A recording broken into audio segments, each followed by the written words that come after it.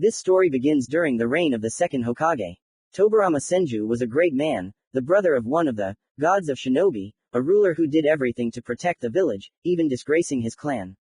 During the Second World War, Tobirama learned that the daimyo was going to sell part of Konoha's lands to the Land of Lightning, with whom they were at war.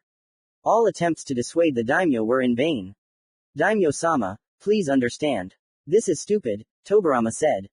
I know what is best for the Land of Fire. Your village will be rebuilt elsewhere, the daimyo replied. You've completely lost your mind. This will be the direct destruction of the Fire Nation. I've said everything, Hokage. Because of this, he decided to hand over the Hokage post to his student, Hiruzen Sarutobi. After that, he moved to the daimyo and slit his throat. Everyone who saw this was shocked. No one knew about the deal, about selling land to the Land of Lightning, except for the daimyo's advisors, who also saw benefits for themselves and Hiruzen, whom he warned in advance and asked to take care of the last two girls from the Senju clan. Having called the clan, except for the two girls, they went to the battlefield. There were two girls left in Konoha. The first was Tsunade, the granddaughter of the first Hokage, Tobirama's grandniece. The second girl was the same age as the first, a brunette with brown eyes named Mia. They grew up in the contempt of the locals and the care of the new third Hokage. Tsunade, as in canon, was Hiruzen's student, and because of her talent in medicine, the inhabitants despised her much less than Miu. Miu did not have any special talent and was an outcast. At the academy, she was often bullied, which is why she withdrew into herself. There, she studied for the highest score and always fought back one-on-one, but she was always beaten by the crowd. After the academy, she was assigned to Team 14, which included Mia and Nior and Patten. These two people bullied the young Senju the most at the academy. The captain was a man from the Uchiha clan, he hated the girl with all his heart. During another mission outside the village, Team 14 was attacked. As a result of a difficult battle, Mia was seriously injured, and her teammates and the captain left her with a serious wound. Fortunately, the future trio of Sennin passed by them. Tsunade, seeing Mia, immediately began to treat her. Hold on, Mia. How is she? Jiraiya asked. In serious condition, urgently need to go to the hospital. Orochimaru, summon a snake for transportation. Summoning technique. Orochimaru summoned a small snake. They quickly moved towards the village. Mia's life was saved, but the girl fell into a coma. 10 months before Kushina's birth. Evening was falling on winter Konoha. It was snowing outside, giving the village a special charm. In the hospital, in a special ward, a girl or already a woman of 36 to 37 years old came to her senses. Having woken up, she was rudely kicked out of the hospital. Are you awake, traitor? Well, get out of here, said the doctor. Mia stood up and left silently. Even after the coma, Mia was still not loved. The Hokage, at Tsunade's request, gave her house to Mia. After a month of hell, Mia was raped in some alley. And no matter how much she resisted, did not ask for help, no one helped her. After 2 months, she found out that she was pregnant. The birth was almost successful. Mia died during childbirth, saying only, her name is Leah. The child was taken to the nearest shelter. The next day, Kushina Uzumaki gave birth. Her birth was outside the village. Minato maintained the seal that held back the 9-tailed demon fox. About 10 minutes later, the cries of a newborn baby were heard in the room. Bawako was the wife of the third Hokage and the midwife at Kushina's birth. As soon as the child was born, she held him in her arms. Can I see it? Minato asked. The mother should see it first, Bawako replied. Kushina lay without strength. Turning her head to the right, she saw her child. Having looked at the child, Bawako and the baby went towards the exit. Minato began to close the seal, as he heard a dull sound of impact on the ground. Turning his head, he saw an unknown person in a mask, who was holding his and Kushina's son in his hands, and the body of Bawako with a kunai sticking out of his throat. Get away from the seal, fourth. The unknown man shouted. Who are you? Let Naruto go. Minato answered fearfully. I repeat, move away from the seal, otherwise the child will die without living even 15 minutes of his life. After these words, he threw the child up and pointed a kunai, but Minato caught the baby. You really are fast, but what will you do with the explosive tags? A hissing sound was heard under Naruto's blanket. Teleporting outside, Minato threw off the blanket and, using Hiraishin, appeared at home. Putting Naruto in bed, he teleported to Kushina and saved her from the fox's claw, which was smashing everything. He teleported Kushina home and laid her next to Naruto. The fight between the masked man and Minato went according to canon. Minato used Hiraishin to teleport the fox behind Konoha. Appearing at home, he took Naruto and teleported to the Kyuubi. The ceiling goes according to canon. Minato's last words were, "His name is KHKH, Naruto." At the council, it was decided to give him to an orphanage and keep the identity of Naruto's parents a secret. And so began the journey of Naruto and Lee. The journey of two Konoha outcasts. Commentary on Chapter 1, Sin of Senju. Schedule of release of parts. Or 2 parts at 12 o'clock in 1800 or 1 part at 1500. Beta. Tilde marked. The server where I sit and many cool authors. Come on in, it will be fun. Chapter 2. One Fate of an Outcast. 4 years had passed since the fox's attack. Naruto lived in an orphanage, surrounded by hatred, contempt and beatings. The only person who somehow maintained communication with him was Hiruzen Sarutobi. He visited the boy once a month, since the post of Hokage took too much time and energy. On his 3rd birthday, he was beaten for the first time by drunk shinobi who decided to avenge their loved ones who died during the Kyuubi attack.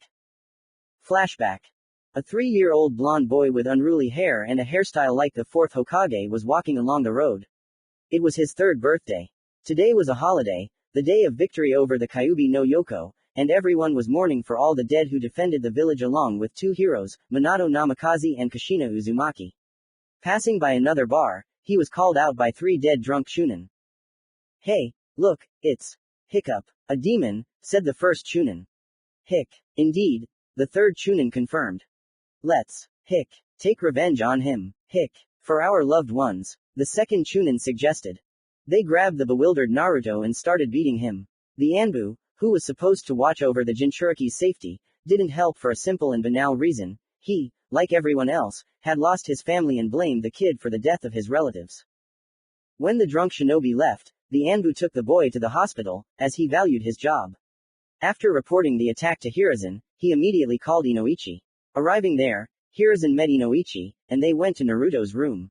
Entering the room, Hiruzen and Inoichi saw Naruto, who was lying unconscious and covered in bruises. They looked at the blonde with sad and regretful looks. Hiruzen broke the silence. "Inoichi, look through his memories, we need to find out who is guilty. Erase his memory of today.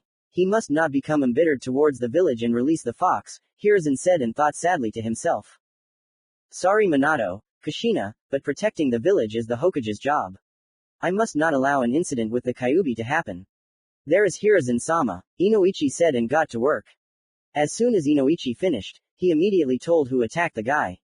Those chunin were demoted to genin. And also at the council it was decided that Jinchuriki would be untouchable. Unfortunately, this did not help and Naruto ended up in the hospital every 2 weeks, and Inoichi deleted these memories. And so a year passed. End flashback. Meanwhile, Leah's life was much better than Naruto's. At the age of 1, Leah was adopted by Tsunade, who learned of her friend's death too late. Leah lived in care and love, but still caught people's angry looks. Leah had long hair, for a 4-year-old child, the color of a raven's wing. Beautiful and alluring lilac eyes. One day, Leah decided to ask her adoptive mother why they were looking at her like that. Flashback. It was evening in Konoha. Leah and Tsunade went out for a walk around the beautiful evening Konoha. Passing by people, Leah noticed angry and hateful looks on herself. Arriving at the Hyuga Park, the girl asked the question that interested her. "Mom, why are they looking at us so angrily?" Leah asked with interest.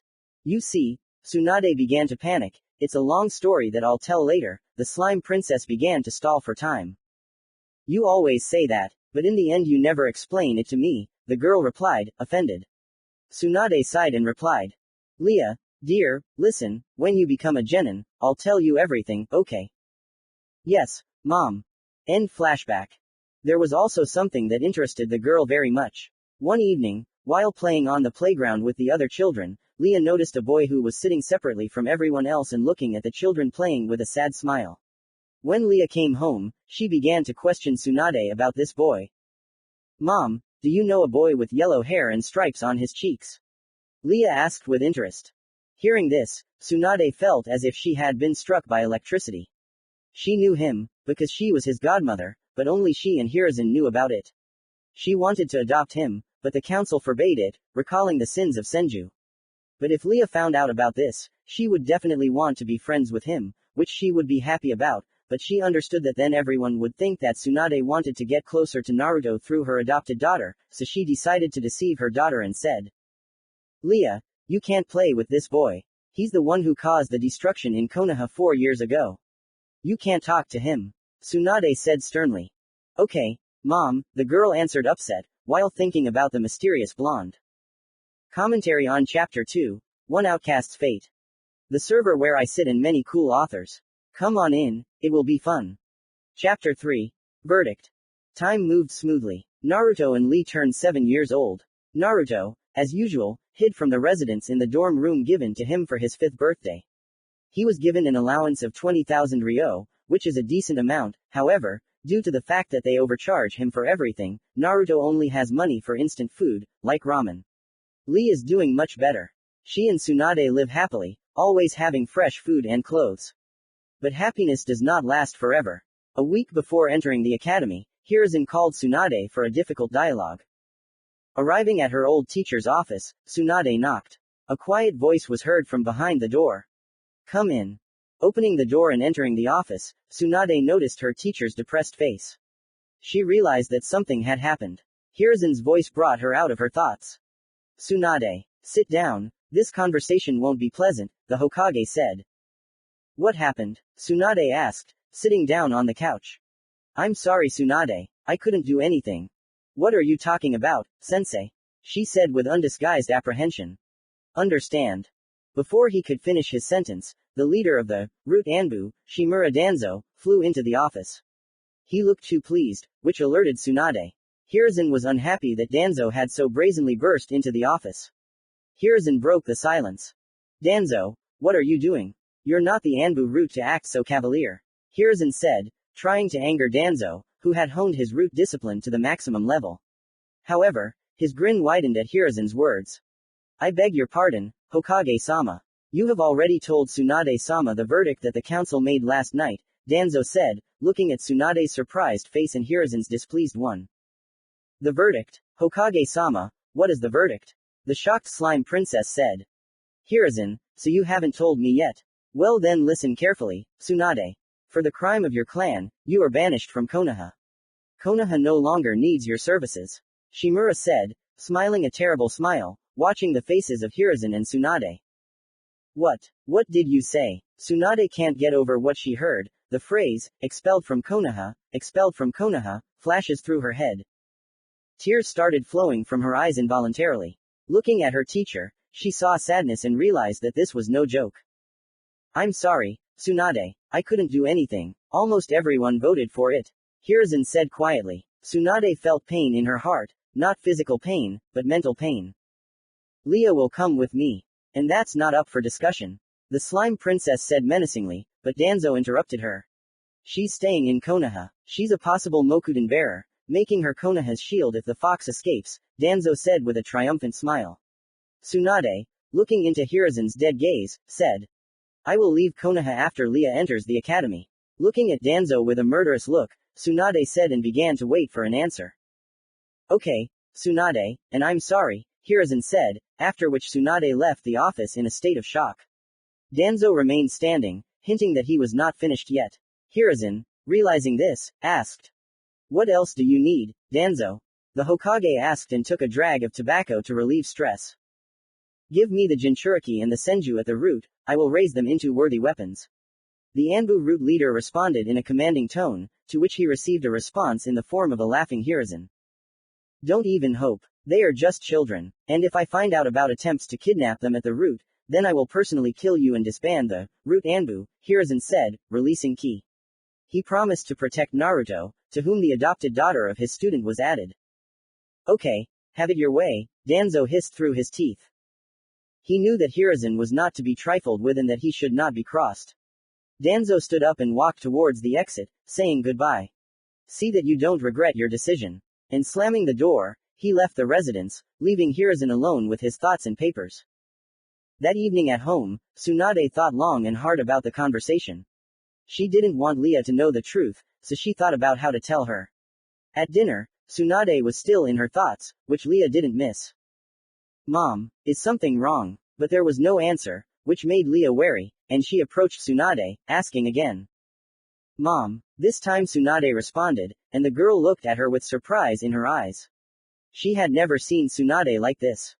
Sorry, my dear, I was lost in thought, Tsunade replied, but Leah realized that her mother was not telling the whole story. What happened? You don't seem like yourself, Leah asked, looking into Tsunade's sad eyes, who was now thinking about what to say, but couldn't think of anything except. Don't worry, daughter, it's just a long-term mission, Tsunade lied. Leah immediately asked. How long will it last? And can I come with you? Leah rattled off in one breath. She really wanted to go on a mission and become a shinobi like Hashirama Senju. Sorry, dear, but this is a very dangerous mission, so you stay in the village, and the mission will be long, I can't say more precisely. And now, go to your room, said the princess of the slugs and began to wash the dishes. Commentary on Chapter 3, Verdict. Thanks for reading. The server where I sit and many cool authors. Come on in, it will be fun. Chapter 4, Love or Bookmark Decline. A week passed and our heroes entered the academy.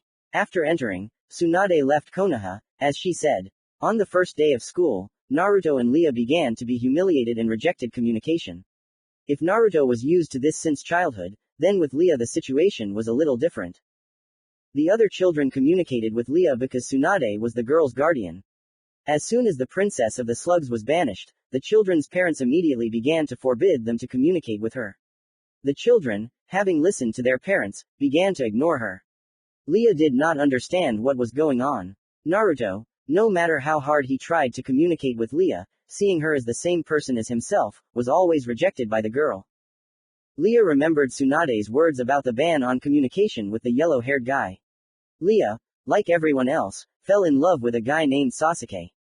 Sasuke himself was neither cold nor hot for the girl's feelings. Naruto fell in love with Leah. 6 years have passed. Naruto and Leah were 13 years old. Naruto looked like in canon, and Leah had long, raven-colored hair down to his shoulder blades, a black t-shirt with the Senju crest on the back, brown knee-length shorts, and standard shinobi shoes. Our heroes were still disliked, but they were hardly beaten anymore. Leah and Naruto never became friends, because the girl stubbornly ignored him, loving Uchiha Sasuke. Sasuke was cold on the outside, but inside he started to feel something for Lee, but he was pursuing a new goal, revenge on his brother for destroying the clan. But everything changed one evening. The day before the exams, Naruto went for a walk around Konoha in the evening, as the village was especially beautiful at that time. Arriving at the Hokage mountain, he began to think about his life and what it meant. Unconsciously, he destroyed all the bookmarks, but this destruction led to Naruto subconsciously loving the village without them. He also realized that Leah didn't love him and was unlikely to love him. After that, sitting on the head of the fourth Hokage, he said, I must become stronger and learn the whole truth about myself. After that, he stood up and headed towards his house. As he passed another alley, he heard crying and screaming. Without thinking, he rushed into the alley and saw two guys, 19 to 20 years old, groping his classmate Leah Senju. Without thinking, he ran at the first guy, knocking him down and throwing him to the ground, starting to beat him, but the second guy quickly threw Naruto into the wall. Coughing up blood, he said, Run, Leah, and he ran at the guy, swinging to strike, but his opponent quickly intercepted and hit him with a precise kick to the stomach, then delivered a right hook to the head, knocking the guy out. Leah listened to the advice and ran away under the contemptuous looks of the residents. The next day, Naruto, as in canon, failed the exam and quickly ran away out of grief to the ridicule of others, not noticing that Leah was calling him. All events take place canonically, except for one moment. Naruto learned, in addition to clones, the technique of forming a blade from chakra. Of course, the Hokage saw this and was shocked, because the chakra blade is an S-rank technique, and the strength and color of the blade depend on the strength of the one used. The color of Naruto's blade was dark red, the second most powerful color out of 10. White in GT, gray in GT, blue in GT, light blue in GT, green in GT, dark green in GT, brown in GT, black in GT, dark red in GT, bright red. Naruto summoned a blade the size of a kusanagi and called it Masayoshi Justice. After the fight with Mizuki, the katana disappeared. At the academy, everyone was surprised to see Naruto with a leaf headband on his head. Everyone started whispering about it, and two just looked at him. The first was Hinata, who loved Naruto, the second was Leah, who wanted to say thank you and apologize, because she remembered her mother's words that she shouldn't communicate with him, because he was a demon fox who destroyed Konoha 13 years ago. The girl learned this from the residents, but after he saved her, she realized how wrong she was and remembered that all 6 years of study he tried to be friends with her. That evening she experienced a new feeling, the same as she had for Sasuke, only much stronger. Naruto himself began to change and became cold to everyone. For some reason he stopped talking, but as soon as Inoichi came to the guy, he upset the elders with the news that he was unable to put new bookmarks. Sitting at the last desk, Naruto took out the book, The Art of Kenjutsu, From Beginner to Master, written by Mifune for those wishing to learn Kenjutsu, and began to read it silently. Everyone began to whisper again. Leah, however, took a long time to decide to approach Naruto to say thank you, when two foolish friends, Sakura Haruno and Yamanaka Ino, headed towards the blonde's desk. The young Senju knew their egos, so she understood what was about to happen, as did Naruto, who glanced out of the corner of his eye at the arrivals. Listen, demon, why are you acting like Sasuke-kun? The bitch Ino screamed. Don't repeat after Sasuke-kun, you worthless thing. Sakura continued after her friend. Naruto glanced once more at the two friends who had made him look up from his book, and then he buried his face in the text again, ignoring the two friends. Sakura couldn't take it anymore and started screaming. How dare you ignore us, weakling? With these words, Sakura raised her hand and wanted to hit Naruto, but the guy did not want to tolerate such an attitude any longer, so he caught Sakura's fist and with a sharp movement twisted her hand. Ah! The pink-haired girl screamed to the whole audience. Everyone looked at it in surprise. Leah just looked with wide eyes, because she remembered this guy completely different. She didn't understand why he became so cold in one day. Naruto's voice knocked her out of her thoughts. Get lost, I don't have time for you now. Naruto answered in a cold voice, letting go of Sakura's hand, who was crying in pain.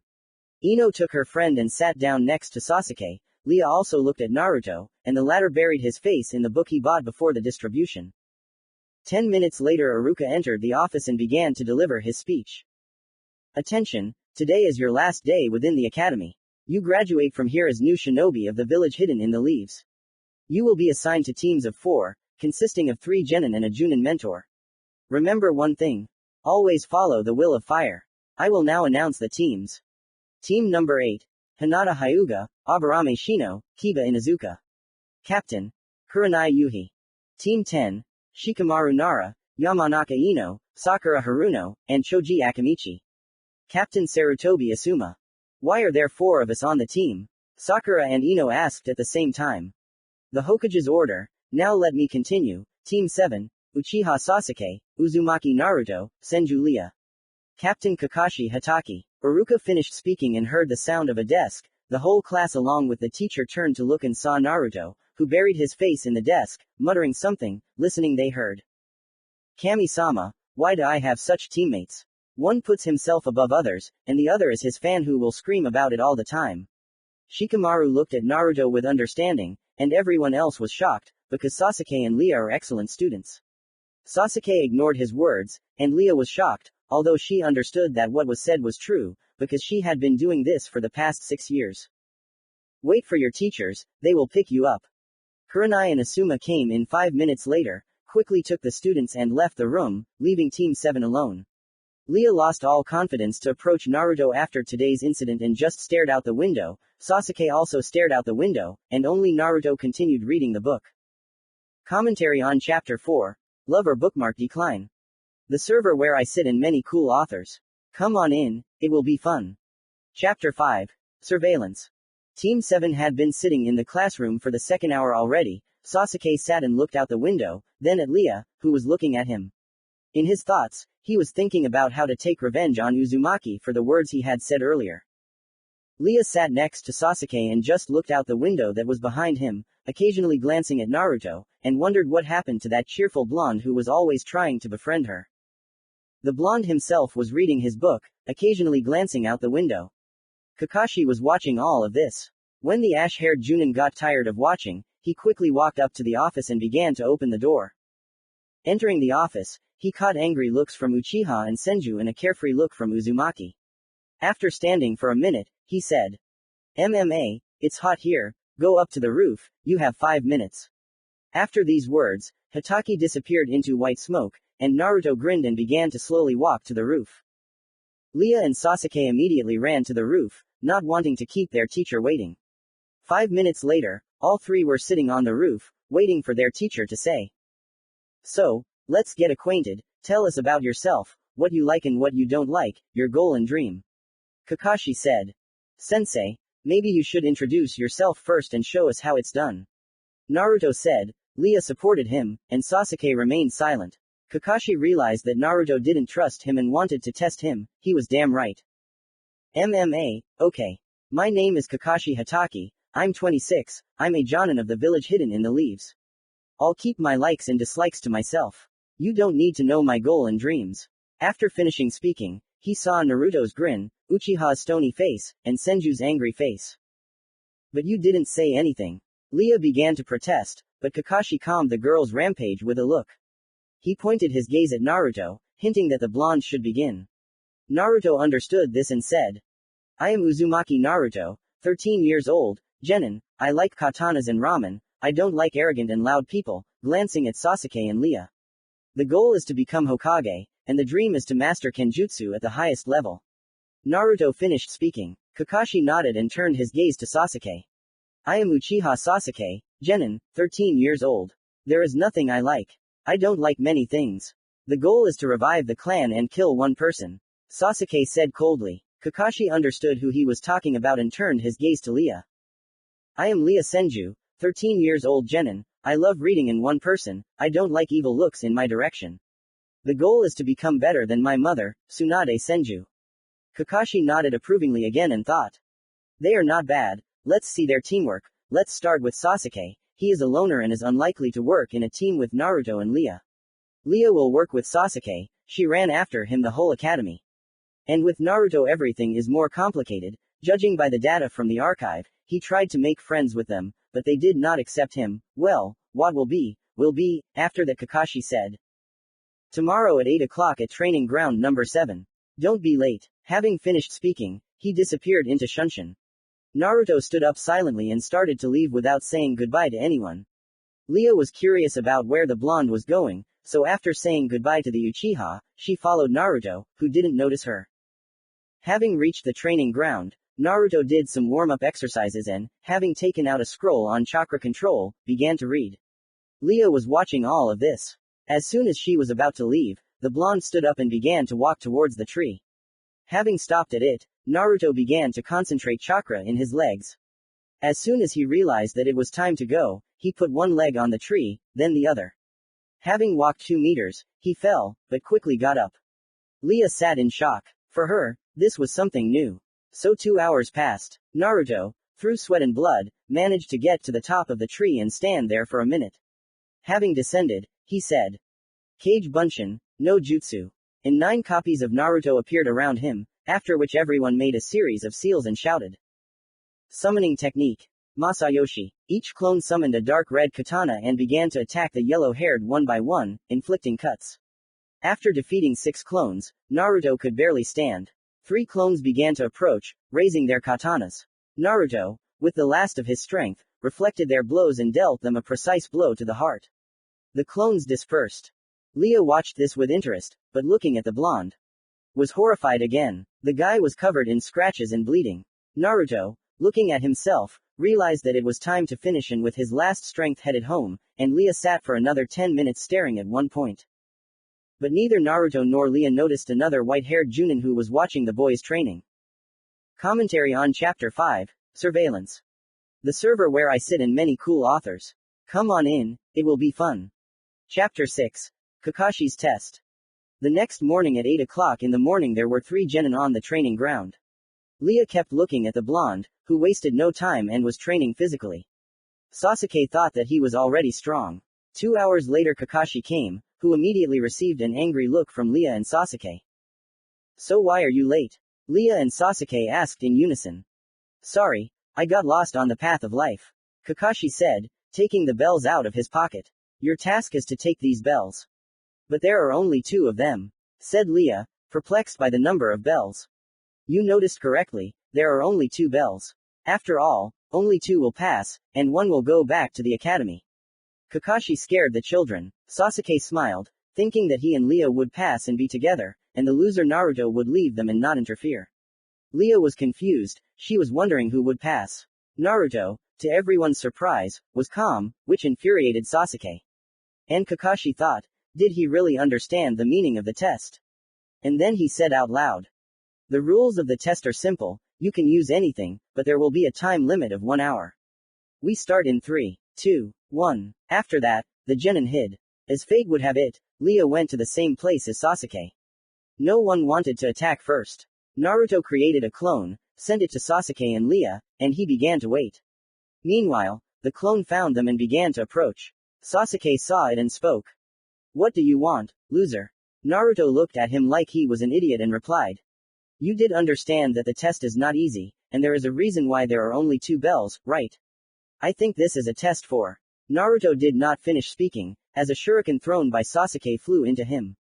Pow! The clone dissipated, and Naruto for the first time consciously felt the information from the clone and became very angry at Sasuke and Leah, who was shocked by Sasuke's actions. Meanwhile, at Leah's. That's better, now no one will interfere with our team, Sasuke said, looking at the surprised Leah. What? That was all Leah could manage to squeeze out. She was clearly in shock, which angered Sasuke, since she hadn't paid any attention to him in the last few days. Let's discuss a plan of action, Sasuke said. Leah was thinking about following Naruto and taking the test together, but Sasuke's hand stopped her. Don't follow him, Sensei said that the team will consist of 2, why do we need this loser? Looking into Lee's eyes, Uchiha said, continuing to hold her hand. Meanwhile Naruto sat and thought about the information received by the clone. So it won't be possible to act as a team, what does that mean? I'll wait for their attack and analyze Kakashi-sensei. Everything went as Naruto planned. Sasuke and Leah, after discussing their plan, attacked Kakashi, but he blocked the blows with one hand without much effort. With his other hand, the ash-haired man held the book, Come Paradise, which he was reading during the fight. No matter how hard Sasuke tried, he was unable to hit the sensei. A blow with his left hand, an interception, an attempt at a new kick to the head, dodged. Leah tried to distract the sensei, throwing kunai and shuriken. This continued until the moment when Sasuke jumped away from Kakashi, simultaneously making a series of seals. As soon as the last seal was made, the Uchiha shouted. Kaden. Fireball. A fireball flew out of Sasuke's mouth. 2 by 2 meters in size. Because of his fireball, Sasuke did not see where Sensei had gone, but Leah managed to warn Sasuke. Underground. Senju shouted and Sasuke quickly jumped away from the place where he stood and a few moments later Kakashi climbed out from there. Sasuke again went into close combat, but Kakashi became more serious and quickly began to counterattack Sasuke, delivering quick and accurate blows. After that, Kakashi knocked out Leah in a couple of blows. Naruto was waiting for the moment for a sudden attack, but the ash-haired man attacked first, not giving the guy a chance to work out a plan. Doden, Stone Sword, Kakashi said, inviting Naruto to a kenjutsu fight. Sasuke and Leah woke up and began to watch them. Sasuke watched with a smile as the loser was cut up, and Leah with worry. Summoning technique. Masayoshi, a blade appeared behind Naruto. Naruto quickly grabbed the handle of the blade and deflected the stone sword of the sensei. The battle lasted for about 2 minutes, where Naruto was slightly losing, because Kakashi did not fight with all his strength, until one moment. Naruto parried Kakashi's direct blow, beginning to channel chakra through the blade.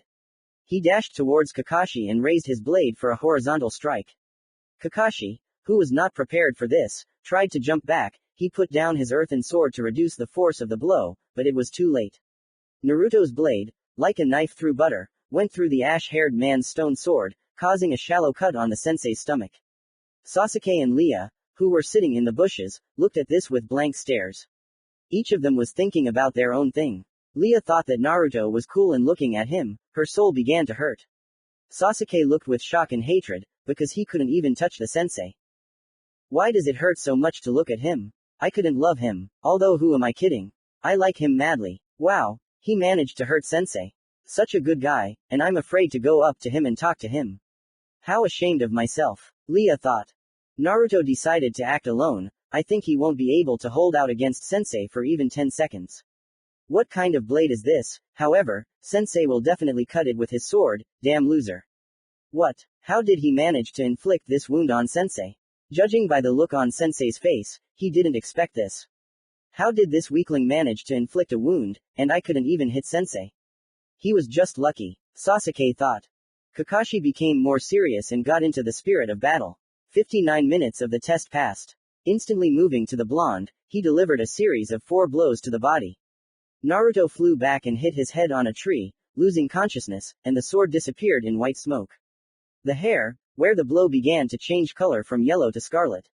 A couple more seconds and drops of blood began to flow from the hair. Leah looked at the blonde with horror on her face, which greatly infuriated Sasuke, who rejoiced at the defeat and the blonde's wound. Kakashi himself quickly came to his senses and ran to check on Naruto. The blonde's condition was more or less normal. Taking out a bandage, he bandaged the guy's head to stop the bleeding. Kakashi always carries a first aid kit with him, as a reminder of the past. Ding ding. The alarm went off. The remaining 2 came out of the bushes.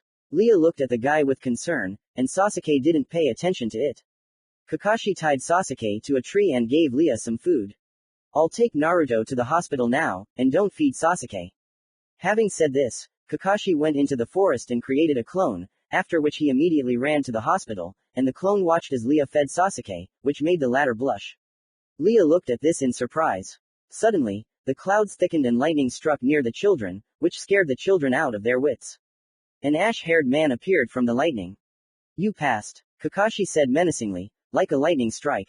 The children were shocked. Realizing that he had passed, Sasuke slightly raised the corners of his lips, and Leah was happy at first, but then became sad. The ash-haired man noticed this. What's wrong, Leah, aren't you happy? Sensei asked. What will happen to Naruto? He didn't pass, did he? Leah asked sadly. Don't worry, he passed it when he asked you to work in a team. This test was about teamwork. The Hitaki clone answered, looking at the gloomy Sasuke and the already cheerful Leah. Meanwhile, Kakashi. Having run to the hospital, Kakashi was met by 2 medics. Seeing Naruto, one of the medics was glad that he was there during his shift. Taking Naruto, he went into the office and locked it. Putting Naruto on the bed, the doctor slowly began to prepare the poison that would kill Naruto. He made the poison for 15 minutes, during which time Kakashi's wounds were already healed. And he began to wait for Naruto at the exit of the hospital, but his intuition told him about the danger. As soon as the poison was ready, the doctor began a monologue with the unconscious Naruto. Well, hello, bastard. I will finally avenge 2 families. The first was killed by your dad during the Third World War, may he burn in hell for 1,000,000 years.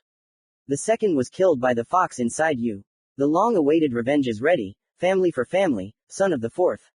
After these words, the doctor filled the syringe with poison and injected it into the Jinchuriki's vein, but suddenly the door was kicked down and Kakashi ran in. Kakashi overheard the last phrase, but he was unable to save Minato's son from the injection. Naruto's screams and the doctor's laughter brought him out of shock. Kakashi grabbed the man by the throat and began interrogating him. What did you inject him with? Answer me, Kakashi said angrily, taking out a kunai. Ha ha ha, he can't be saved, it's a deadly poison created by me personally, he'll die within 5 minutes. He, there's no antidote for it, Kakashi. Without finishing the name of the interlocutor, his head was pierced by the kunai of the ash-haired man. Hitaki quickly called the doctors, but they couldn't remove the poison. Naruto died. Commentary on Chapter 6, Kakashi's Test. The server where I sit and many cool authors. Come on in, it will be fun. Edited. Chapter 7, The World of the Dead Part 1. Naruto woke up in a gloomy room, in which there was no light, only darkness. However, this did not prevent the blonde from seeing in the room a large wooden closet, a door, walls, a nightstand on which there was a photo of Team 7, a bed and large windows behind which it was impossible to see anything. Getting out of bed, the guy went to the nightstand, taking the photo in his hands. Looking at it, Naruto saw a strange picture. There was Kakashi, who was hugging his students, Sasuke and Leah, who were holding hands. They don't need you. A cold voice was heard from everywhere. The blonde was very scared, but looking at the photo he saw the happy faces of Leah and Sasuke. Something stabbed in the blonde's chest and he found himself in front of the academy. He immediately remembered this moment. It was the 2nd month of his studies when he decided to make friends with Leah. His class had its last lesson. Little Naruto sat at the last desk and waited for Iruka-sensei to finish his lesson, occasionally glancing at Leah. Lia listened attentively to Sensei and glanced at Sasuke. Sasuke himself did not pay attention to Lia. As soon as the end of the lesson came, little Naruto called little Lia over to talk. Lia reluctantly walked away with him, because she knew that the blonde would not leave her alone. Lia, how are you? Let's be friends. Naruto started asking Lia, who was looking at the guy angrily. What do you want, demon? Friends? No one will be friends with a demon. Lia shouted so that her idol could hear her. The elder and younger blonde's heart stabbed, because it was then that he felt the first pain in his soul. Then the blonde was transported to the moment when he saved Lia, and she ran away and did not even come to see if he was okay. Suddenly, another Naruto appeared in front of the elder Naruto, who was completely made of darkness. The first to break the silence was the dark Naruto. She never needed you. You only convinced yourself that she would love you someday. However, remember the photo, they are happy together with Sasuke, and you again ended up with a broken heart. The copy of the blonde said and disappeared into the darkness, when Naruto himself stood and looked at it with anger. A moment later Naruto appeared in the room again. He simply lay down on the bed and began to digest the situation, looking at the bottomless ceiling in which there was boundless darkness. Real world. After the diagnosis of death was made, Kakashi fell to his knees and cried, tears streaming down his face. He had failed to fulfill his sensei's last will. The ash-haired man remembered how his sensei had helped him when he was on the verge of a breakdown, how he had been supported by him like a second father. When Minato and his wife, Kushina, had died, the last thing the Yondaime had said to his student was, "Cough. Kakashi, please, cough. Take care of Naruto, cough, and don't let him die." These were the last words of Minato Namikaze, the fourth Hokage of the village hidden in the leaves. However, service in the Anbu and long missions in other countries did not allow the ash-haired man to keep an eye on Naruto for long. The last time, besides training, he saw him 9 years ago. And so, yesterday he saw this guy training, and today he was killed. Hatake began to feel guilty, because he himself inflicted an injury on Naruto, because of which he had to be carried to the hospital, and because he allowed the doctor to inject an unknown poison into the guy's body. In the evening, all of Konoha was buzzing with joy. Happy cries of, "bottoms up," could be heard from almost every establishment. Almost everyone in Konoha was happy about Naruto's death. At the same time, only 5 people were not having fun. Kakashi spent the whole day at his teacher's grave and asked for forgiveness. Lia was crying at home. Ayame and Tuki closed the shop early and silently began to cry. Naruto became a step-grandson for Tuki, and a younger stupid brother for Ayane. The old Hokage signed new papers, simultaneously grieving for Naruto. An extraordinary clan meeting was held that night. The following people were gathered in the hall: Hiruzen Sarutobi, Danzo Shimura, Kaharu Udatane, Homura Mitokado, Shikaku Nara, Inoichi Yamanako, Hiyashi Hyuga, Kakashi Hatake and Sarutobi Asuma. The agenda was the assassination of the Jinchuriki. The atmosphere in the hall was tense. The Hokage took the floor. "Good night, gentlemen, even if it is not kind. Today, the Jinchuriki was killed by one of the former elite Jonin of the village hidden in stone, Kanera. He was a master of poisons." The Hokage informed everyone and continued. "Kakashi Hatake, please tell me how this happened." During the teamwork test, Naruto and I started fighting in Kenjutsu, and the result of the battle was a severe wound to the head. I carried the guy to the hospital, where one of the doctors took him and carried him to the office. At that time, another medic was treating me. They quickly patched me up and I waited for Naruto at the entrance to the hospital. 15 minutes passed, but the Jinchuriki did not come out. I began to worry and went to the ward where Naruto was taken. The door was locked, so I broke the door, and when I entered, I saw how Kanera injected something into the Jinchuriki, which made him start screaming. I quickly grabbed him and began interrogating him, from which I learned that it was his poison for which there was no antidote. In a fit of anger I killed him, after calling the medics. They began to treat him, but they were unable to help and Naruto died. Kakashi finished his story, barely holding back his tears. "I see, so the fox died with him. Konoha lost its weapon," Shimura said, looking coldly at everyone. "Weapons?" Kakashi and Hiruzen asked in unison. "You're wrong, Danzo, he's a child like everyone else. There was never a single surge of fox chakra." The third Hokage continued. "It's also not possible to bury a Jinchuriki in a village," Kaharu expressed her thought. "What? He is a leaf dweller and he should be buried in the leaf cemetery, not outside the village." Kakashi protested against the elder's decision. Inoichi, Hiruzen and Asuma supported him. It's not that we don't want to bury him in the village, there are two reasons. The first reason is the villagers who want to take revenge on the fox, they can cause chaos in the cemetery and the boy's grave. This is simply unacceptable. The second reason is the fox, which should appear in 3 years. If it appears on the territory of the leaf, there will be destruction like 13 years ago. We must not allow this. Homura said, and everyone except Kakashi and Hiruzen agreed with this. Although Shikaku, Inoichi and Asuma respected Naruto, no one wanted to allow the events of 13 years ago to happen. At this point, the meeting was over. Kakashi was even more angry with himself. Hiruzen just sat in the office looking at Minato's photo and asking for forgiveness. Meanwhile in the world of the dead. Commentary on Chapter 7. The World of the Dead Part 1 edited. I recommend reading the fanfic of my good friend Anastasia Allister, Rotten World. I really liked it. Chapter 8. The World of the Dead Part 2. It is unknown how long Naruto lay there and looked at the ceiling until his dark copy appeared in front of him. Well, Naruto, are you ready to move on through the memory of the truth? The dark clone spoke with a maniac's smile. Naruto was silent. He didn't want to say anything. At this, the copy chuckled and said, well, Naruto, why are you afraid of yourself? Let's get acquainted. I'm Shadow. You can ask questions and maybe I'll answer them, Shadow said with a fake smile. Naruto gathered his will into a fist and spoke. Are you me? Explain what this means. Uzumaki asked the first question, to which the latter reacted somehow strangely. Ha ha ha ha ha ha. Well, listen carefully, Naruto. I am you, or rather your soul. I will answer your question in advance. Each person has a war in their soul between yin and yang. But thanks to the substance that the doctor injected you with, the yin element was blocked. The yin element is all your positivity, your joy, happiness. The yang element is all your negative emotions, anger, envy, resentment, and so on. Having fallen silent, Shadow continued to look expectantly at the guy, waiting for questions. Yin and yang, it means. But if the yin element is blocked, it means that you. The guy started to speak, but was interrupted by Shadow. Yes, I am the element, yang. Now you understand what it means. I am you. Now let's not drag it out and move on. Today we have childhood on the program, enjoy watching. Shadow finished with obvious mockery and snapped her fingers. Naruto appeared in the middle of the street where a blonde boy of 5 years old was walking. All the residents were looking at him. A resident of Konoha came out from behind the boy with a stone in his hands.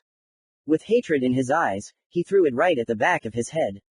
Young Naruto fell under the mockery of people. The older blonde looked at this with anger, but could not do anything. What? Can't you do anything? What a pity, Shadow said mockingly. Shut up, Naruto shouted with an angry intonation. Better look over there, don't you recognize anyone? Shadow said, pointing at 2 laughing children. This is, Naruto spoke, looking at Lia and Sasuke, who were standing together and holding hands. Their parents were with them, and they were also making fun of the boy. The older blonde felt sick from this. He began to feel anger and hatred towards these people. However, something happened that Shadow clearly did not expect. The fox's chakra began to flow out of Naruto's body. Your mother, Fox. The yang element panicked. After all, the fox's chakra has the yin element in it. In a moment, the shadow attacks Naruto in a cloak with one tail, but to no avail. In a moment, the shadow dissolved into emptiness, and Naruto appeared in the room. However, the room itself had changed. It was divided into 3 parts.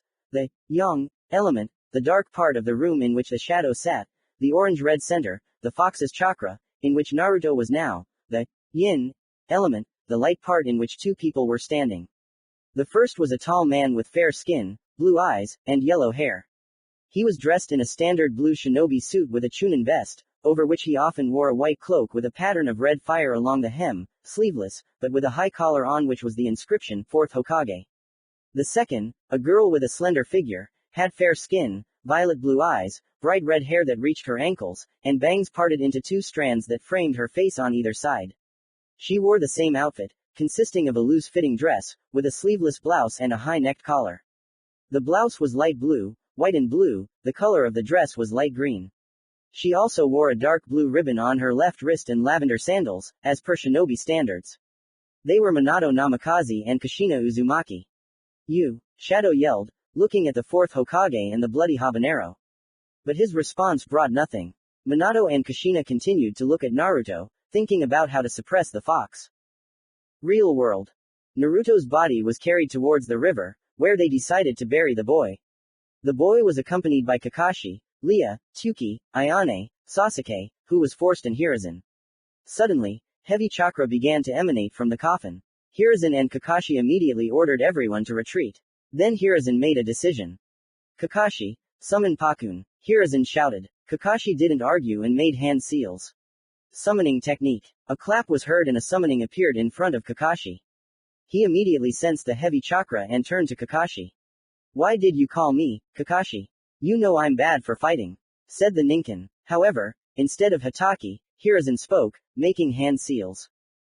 Your task is to bring 3 elite Anbu squads. Summoning technique. The Hokage shouted, slamming the ground. A moment later, the Monkey King, Enma stood before Hiruzen, who, having sensed the fox's chakra, turned into a staff. You always know what to do. The third Hokage said, preparing for battle. The coffin lid was destroyed and Naruto with one tail emerged from it. Grr! The deafening roar of the fox could be heard throughout the area. The staff in Hiruzen's hands lengthened and the cage struck the fox, which threw him into a tree, breaking it. Sweden. Water dragon. Kakashi shouted, launching the dragon towards the fox, but it calmly dodged and ran towards Hatake, closing the distance between them while dodging the diamond staff. A taijutsu fight began between the fox and Kakashi, who had already opened his Sharingan, retreating towards Sarutobi. Kakashi was dominating, but the fox struck with his paw at the very wound that Naruto had left. From the next blow, Kakashi flew towards Sarutobi. Plan B, Hiruzen said quietly, throwing Enma at the fox. Enma used a diamond cage that covered the fox, and Hatake came up and made hand seals. Sweden. Water prison. Kyuubi couldn't move. The Hokage approached and activated the 5 elements seal, blocking the Kyuubi's chakra. After that, the rest of the escorts and the Hokage's Anbu came out to the clearing. Everyone realized that the Jinchuriki was alive and were happy about it, everyone except Sasuke. Commentary on Chapter 8, The World of the Dead Part 2. Edited. The server where I sit and many cool authors. Come on in, it will be fun. Chapter 9, The World of the Dead Part 3. The shadow stood there, casting angry and confused glances at Minato and Kushina. His plan to destroy the boy's consciousness and then take over his body was falling apart. Damn, this is bad, I need to suppress the power of the Kyuubi and take out Minato and Kushina. But I can't handle them alone. I hope they weaken each other a lot and I can destroy them or, if I'm really lucky, absorb them all. Shadow thought to himself, looking at the Kyuubi and the Namikaze family. Naruto, after the events in the real world, lost access to the fox's chakra, and the room turned white and black, absorbing part of the fox's room. Naruto, Minato and Kushina shouted in unison. The blonde turned his head to the side and fell into a stupor. In front of him was his idol, the legend of Konoha, Minato Namikaze. This man was a legend in Naruto's eyes. The guy looked at them and did not believe his eyes. You are the 4th Hokage, my idol, Dadbeo. What are you doing here? And who is this girl with beautiful red hair? Naruto asked in surprise. The parents were very surprised by the words of their child. Minato frowned, because before his death he asked to tell whose son he was. You don't know who we are, Naruto. Didn't Hiruzen-sama tell you? Minato, how can this be Dadbane? Kushina asked. Her hair started to rise into the air. Minato looked at her strangely, scratched his head with his hand, grinned awkwardly and replied. I don't know why so dear, Minato answered Kushina, turning to Naruto who didn't understand what was happening. Naruto, do you know who your parents are? Minato asked, to which the blonde immediately responded. No, Minato-sama, I was told that they died at the hands of the fox, during the attack. Naruto said sadly. Naruto, my name is Uzumaki Kushina, and this is Minato Namikaze. As you know, Kushina started speaking and Minato continued for her. And we are your parents. Minato finished, looking at the blonde, who looked at the 2 parents in shock with tears in his eyes. Kushina ran up and hugged her son. Naruto was still in shock. Minato walked up to Kushina and Naruto and hugged them. Mom, Ma, Pa. Naruto whispered and hugged his parents back. Naruto, tell me, how are you living? Kushina asked. Naruto was just about to tell everything, when Shadow interjected. You'd better look at how the son of heroes lived. Ha ha ha. Shadow laughed. Minato listened to his words and made a series of seals. Naruto, this is going to be a little unpleasant. Kushina, Be prepared, Minato said and touched the blonde's forehead with his left hand and the red-haired girl's forehead with his right hand. Naruto lost consciousness, and Minato and Kushina looked through all of their son's memories. Kushina began releasing ki, and Minato was paler than death. Real world. After fighting Naruto in the one-tailed fox form, Hiruzen sent a clone to the residence to sort out all the paperwork and reports. The original went with Kakashi to the hospital to make sure Naruto wouldn't be killed there. Sasuke and Leah went home. They walked together since they were on the same route. On the way, they had a conversation. Sasuke, why are you so gloomy? Leah asked, looking at the sullen, angry and sad Sasuke. Leah, unlike Sasuke, was happy, but now she was subconsciously afraid of Naruto because of the fox. Sasuke was jealous and also afraid of this power. He thought that Naruto could control this power. Sasuke knew about the tailed beasts from the academy and that their power was limitless. He even began to think about how to take the fox's power for himself. Well, it turns out Naruto really is a demon. How did we not notice this before? Sasuke spoke calmly. Leah frowned at his words and wanted to say something, but remembering Naruto's terrible ki, she decided to remain silent. You know, maybe we should take someone else to the team instead of this demon. Sasuke asked, looking at Leah, who fell into a stupor. She now does not believe her ears. When suddenly Sasuke with a sharp movement took out a seal causing hatred towards a certain person. The seal disappeared from Leah's body, but the effect began to take effect. Sasuke ordered these seals from a master from the Yamanaka clan. However, the downside of this seal is the time limit and the number of overlays per person. The mind will not survive more than 3 seals on the mind. The maximum amount of time the seal works is a year. Sasuke said it to a feeling of hatred towards Naruto. As soon as Leah recovered from the state of shock after the seal, she answered Sasuke's question. That's a good idea. Tomorrow we'll approach Kakashi-sensei. He shouldn't slow down our development. Leah said, hugging Sasuke goodbye. Sasuke walked home with a satisfied smile, happy that Leah would be his. At the same time, there was talk about Kakashi's condition in the Konoha hospital. Naruto himself was placed in a separate VIP ward by order of the Hokage. With the ash-haired one, things were not so simple.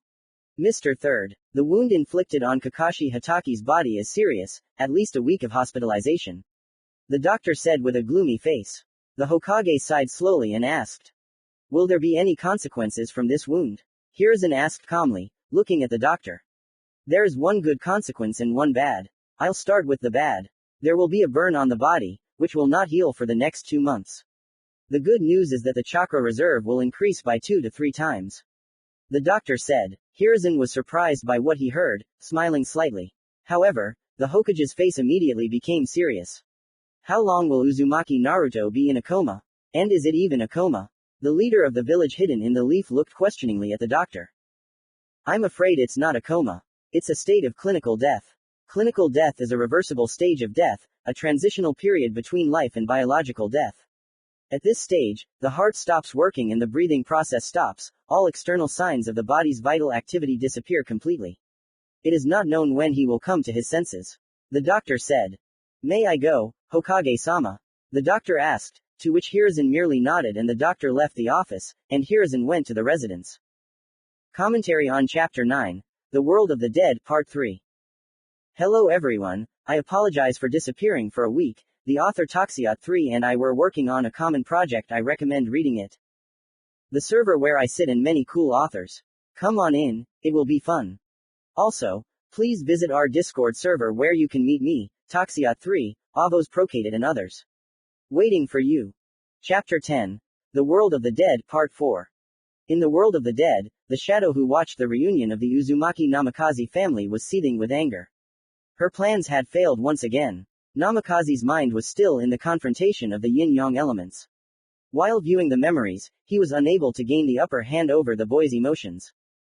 Damn, I'll have to act according to another plan, but it will be much more difficult. While he is weakened, I need to kill him and take his place, but the fourth and his wife will interfere a lot.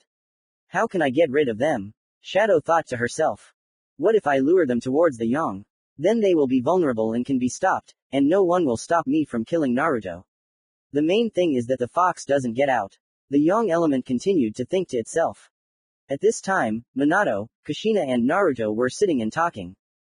Mom, Dad, how did you meet? Naruto asked, looking at Kushina, who was surprised by the question, but smiled at it. It was back at the academy.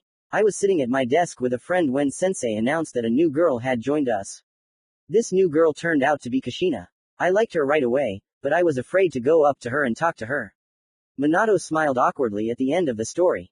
Kushina smiled and continued. Everyone disliked me then and started calling me names because of the color of my hair. They called me Tomato, for which they always got it. Later I got the nickname Bloody Habanero, because I beat everyone and always. And they were afraid of me for this. They brought Genin brothers, but I was always in shape. Kushina said with a maniac smile. Naruto and Minato saw this and involuntarily took half a step back, and Kushina continued her story. One day, when I returned home from the academy, an unpleasant surprise awaited me. Because of my special chakra, the Cloud Shinobi kidnapped me. I no longer believed in salvation, but I continued to pull out my hair so that they would find me. Kushina said in a sad voice, remembering that fateful day. Then I was walking from the training ground, when I noticed Kushina's beautiful red hair. I quickly ran along the trail and saw her being led by 3 shinobi from the village hidden in the cloud. Having quickly dealt with them, I picked Kushina up in my arms and ran towards Konoha.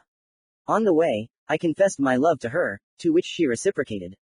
Minato finished his story. Wow, how interesting. And tell me, how did you?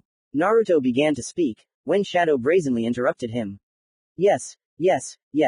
This is very interesting, but Minato and Kushina, it's time for you to go. With these words, the yang element began to clash with the yin element, which forced Minato and Kushina to leave for an internal fight with the yang element. This was the only way to stop it. Well, here we are, one-on-one Naruto, but don't worry, it won't be for long. Die. With these words, Shadow moved behind Naruto and tried to deliver a straight punch with his right hand to the head, but Naruto managed to bend over and tried to counterattack with a right back kick to the stomach. Shadow easily dodged the blow and grabbed Naruto's right leg while simultaneously doing a sweep, which Naruto did not have time to dodge and fell face down into the yin-yang stream. Without wasting time, Shadow made a series of seals and shouted. Akainazuma, red lightning, Gion, pitch darkness, Shadow said, and a huge red beam of lightning rushed towards Naruto, which Naruto dodged thanks to the substitution technique. Shadow chuckled at this and Naruto and Shadow simultaneously made a series of seals. Summoning technique. Masayoshi. A blade appeared behind Naruto and the shadows, which they immediately unsheathed and channeled chakra into the blade. Unfortunately, Naruto poured in regular chakra, when the shadow in turn poured in red lightning chakra, which is several times more dangerous than regular chakra. Naruto ran at the shadow, who simply stood in place, waiting for the blonde. As soon as Naruto approached and began to strike the chest with a straight blade, the shadow concentrated the lightning on the tip of the blade and at the last moment ducked from Naruto's blow, simultaneously striking the blade into the yin-yang stream. Akainazuma, red lightning, Myakudo, impulse, and around Shadow, an impulse came out from the blade, which hit Naruto and sent him flying 17 meters. Shadow looked at this and smirked. Is that all you can do? Then let me kill you quickly. Shadow said, watching Naruto's unsuccessful attempts to get up. Naruto's blade, while trying to get up, disappeared into a cloud of smoke that hid Naruto.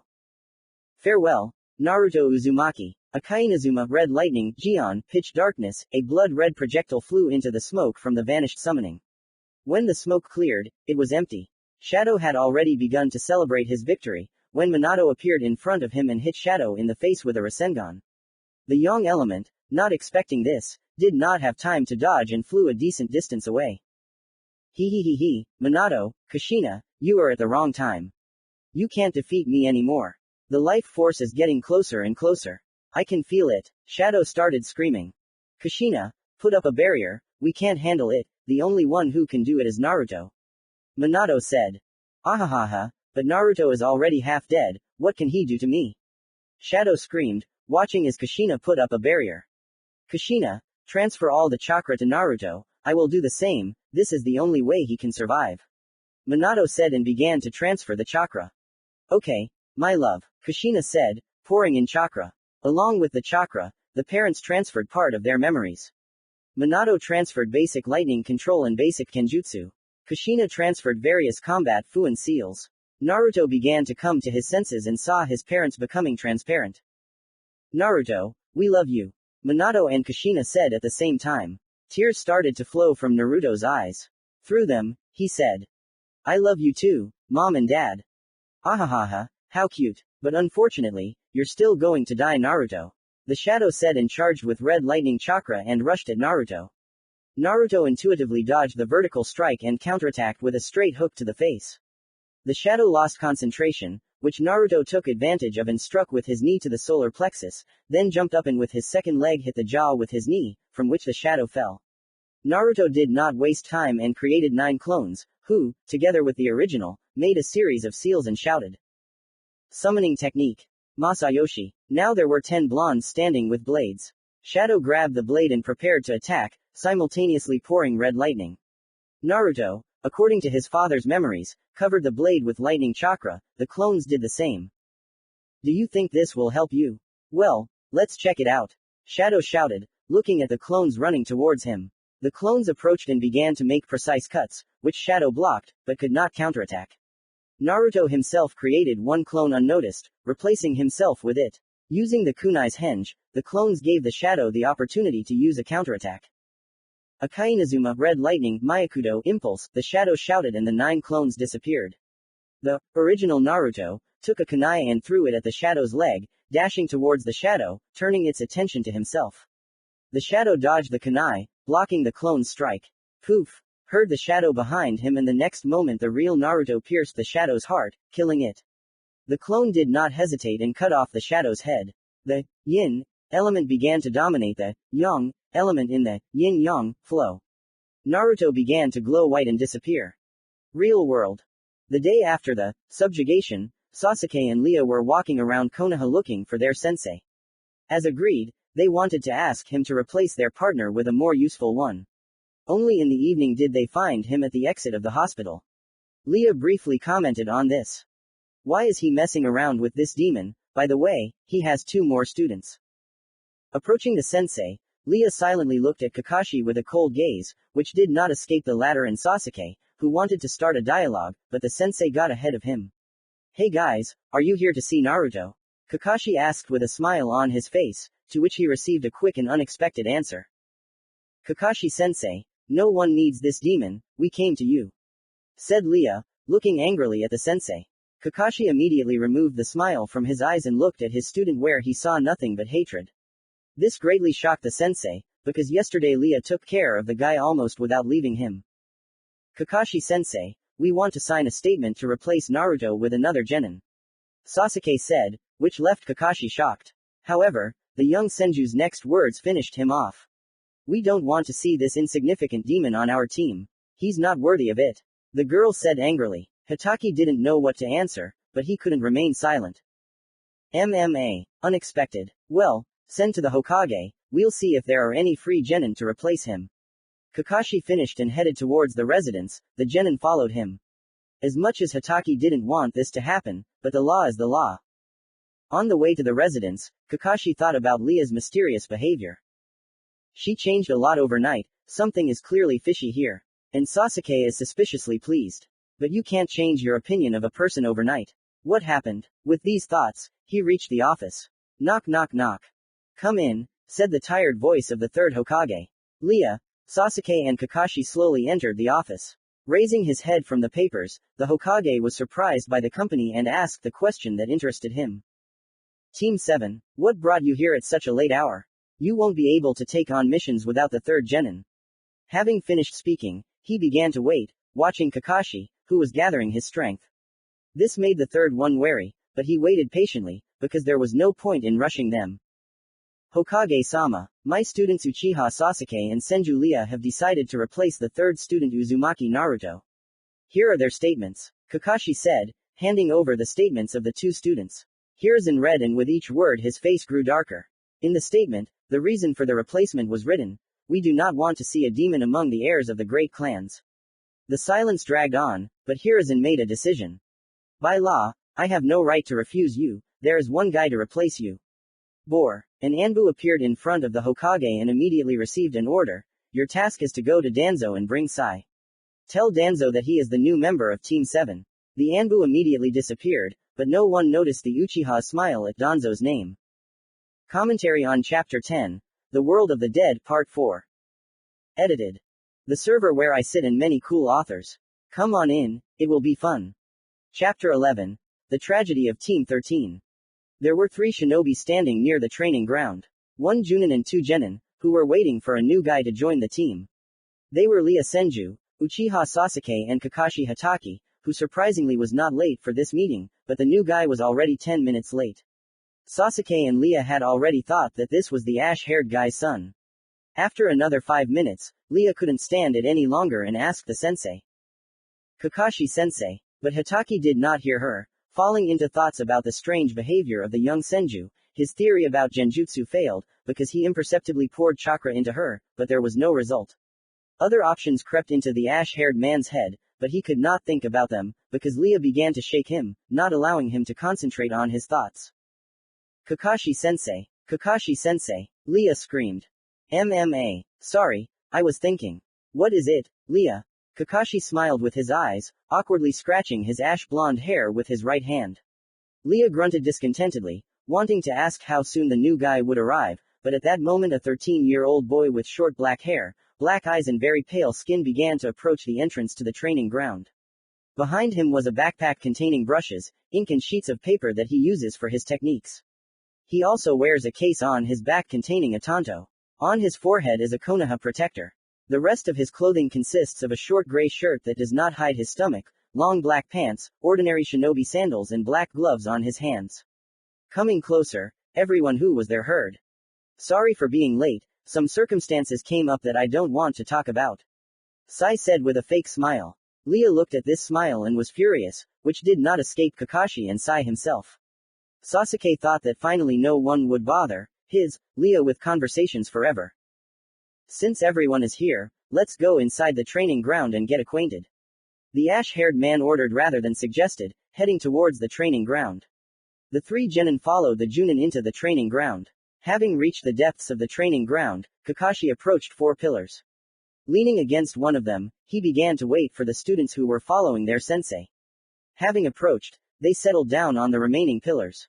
Let's get acquainted. Tell us about yourself, your name, what you like and don't like, hobbies, goals and dreams. Leah will start, then Sasuke and lastly Sai, Kakashi said with a smile on his face. Okay sensei, my name is Leah Senju, I am 13 years old, genin. I like training and flowers. The goal is to find my mother. Hobbies are taking care of flowers and training medic nin techniques. I don't like traitors, I hate demons and upstarts. The girl said, changing her facial expression from pleasant to angry. No one said a word, everyone was thinking about their own except Sai, who didn't care. Then Hatake turned his gaze to Uchiha, making it clear that it was his turn. Uchiha Sasuke, I like few things, I don't like many things. The goal is to kill one person. The dream is to restore the clan. I hate Naruto. Hobby, training. Sasuke said briefly and coldly. Kakashi sighed quietly, he knew who Sasuke was talking about. Itachi Uchiha had slaughtered his clan several years ago, leaving deep wounds in the soul of the Uchiha. I guess it's my turn to talk about myself. My name is Sai. I have no hobbies, goals, dreams. I don't like anything and I hate a lot of things. Sai said looking at the ash-haired man. Kakashi cursed his 2 genin 3 times, who had ruined the entire teamwork. There will be no teamwork in this team. Avenger, fangirl, and loner, why did this happen to me? Kakashi complained in his thoughts. He was brought out of his thoughts by the girl's voice. Kakashi-sensei, it's your turn now, Leah shouted. She didn't like that Hatake was flying in the sky during important matters in her opinion. MMA. Okay, I'm Kakashi Hatake, I'll keep my likes and dislikes a secret, I have no hobbies, no goals either. The ash-haired man told himself. Leah began to complain that the sensei was hiding information about himself from the team again, to which Sai responded with the comment. Kakashi-san, is she always this stupid or is she pretending? Sai said and immediately caught Leah's angry look. What did you say? Your opinion doesn't interest anyone here, said the young Senju. I asked, are you stupid or are you pretending? Sai repeated his question, receiving a powerful punch to the face. Leah, Sai, calm down and get ready for tomorrow's team training. Kakashi ordered menacingly. Sasuke just snorted. Leah seemed to calm down, deciding to take revenge later. Sai, however, expressed himself incorrectly and developed the conflict. Okay sensei, I won't argue with this fool. Until tomorrow then. As soon as he was about to leave, he was suddenly turned around and received a second blow from the enraged Leah. Her fist hit the root right in the jaw. This team will go down, Kakashi thought to himself before disappearing. A second later, 3 genin remained on the training ground, and Kakashi went to the residence to report. Konoha Hospital. A yellow-haired boy woke up in one of the private chambers. He was lying there, looking at the ceiling, unable to move. His body wouldn't obey him. It was all about the seal that Hiruzen had placed to stop the fox. This seal had absorbed Naruto's chakra, preventing it from being replenished. The Anbu on duty, assigned by Sarutobi for protection, created 2 clones that went to Hiruzen and the doctor. Hokage's residence. Using Shunshin, the clone appeared in the middle of the office Hiruzen was in. Tearing his gaze away from the documents, the elderly Hokage turned his attention to the Anbu, who was kneeling on one knee and waiting for permission to report. Wolf, report, Hiruzen ordered, looking at his Anbu. The subject of observation has come to his senses, the attending physician has been notified. During this entire time, no one except Hatake Kakashi and Yumino Iruka visited the guy. May I be free? The Anbu finished his report. Hiruzen, hearing that Naruto had come to his senses, was happy, but outwardly remained serious. You are free. After these words, the clone dispersed. Sarutobi created a clone, which he left to sort out the documents, and he himself went to Naruto. After some time, the captain of the 13th team, Yugao Azuki, entered the office.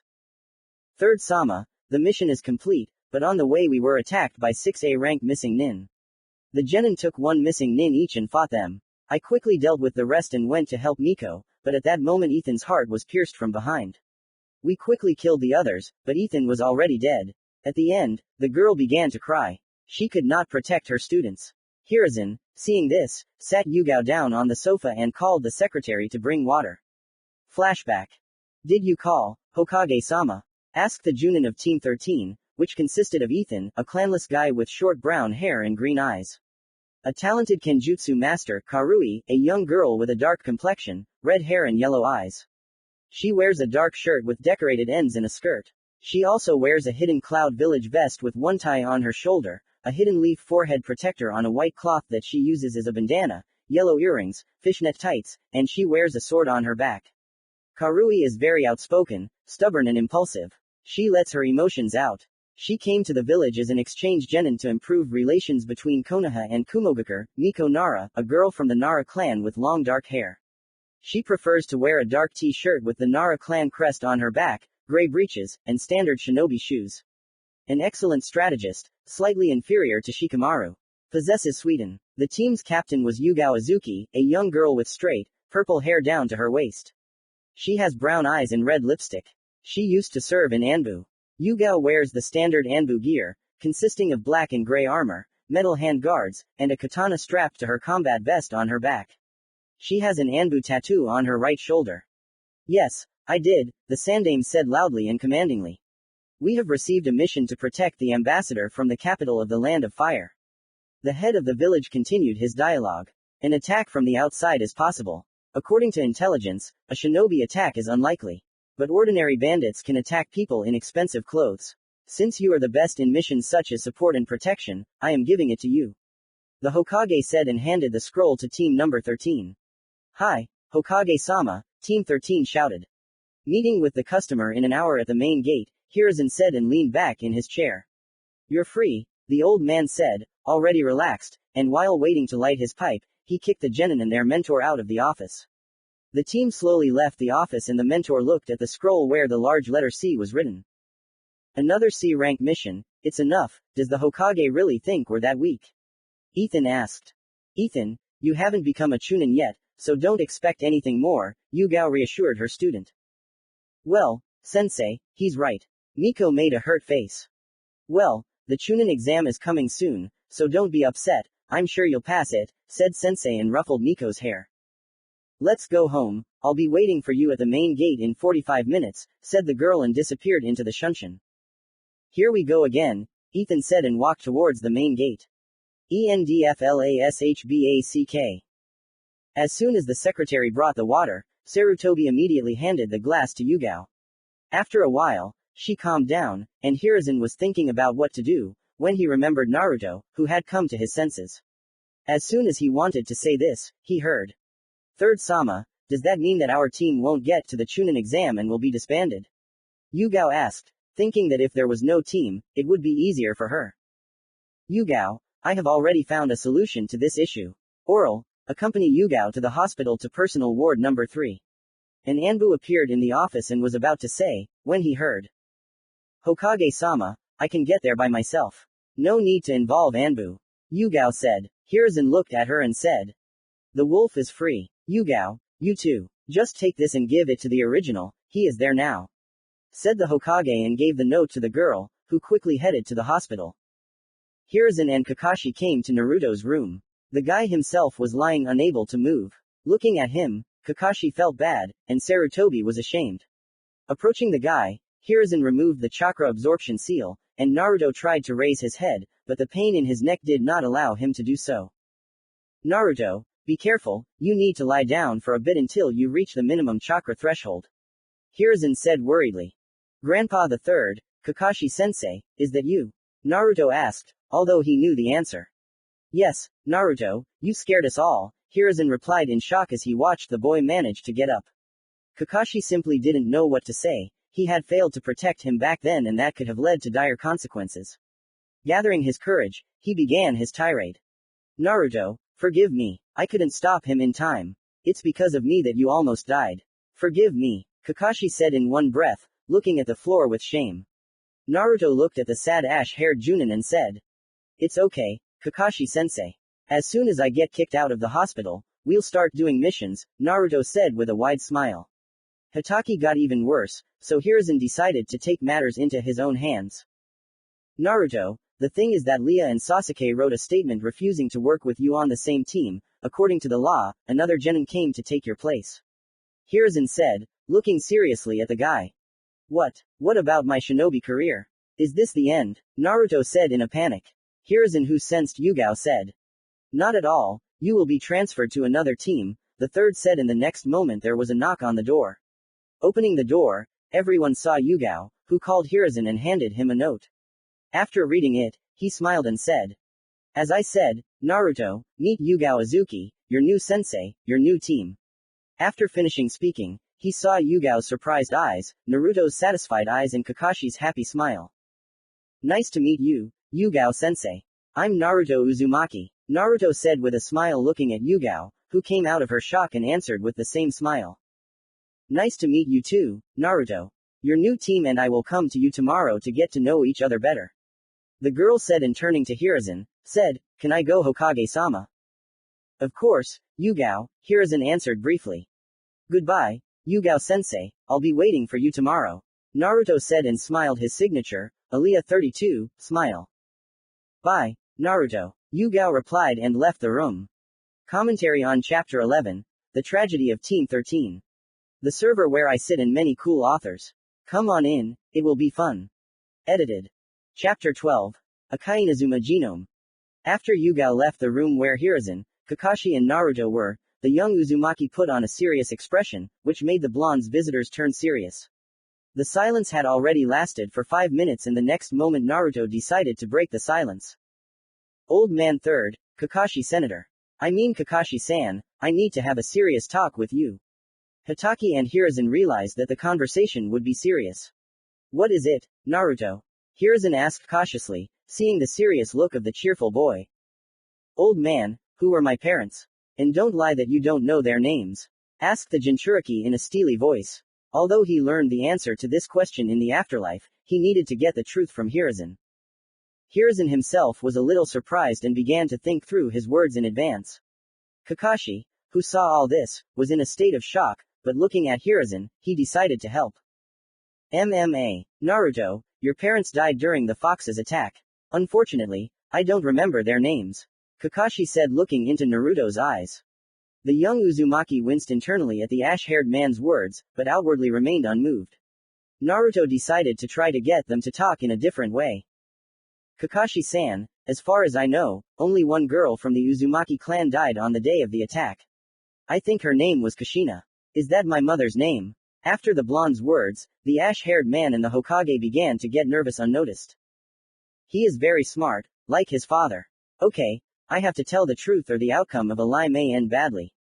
Hiruzen thought to himself, and said out loud. Naruto, you're right, your mother's name was Uzumaki Kushina. She was one of the last surviving members of the Uzumaki clan.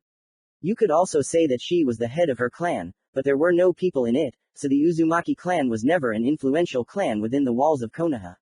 Finishing the story, looking at the serious blonde, Naruto himself decided to pretend to be thinking, which surprised those present. So my father is the fourth Hokage? Naruto stated rather than asked. Hiruzen was no longer surprised by anything, and the ash-haired Junin simply looked at the floor, ashamed to look Sensei's son in the eyes. That's true, but how did you figure that out? The third Hokage asked, holding back his emotions. It's simple, when I read the biography of the fourth Hokage, I noticed that he was married to a girl named Kushina. No one knew the last name of this girl. Then I decided to go to the cemetery and look at the names of those killed in the Kyuubi attack. During the entire search, I found only one grave where the name was written, Uzumaki Kushina. Then I put the facts together. Naruto told a false story. Hiruzen and Kakashi believed it. The proof was Hiruzen's open mouth and surprised looks.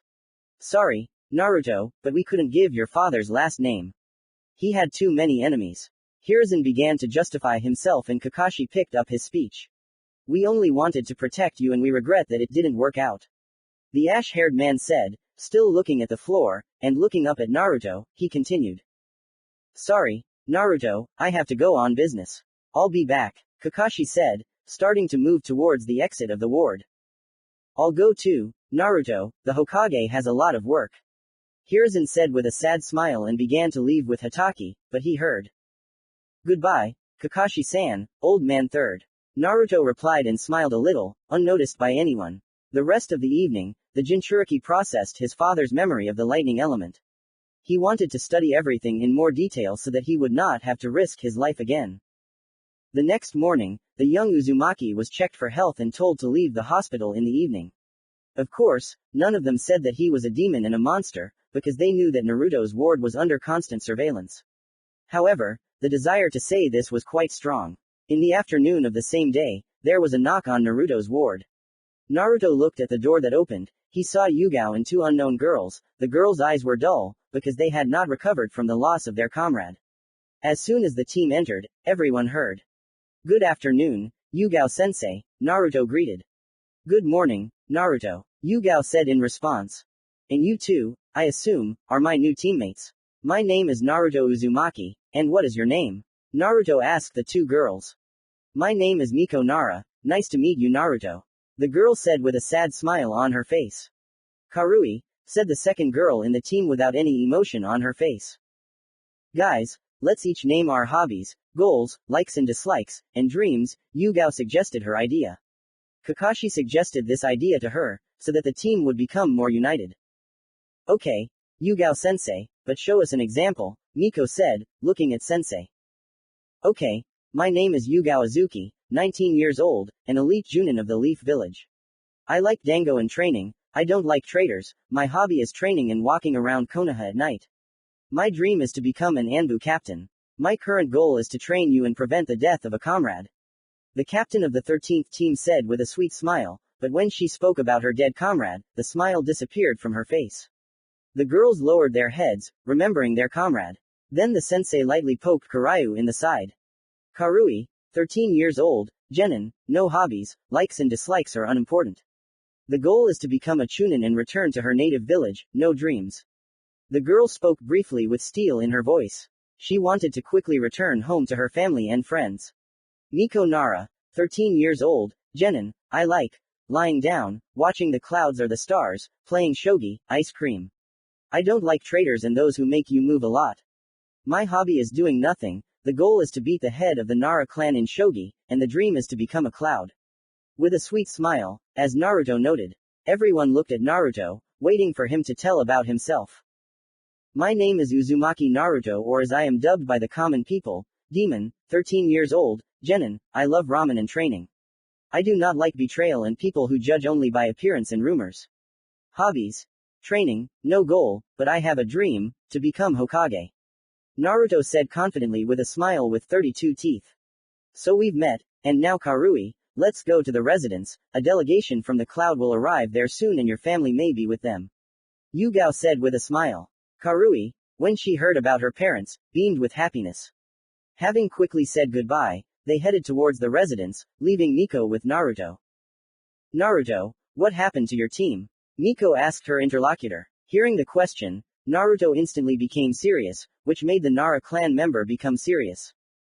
They abandoned me, Naruto said coldly, but there was pain and longing in his eyes, which Miko noticed.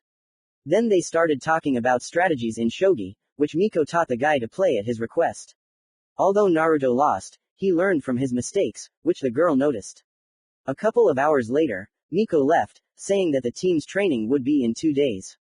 In the evening, Naruto was discharged and went to the library to learn more about Kenjutsu, since Minato had a brief basic memory. When he got there, he went to the shelves and started looking for books on Kenjutsu. After a couple of minutes, he found 3 volumes of Kenjutsu Mastery, Volume 1 Beginner's Basics, Kenjutsu Mastery, Volume 2 Sword Tricks, Kenjutsu Mastery, Volume 3 Detailed Sword Mastery Styles. The books were small, but not light. He also took scrolls on Raiden. Arriving at the training ground, he began to read about Kenjutsu. So, it turns out that Kenjutsu covers all types of techniques that are used with a sword. Often, Kenjutsu is combined with taijutsu or ninjutsu to use more destructive techniques. Experienced ninja can pass their chakra into their swords to increase the length and sharpness of the blade. Naruto made brief conclusions from what he read. Taking the scroll of the Raiden, he began to read.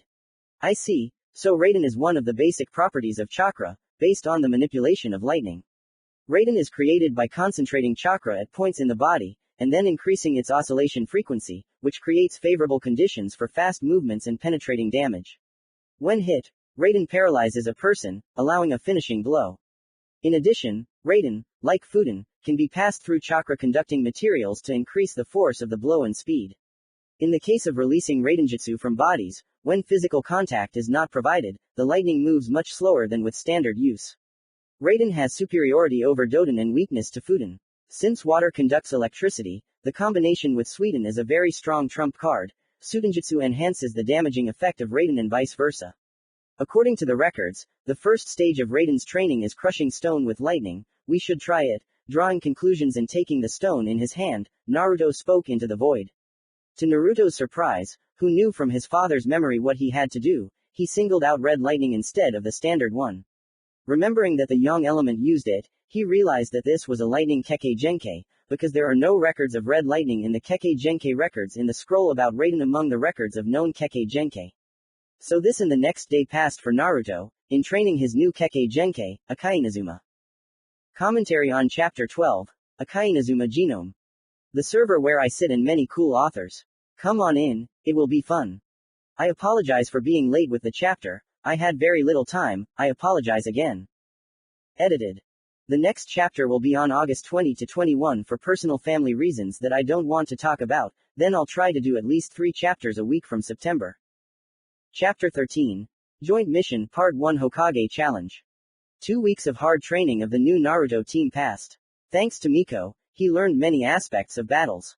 For example, careful analysis of the opponent with the help of clones, thinking up strategies on the go. Of course, his strategic strength is not at the level of the Nara clan, but a little higher than that of strong Chunin.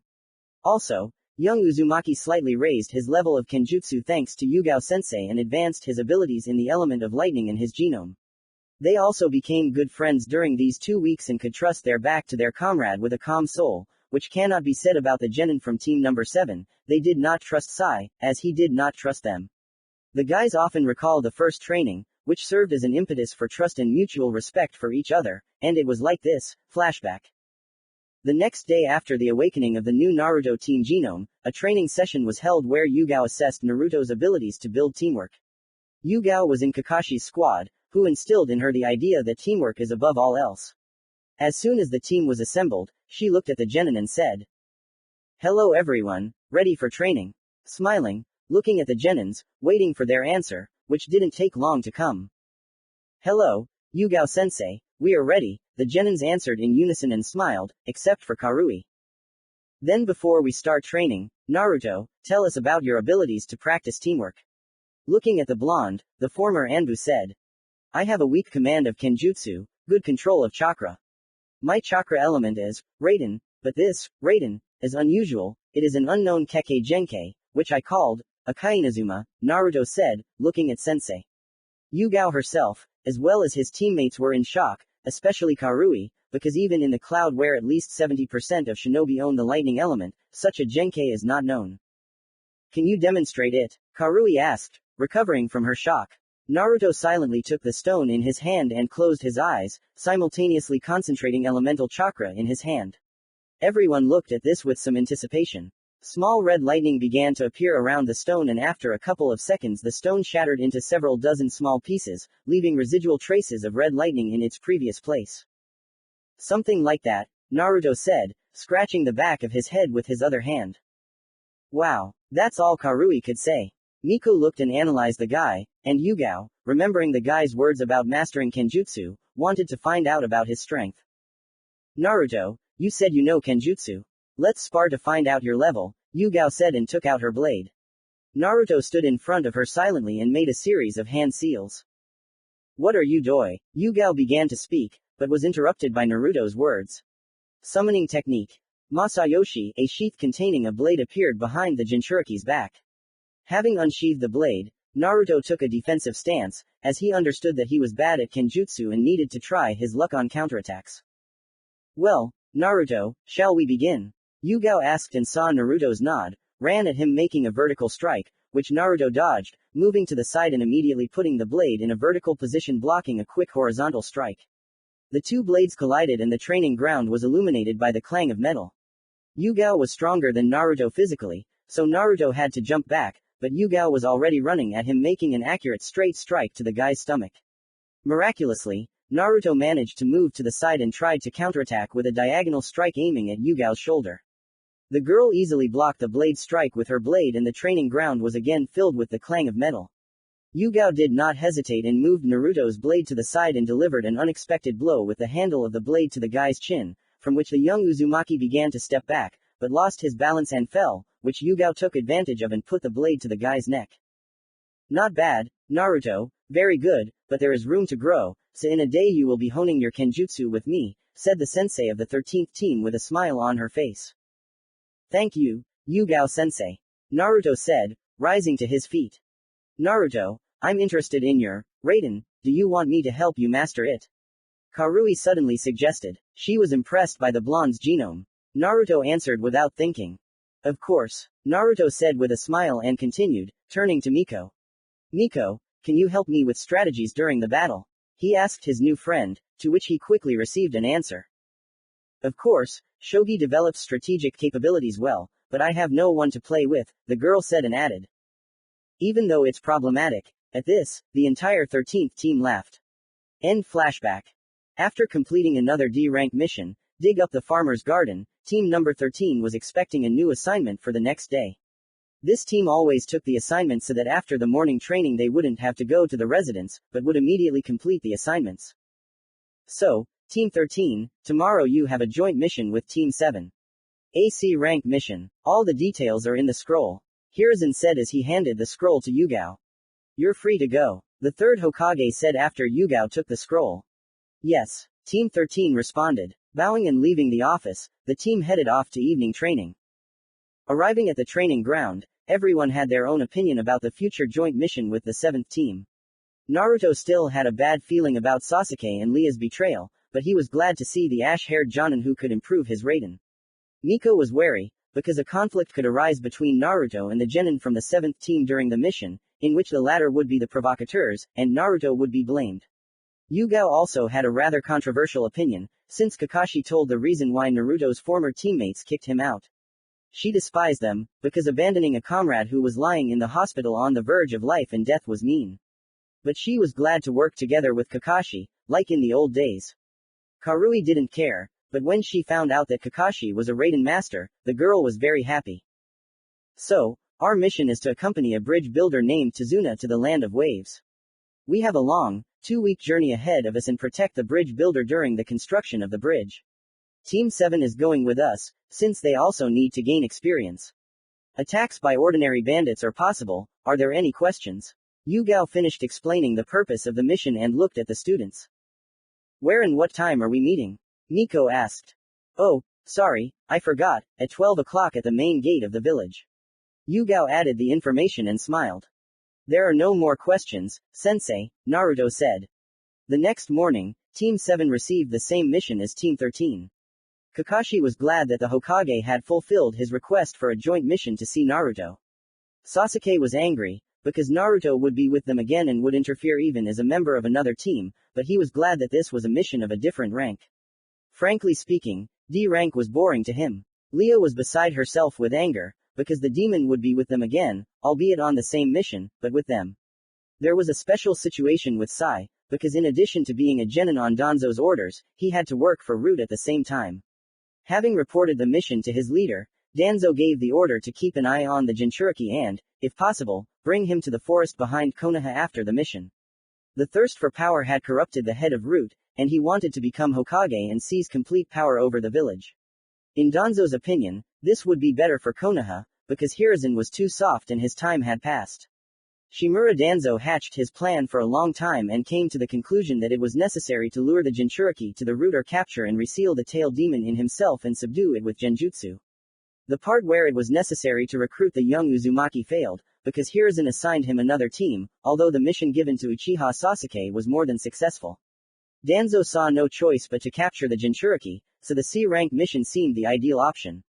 Danzo's patience was close to zero. At 12 o'clock in the afternoon, Team 13 in full force, along with the genin from Team 7, stood at the gates of Konoha and waited for two people. The first was the customer, and the second was the ash-haired Junin and part-time mentor of Team 7, Hitaki Kakashi. Naruto's team stood quietly and discussed everyday things when Leah approached them. Miko, Karui, why are you communicating with that demon? After these words, 3 angry glances from Yugao, Karui and Miko looked at her. Naruto missed this phrase, but a bad feeling still remained in his soul. Senju, shut up, Naruto is not a demon, Karui replied, holding herself back from screaming. They had become good friends over the 2 weeks, because he understood what it was like to be out of place in a strange village, especially if these villages were at war with each other. Karui, what's wrong? Is this demon really affecting you that much? Miko, my friend, at least don't keep quiet. Leah said, throwing contemptuous glances at Naruto in surprise. Miko, who looked at her partner and saw pain in his gaze, decided to answer too, although it seemed very problematic to her. Leah, you better leave and don't touch our team. The girl from the Nara clan answered in a calmer tone. Leah was shocked, her friends were protecting the demon. Looking at Naruto with hatred, she said, Monster, what did you do to my friends? You're a real demon. It's good that your parents died. Leah said the last phrase louder. Karui was about to hit Leah, but Yugao stopped her and pointed her finger at Naruto, who seemed ready to say everything he thought about Leah, but refrained with one phrase. Your opinion is of little interest to anyone here, so go to your Sasuke and don't interfere with anyone else's team. Naruto said with steel in his voice. Kakashi, who had arrived, heard Leah's last words and his former student's response, so he quickly calmed down his student, who began to be indignant like, this is the demon speaking, and so on. Quickly driving her to his team, he apologized to the team and especially to Naruto and hurried to approach his team. A couple of minutes later, the customer arrived and the team set off. And so began the mission that would change many things in the lives of our characters. Commentary on Chapter 13, Joint Mission Part 1 Hokage Challenge. Sorry for being late, I had some important things to do, I'll try to release 3 to 4 more chapters before the end of summer. Edited. The server where I sit and many cool authors. Come on in, it will be fun. Chapter 14, Joint Mission Part 2's Rank Renegade. 3 hours had passed since Team 7 and 13 had left the village. During this time, a Root Anbu member had been keeping a close but covert eye on the target. Sasuke and Leah were chatting about nothing, with the girl casting hateful and contemptuous glances at Naruto, who was discussing with Kakashi and Yugao his future training in Kenjutsu and in the Raiden, which Kakashi had kindly agreed to help with. Miko and Karui were discussing possible attacks. They were moving in a hi-ho formation, which translates as a square. Kakashi, Yugao, and Naruto were in front, as they were best at close combat. Sasuke and Leah were on the left side, Miko and Karui were on the right side, as fighters who preferred fighting at medium range. Sai was behind, as a master of long-range combat, and the customer was in the center of the formation. On the way, everything was fine until the bridge builder started whining about being tired and taking a break.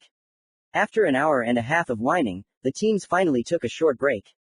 During the break, Naruto and Miko started playing shogi, Sasuke and Lia started training in chakra control under Kakashi, Sai started drawing, Karui and Yugao went to train in Kenjutsu. A couple of hours later, the teams hit the road again. And so it was for a couple of days. During this time, Naruto and Sasuke started studying Chidori.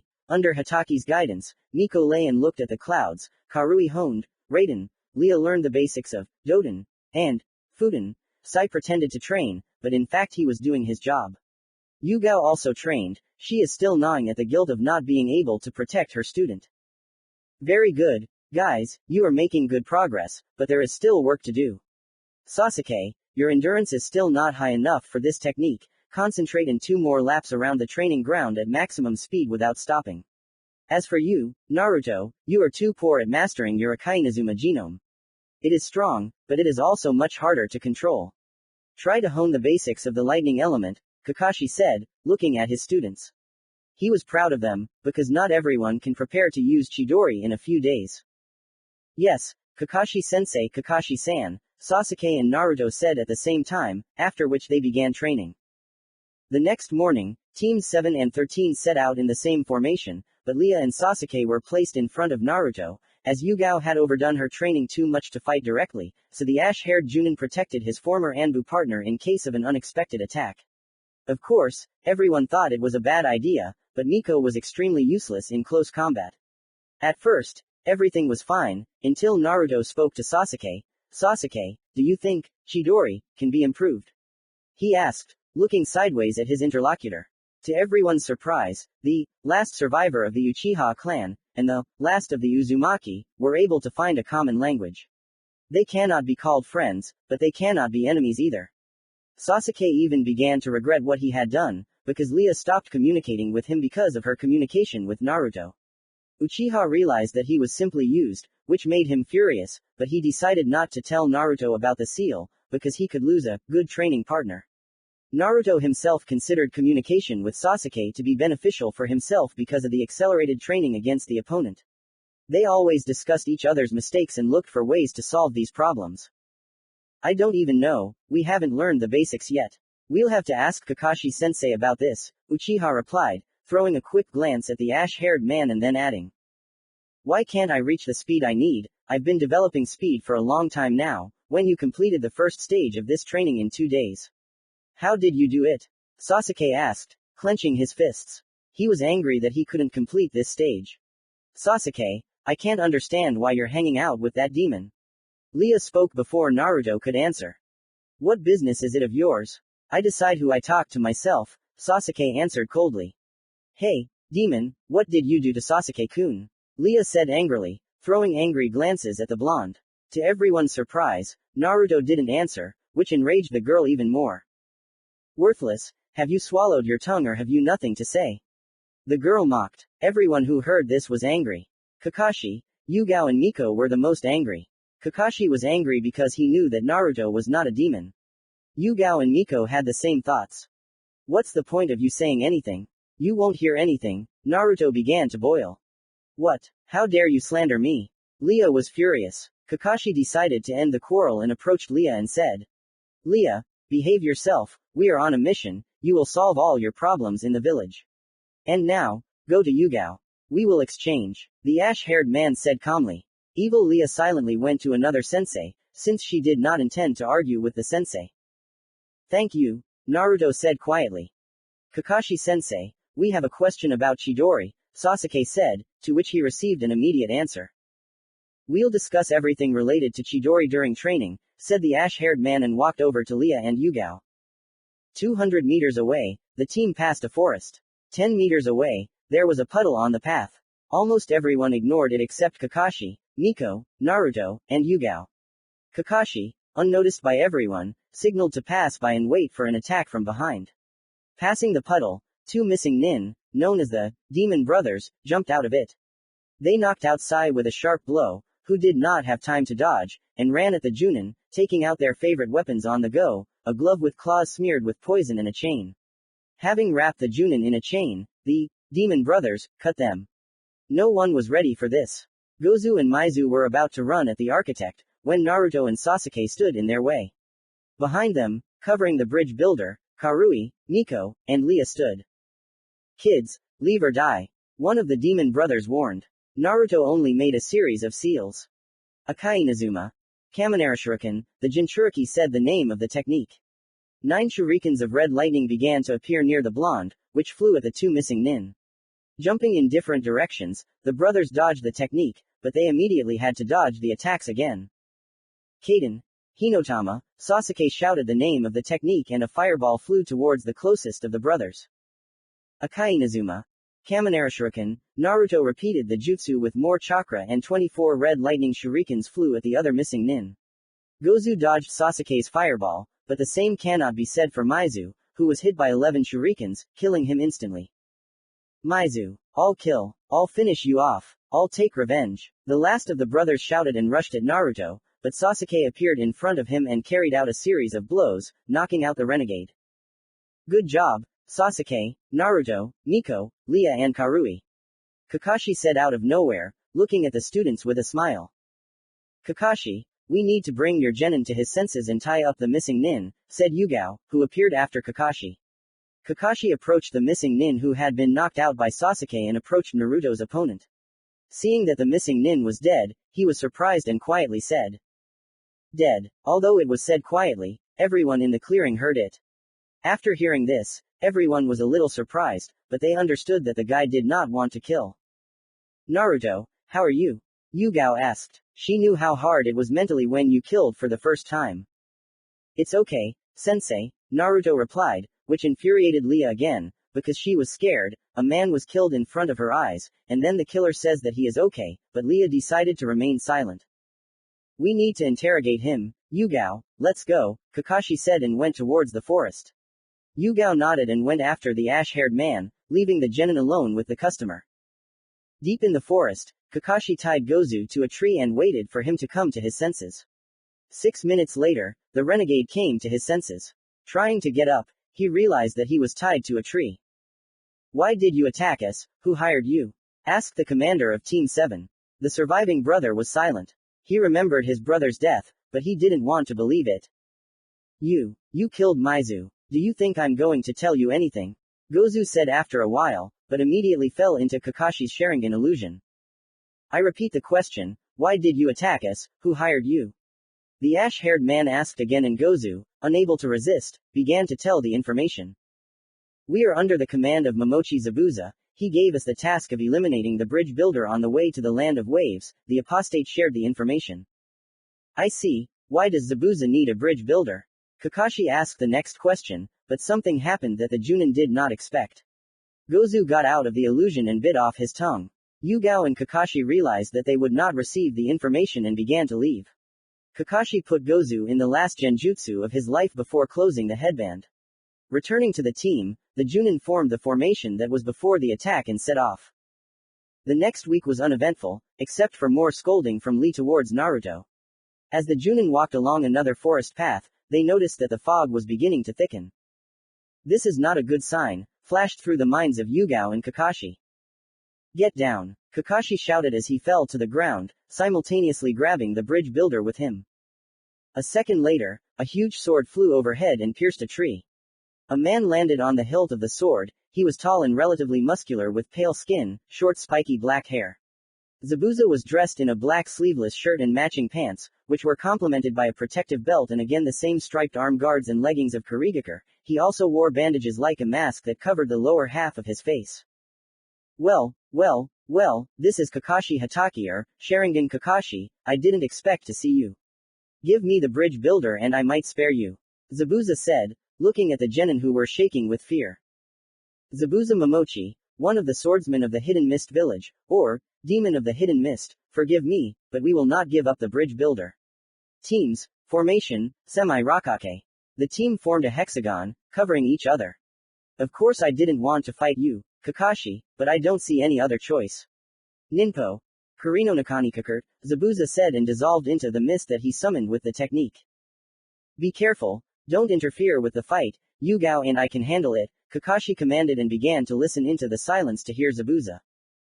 8 seats, Zabuza said sharply in an ominous voice, simultaneously unleashing the previously restrained ki on the genin. Liver, lungs, spine, subclavian vein, carotid artery, brain, kidneys, heart. As he listed, he gradually increased the pressure of ki. Zabuza paused briefly to build up fear. Where should I strike? The demon of the hidden mist asked. The children were shaking in fear, which pleased Zabuza. He, I see the kids are scared, you are not worthy of being a shinobi. He said the last words with steel in his voice. The words spoken by the swordsman greatly hurt the pride of Sasuke, Karui and Lia. They were about to run at the swordsman, but they could not move. Miko released a shadow that restrained their outburst of rage. How impatient, you can't wait to die. When I was your age, my hands were already covered in blood up to the elbows. What about you? Zabuza of the Mist said, increasing his ki. Kakashi realized that it would be a fight to the death. He lifted his headband, revealing the Sharingan to the world. Where did you get the Sharingan? It's the Uchiha clan's pride. Sasuke yelled at the top of his lungs when he saw the Uchiha clan's dojutsu in the ash-haired man's left eye. All questions later, Sasuke, focus on protecting the customer. Kakashi replied, focusing on the battle against the swordsman of the mist. You're too late, it's already over. Zabuza suddenly said, appearing in the center of the formation behind the customer. Grabbing the hilt of the sword thrown behind his back with his left hand, he launched a powerful horizontal strike that was supposed to cut the old man in two. The clanging of metal was heard. Yugao blocked Zabuza's attack with great effort with her sword and counterattacked in response with a direct sword strike to the heart. A water clone. Zabuza appeared behind Yugao and delivered a vertical strike to the girl's back, who was unable to avoid the strike in time. The clanking of metal was heard again. Kakashi blocked the attack of the missing man with two kunai. Yugao quickly delivered a vertical strike to Zabuza, but he melted into a puddle. A water clone again, Kakashi thought along with Yugao. You managed to amuse me quite well, Zabuza said, after which he continued. However, I am tired of playing with you, appeared behind the Junin, delivering a horizontal blow. Kakashi and Yugao managed to dodge, jumping into the water, but this was Zabuza's plan. Two clones of Zabuza jumped out from under the water, making a series of seals. Sweden. Mizunokimusha water rose around the Jonin and formed a ball shape. By controlling the water, Zabuza's clones weakened the density of the water, allowing them to move slightly in order to use less chakra. Also, the demon of the hidden mist stopped feeding chakra to the mist. The mist slowly subsided and everyone saw how Zabuza's clones were holding the Jonin in a water prison. The Jonin themselves were worried about their genin. Ha ha ha, and what will you do, kids? Zabuza asked with obvious mockery. Before the children could answer, Yugao shouted. Run, he needs a bridge builder. Clones can't stray far from the original. The girl screamed, but no one listened to her. Miko, Karui, the bridge builder and Sai couldn't withstand the ki and lost consciousness. Lia was sitting on the ground, barely holding on to consciousness. Sasuke was sitting on one knee and breathing heavily, unable to get to his feet. Only Naruto was more or less holding on. Wow, kid, you're not bad, it's even a shame to kill you. Zabuza feigned sadness and took out his sword, approaching Naruto. Naruto forced himself to pull himself together and cut his leg on Karui's katana, which she dropped when she lost consciousness. The pain spread throughout his body, bringing Naruto to his senses. Quickly making a series of seals, the blonde shouted. Summoning technique. Masayoshi summoning a katana, which he quickly pulled out of its sheath. Passing the Akainazuma chakra through the katana. Zabuza, although he did not show it, was surprised by this turn of events. An attempt to make a vertical strike was blocked and quickly counterattacked with a precise blow to the shoulder, which Zabuza dodged without any problems. Sasuke, who had come to his senses, made seals and said the name of the technique. Kaden. Hinotama, releasing a fireball that flew at Zabuza who folded one seal and shouted. Sweden. Mizufusen, releasing a water ball towards Sasuke's fireball. Naruto at the same time folded the seals, putting in almost all of his remaining reserves. Akainazuma. Kaminara Shuriken, 58 shurikens of red lightning formed near Naruto. He sent 6 shurikens each at Zabuza's clones. The rest of the shurikens flew at the original, which he dodged, but several hit his hand. The technique paralyzed Zabuza's hand. Naruto himself could barely stand on his feet, he had lost too much chakra. While the swordsman was coming to his senses, Yugao's katana pierced him from behind. Pulling out the katana, the girl dodged the counterattack. He jumped back to Kakashi, who was making a series of seals. Zabuza immediately recognized them, but it was too late. Sweden. Mizunobukuhatsu, the ash-haired man said the name of the technique. It can't be. This is a secret technique of the Hazuka clan. Where did you? Zabuza managed to exclaim before he was washed away by a powerful blow of the wave. The raging elements dragged him to the shore and slammed him into a tree growing there. After the technique ended, a hidden mist Anbu jumped up to Zabuza, stabbing Tsusenbon into the neck of the renegade. Please accept my gratitude, I have been waiting for a chance to kill Zabuza for a long time, the Anbu member bowed. You are a hunter nin of the hidden mist, said Kakashi, who had finally identified the stranger. You are absolutely right, I am impressed by your analytical skills, the Anbu officer replied with a nod. Hunter nin, who are you? Sasuke asked tiredly. I am a hunter nin, my duty is to track down fugitive ninja.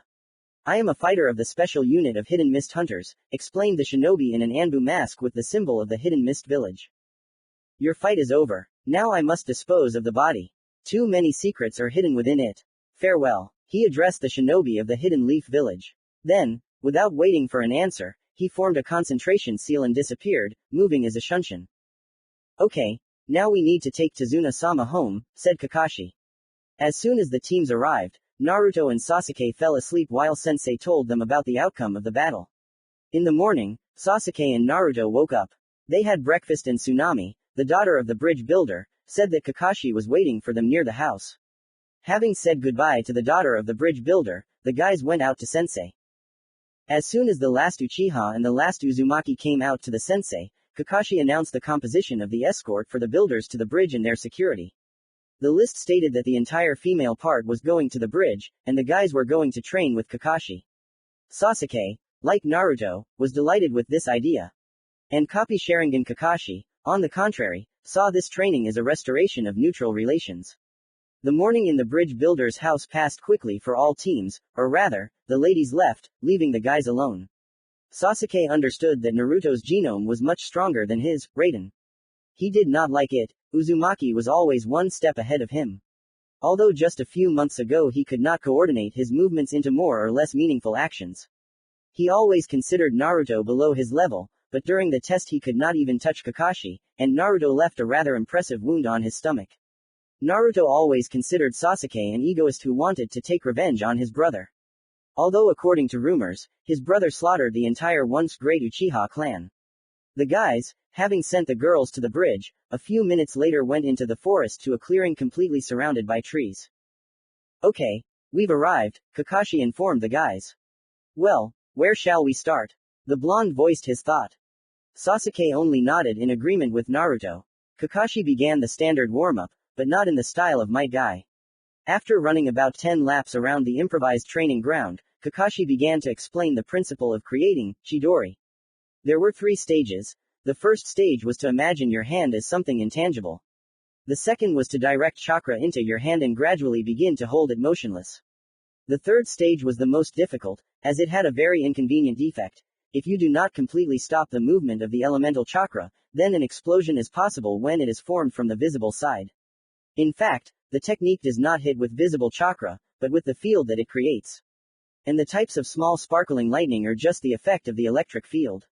Naruto understood that his genome was much stronger than the usual, Raiden, and he was not going to carry out such a dangerous action without certain preparation and clarifying the nuances with Kakashi. He specified that it is possible to conduct a chakra genome in the form of Chidori, only if the user has control of the element of rank B. Our blonde had control at the level of rank C according to the ash-haired man. Kakashi offered him his method, according to which he came up with this technique. Although in fact the Chidori technique is an enlarged scale of the third Raikage A's, lightning spear, technique, the only difference was that Kakashi's technique formed less concentrated chakra on the hand than the fifth mode of the Raikage's spear. The essence of his technique was that the user conducted chakra in small streams and held them at the very center of the chakra with a delay of half a second, thus strengthening and developing the center, and improving control of the elements. At this time, Sasuke tried to imagine his hand as an intangible object. He could not understand why this was so important. He wanted to move on to forming chakra on his hand, but Kakashi strictly forbade forming anything without him. Naruto trained the flow of chakra at the level of self-awareness. An hour later, he decided to strengthen the flow and with a break not of half a second, but of 1.5. Initially, in the first attempt after the first delay, he received a very sensitive shock and decided to delay it for only 1 second for now. After a few more hours, he got the result with a delay of 5.5 seconds and a flow for a visible glimmer of chakra. This motivated Naruto very much, although his hand hurt quite a lot after a couple of dozen successful discharges. He slightly touched the chakra channel, but because he was an Uzumaki, it was not so important for him. Unlike Naruto, Sasuke imagined his hand as an intangible object for almost 5 hours. He just stood there and couldn't understand how it was possible. He wanted to train chakra with a delay like Naruto, but Kakashi explained that he would have to hold the chakra not for 5 or 6 seconds, but at least half a minute. This made him very jealous of Naruto. But Kakashi was not a monster and allowed him to conduct the chakra immediately, but under the latter's complete control. Naturally, as expected, the ash-haired guy gave almost a fourth of his reserve. A second and lightning shone on Sasuke's hand, another second and an explosion occurred, which scorched the Uchiha's hand, but did not particularly affect the chakra channels. I told you gradually, Kakashi reproached his student, immediately flying up to Sasuke and beginning to give first aid. Naruto heard an explosion from the right. He turned around and saw Sasuke lying on the grass, holding his hand and Kakashi fussing around next to him. The guy decided to go up to the Uchiha and ask if everything was okay. After walking a few meters, he asked, "Sasuke, is everything okay?" The guy asked and smiled. Meanwhile in Konoha, the third Hokage entered the Anbu root office. "Hiruzen, what are you doing here?" Danzo asked mockingly, looking at his comrade. "Get your Anbu out of here," Hiruzen said, hinting that the conversation would be serious. Danzo asked for covert action. "Why is this necessary? Did something happen?" He looked his comrade in the eyes with a cold tone, but the answer surprised him. "Code 3, critical level," Hiruzen answered seriously. Danzo quickly called his Anbu out of the office. "The Jinchuriki knows the truth," Danzo shouted across the room after Hiruzen had set up a sound-suppressing barrier. "Yes, from his story he guessed it from the last name, although I think Lee told him." Hiruzen said his thought. "We need to reseal the fox urgently. I can immediately predict your question. I have one girl from the Uzumaki clan. We need time to prepare for resealing the fox." "Okay, this is the only option. Everything is for the protection of Konoha," Hiruzen said, and then continued. "What about Itachi's younger brother? Have you finished the plan?" Hiruzen asked. "There is also a small problem here. Judging by Sai's reports, the Jinchuriki and Uchiha have become good friends. If everything continues like this, he can return other emotions to Uchiha." The head of Roots Anbu told the latest news. "We need to protect him from the Jinchuriki. He needs to get rid of Itachi. We need his eyes," the Hokage said after a few minutes of silence. Commentary on Chapter 14. Joint Mission Part 2's Rank Renegade, link to the Discord server where I sit. There I will answer all questions and just chat with you. Thanks to the author Toxiot3 for helping me create the chapter. Please rate his work. That's all I can do for him in return at the moment. Thanks to Black Witch for quickly editing the errors. Edited. Chapter 15. Meeting Old Friends. Hiruzen Sarutobi is the third Hokage of Konohagakure. As the student and successor of the previous Hokage, Tobirama Senju, Hiruzen is one of the strongest ninja, earning him the title of God of Shinobi. To all, Hiruzen is a firm believer in the will of fire, which states that all of Konoha's people are family, and that the Hokage is ultimately responsible for the well-being of that family. Throughout his tenure, Hiruzen lives by the rules of the will of fire, being available to Konoha's villagers and shinobi in times of need, making decisions for the betterment of as many people as possible, and providing wisdom and guidance whenever he can. His subtle, thoughtful approach to not only matters within the village, but also his interactions with foreign villages has given Hiruzen a reputation as a gentle sage, which is why the Konoha Council spends much of its time trying to rectify the situation. However, Hiruzen's kind and pacifist ways are widely appreciated by the people of Konoha and even his rivals Kage. In reality, Hiruzen is a tyrant who is not inferior to Hanzo Salamander. It was he who, after becoming Hokage, gave Danzo the green light to create Root, a more radical division of Anbu that answered exclusively to Danzo. For a long time, he turned a blind eye to Root's controversial methods. For example, recruiting children into the organization or actions directed against the people of Konoha. Danzo Shimura is Hiruzen's best friend, who over time instilled a sense of power after the betrayal of Tobirama Senju. Soon, Uchiha Fugaku learned the true face of Sarutobi Hiruzen, after which he began to prepare a coup with the clan. Itachi, along with Shisui, missed this meeting, which Danzo and Hiruzen took advantage of. Inviting Shisui to the forest, the Anbu of Root, along with Shimura himself, tore out Shisui's eye, who later committed suicide, and Itachi became a pawn in the hands of Danzo and Hiruzen. After the extermination of the clan, he learned the truth and reproaches himself to this day, searching for ways to take revenge on the Hokage with the head of the Anbu of Root. A tall, middle-aged man with fair skin walked along a forest path. He had long, white hair that stuck out in creative disarray in all directions and was pulled back into a ponytail with an elastic band. He had red lines under his eyes that grew longer with age, eventually reaching the bottom in adulthood. He wore a light green kimono and pants of the same color, under which he wore a mesh vest that was visible at the wrists and ankles. The man also wore arm guards, a black belt, traditional Japanese wooden sandals, and a red haori with 2 yellow circles on each side. On his back was a large scroll containing contracts with toads, and he had a tattoo on his left palm. On his forehead was an original shinobi forehead protector with a pair of horns, and the kanji for oil. This was one of the legendary Sannin, Jiraiya. He was following the trail of his old comrade Orochimaru to bring him back to the village.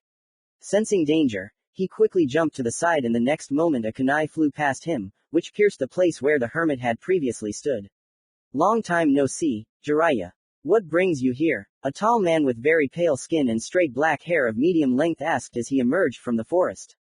He had a long face with pronounced cheekbones, golden eyes with vertical pupils, purple markings around the eyes and fang-like teeth, all of which indicated his snake hypostasis.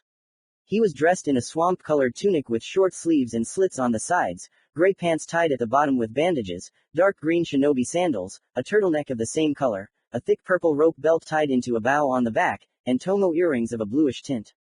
Jiraiya turned his head towards the unknown interlocutor. Orochimaru, he shouted either from shock or joy. Jiraiya had traveled a long time to find him and bring him back to the village. I repeat the question, what are you doing here? The snake Sannin said coldly. I came for you, to return you to the village, Jiraiya said seriously. And why should I return to the village of hypocrites? Orochimaru asked in response. What are you talking about? Jiraiya asked in surprise. But there was no answer. The silence stretched on for several minutes. However, the interlocutor was silent. The silence heated up the situation.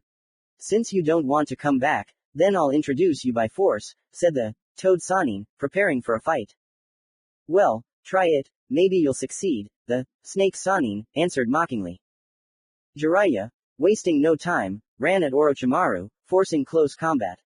The renegade blocked all of the hermit's blows, waiting for the moment to counterattack. After a couple of Jiraiya's attacks, Orochimaru managed to counterattack in the stomach, pushing his opponent away. Without wasting time, Orochimaru pulled out his kusanagi from his throat. The fight continued without any clear dominance of one of the sides. Jiraiya successfully dodged Orochimaru's attacks, but he could not strike. Realizing that this would lead to nothing, they jumped back, made a series of seals and shouted. Summoning technique, white smoke appeared in the place of the Sannin, which enveloped a large area. Orochimaru took advantage of this and summoned another small snake, whose poison can paralyze the victim. The smoke gradually dissipated. In the already destroyed forest stood a huge snake on top of which was Orochimaru and Jiraiya on top of Gamabunta. Gamabunta is colored a dull, rusty red, but around his eyes and on his lips and chest there are bright red marks. There is a scar above his left eye. He usually wears a large blue happy vest, and always takes with him a massive blade, dosu, which he wears on his hip. He also carries a large kaizaru pipe, which he often smokes. Why did you call Jiraiya? Bunta asked angrily. Look ahead and you'll understand. Buy yourself some time while I enter hermit mode, Jiraiya answered seriously. Having made a series of seals, he said. Summoning technique, 2 short toads appeared on Jiraiya's shoulders. In fact, they were several times older than all the toads from Mount Myoboku. Fukasaku and Shima are 2 elders from Mount Myoboku. A fight between the summoned animals began, as a result of which Bunta won, but his time was up. However, this was enough for Jiraiya to enter the hermit mode and begin to dominate Orochimaru. However, he did not even suspect that this was all the Snake Sannin's plan. As soon as the Toad Sannin began to form the rasengan, he felt weakness and pain in his leg. Lowering his head, he saw a small snake. It was a good fight, was the last thing Jiraiya heard before he lost consciousness.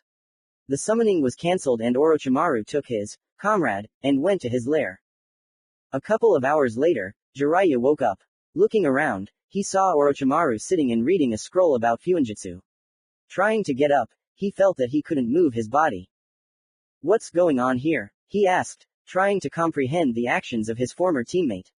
Orochimaru, tearing himself away from the scroll, stood up from his chair, picked up a folder from the table and walked up to Jiraiya. Do you want to know why you're here? The snake Sannin asked the obvious question. Seeing the nod, he removed the paralysis seal and handed over the folder. To Jiraiya's puzzled look, he replied. Here is all the information about why I left Konoha, the truth about our sensei and all his useful actions, for the benefit of the village. Jiraiya took the folder and began to read. With each line, each word, he became more and more angry. Having finished reading the folder, Toad Sannin asked only one question. Where is the nearest unnecessary training ground? After Orochimaru pointed the way to the training ground, he heard a series of explosions. Land of Waves. It was another morning, but it was different in that no one was building a bridge today. In the morning, the teams had breakfast and Kakashi began to speak. Since there is no need to guard Tazuna-san today, we will arrange a joint training of the two teams, Kakashi informed everyone. Yugao, who had been silent, continued. In 15 minutes we will expect everyone in the yard. Having said this, Yugao left. Naruto, having finished eating before everyone else, went out after her. Soon Kakashi, Sasuke, Miko, Lia and Karui came. Having arrived at the improvised training ground, the teams warmed up under the guidance of two Junin. Then the Junin, having consulted, decided to hold fights in taijutsu and kenjutsu. Now we will draw lots, then we will start sparring. Your task is to show all your best qualities in kenjutsu and taijutsu. Yugao said the basic information. Giving extra motivation, the winning team will receive a prize. An extra day of rest. After Hataki's words, Naruto, Sasuke and Miko's eyes lit up with excitement. First pair. Sai vs. Miko. Everyone else move away so as not to interfere. Let's begin, Kakashi said and jumped back along with everyone else. Sai jumped away from Miko throwing kunai at her, which the latter easily dodged and threw 5 shuriken at the root anbu, which he deflected with his tanto. Having closed the distance, Sai began to dominate and beat Miko. Noticing this, Kakashi stopped the sparring and the victory was given to Sai. Second fight. Lia vs. Karui. Begin. Yugao gave the command and the taijutsu fight began. The fight was equal until Lia took a kunai in her hand and tried to pierce the shoulder. Karui jumped back, took out her sword and began to humiliate Lia in kenjutsu. As a result, Lia was covered in light cuts. Kakashi stopped the sparring. Karui won, in the final sparring match that will decide the outcome of the extra rest day. Each team wanted an extra rest day. Sasuke and Naruto were no exception. Third fight. Sasuke vs. Naruto. Let's begin, said Kakashi. Naruto and Sasuke engaged in taijutsu. Uchiha tried to deliver a quick blow to the head, but the attack did not reach Uzumaki, who tried to deliver the same blow. However, the result was the same as Uchiha. This continued for a couple more minutes, until Uchiha made a mistake. Sasuke, in an attempt to deliver a knee strike, received a counterattack in the form of a sweep. Having fallen, he did not have time to dodge a blow to the stomach, which threw Uchiha a couple of meters. Having pulled out kunai, like Lia, Sasuke ran at Naruto, who parried all the attacks. And again, sparring was until the first mistake. Due to the endurance of the Uzumaki clan, Naruto began to dominate the tired Sasuke. The result of the fight was decided. Stop. The winner is Uzumaki Naruto, congratulations. Yugao said. Team number 7 was clearly unhappy about being deprived of a day off. The other team smiled happily. They were happy about the extra day off. After training, the girls went for a walk, Sai went to draw, and Naruto, Sasuke and Kakashi continued their Chidori training. Orochimaru's lair. So what do you need from me? Jiraiya asked the same question again. Listen carefully. I want to take the last Uchiha for training, after all, I am his godfather.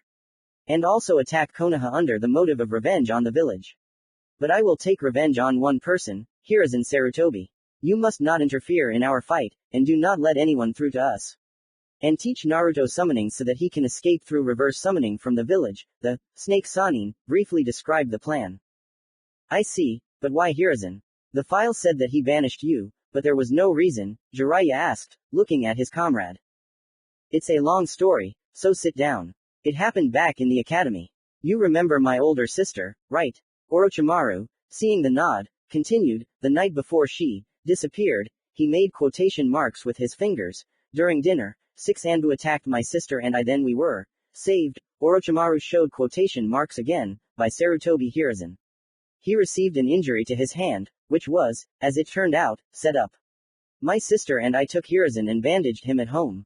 At night, I heard noise, fussing and my sister's screams. Clenching his hands into a fist, the snake Sanin continued, I was scared, and I was afraid to leave the room. In the morning, I still left my room and saw blood and my sister's torn clothes. No one has seen her since then. Orochimaru said sadly. Jiraiya understood everything at once, putting his hand on his comrade's shoulder.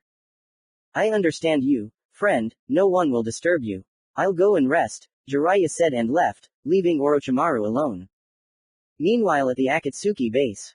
I see. Forgive me, Naruto, soon you will not be alone. The stranger spoke into the void, clutching the spy's report on Naruto's life in Konoha. Commentary on Chapter 15, Meeting Old Friends.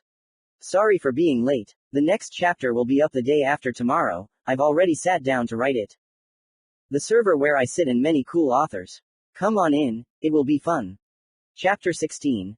Joint Mission Part 3 Battle on the Bridge Naruto's Fate. 3 days passed. All 3 days Naruto tried to learn Chidori, but there was no result. Genome control was still not good enough. Also, during one of the trainings Naruto learned his second element and another unpleasant situation occurred. Flashback. 2 days after the sparring, Yugao approached Naruto with chakra-conducting leaves. Naruto, do you have any other elements besides the enhanced Genkei, Akai Inazuma? Asked the captain of the 13th team. I don't know, Yugao-sensei. How can I check this? Naruto asked his interlocutor. Here, take these sheets of paper, she said, handing 3 sheets of paper into Naruto's hand. The guy began to examine them until Yugao's voice brought him out of his thoughts. Naruto, what do you know about the type of chakra? Yugao asked, looking at the guy expectantly. As I recall, an advanced form of chakra control that involves shaping and defining one's chakra into an innate type of chakra nature, altering its properties and characteristics for use in techniques. Nature transformation is one of 2 necessary components for creating or modifying a technique, the other being form transformation. While nature transformation changes the nature of the chakra, form transformation changes the true form and its movement, changing its abilities. There are the 5 elements of nature transformation. These are the fundamental natures of chakra that are the basis of all elemental ninjutsu. They have proven so important in the daily lives of shinobi that each of the 5 great shinobi countries took the name of one of the 5 elements. Each nature is naturally weaker than one, but stronger than the other. Fire element Kaden, is strong against wind, but weak against water. Wind element Fuden, is strong against lightning, but weak against fire. Lightning element Raiden, is strong against earth, but weak against wind. Earth element Doden, is strong against water, but weak against lightning. Water release Sweden, is strong against fire, but weak against earth. Naruto finished speaking. He read this information in the scroll about chakra. That's right, Naruto, now take them between your fingers on your left hand and give them chakra. Listen and remember, as soon as you pass chakra into the leaves, we will understand your chakra element. Fire. The paper ignites and turns to ash. Wind. Paper tears in 2. Lightning. The paper will crumple. Earth. The paper will rot and crumble. Water. The paper will become damp, wet, Yugao ordered and then added. Naruto took the paper between his fingers and released chakra. The first sheet crumpled, flashing red lightning. The second sheet, to Naruto's surprise, got wet. Nothing happened to the third sheet. So my secondary element is water? Naruto asked. Yes, and here, take the scroll with 2 simple water elemental techniques, handing over the scroll that Yugao took out from her pouch. The scroll contained 2 techniques, water ball, and water clones. End flashback. Meanwhile, the 13th team. On the day of Team 7's duty, when the bridge construction was nearing completion, suddenly the bridge was covered in fog. Kakashi tensed up, because he knew that this would be a fight to the death. From the thick fog, 2 silhouettes began to appear. Ha ha ha ha, long time no see, Kakashi, nothing will help you this time, Zabuza said, getting closer and closer to the 7th team. Zabuza, Kakashi said warily. Everyone be on guard. Sai, send Yugao a request for help, the ash-haired man quickly continued, looking at his opponents. Yes, with these words the guy quickly wrote about the situation. Using Ninpo. Ink snakes, one of size 3 special techniques for delivering urgent, unnoticeable messages, summoning 4 thin snakes that instantly slithered towards Tazuna's house. Sweden. Water clones, 8 water clones formed near the new cannon and ran towards Team 7. Sasuke, come on, the ash-haired man ordered. The Uchiha ran at full speed towards the water clones, piercing them with a kunai. Momochi Zabuza's clones dissipated in an instant. You trained your puppies well, Kakashi. Haku, this boy will be the perfect opponent for you, Zabuza said, looking at Kakashi. Okay, Zabuza-san, Haku replied. Be careful, Sasuke, Sai. You have to be careful. Work together. Leah, protect the bridge builder. Our task is to wait for reinforcements and tire them out as much as possible, Kakashi ordered and lifted the bandage from his eye. Meanwhile, the 13th team. The entire team, except for one blonde, was in Tazuna's house on the second floor of the house. Suddenly, the shinobi on the first floor heard noise and cries for help. Grabbing her sword, Yugao and the genin went down the stairs and saw how someone was swinging a sword at the bridge builder's daughter to kill her. Blocking the blow with her blade, the sensei of Team 13 hit the bandit with a roundhouse kick. The bandit, not expecting it, was unable to dodge. Miko noticed the second bandit and made a concentration seal. Ninpo. Kage main no jutsu, Nara said the name of the technique. The girl's shadow and the bandit's shadow united, after which Miko turned to Karui. Come on. After these words, Karui ran up to her opponent at full speed and, with a direct blow to the head, knocked out the bandit. Everything okay? Yugao asked, approaching Tsunami. Yes, thank you for saving me, the girl thanked. Before Yugao could answer, an ink snake appeared in front of her. Yugao quickly opened the empty scroll from her pouch. The snake spread across the scroll and turned into text. Zabuza and his partner have attacked the bridge. Reinforcements are needed. After reading this, Yugao notified the 2 genin girls and they headed to the bridge. At the same time Naruto. The blonde was on a makeshift training ground trying to create a Chidori. Another attempt, the Jinchuriki made a series of seals. A Kainazuma no Chidori, a sphere of red lightning began to form on the palm of his hand, the sound of 1,000 birds chirping was heard. A second, and the guy began to run towards the tree. Before he had run even half the way, he saw how the sphere began to decrease in size until it disappeared completely. Damn, it didn't work again. What a heavy equipment, Naruto said breathlessly into the void. What am I doing wrong? The Jinchuriki asked into the void again. Suddenly, he noticed a squad of 14 people with swords on their belts. Uzumaki became wary. Who are you and what do you want? Naruto asked as soon as the bandits stopped 10 meters away from him. In response, 13 bandits pulled out their swords and prepared to attack the blonde. Only one did not draw his sword, he went behind the others and said, We are your death, Leaf Genin. Kill him, the bandit leader said. Naruto made a series of seals. A Kainazuma, Kaminara Shuriken, the blonde said the name of the technique.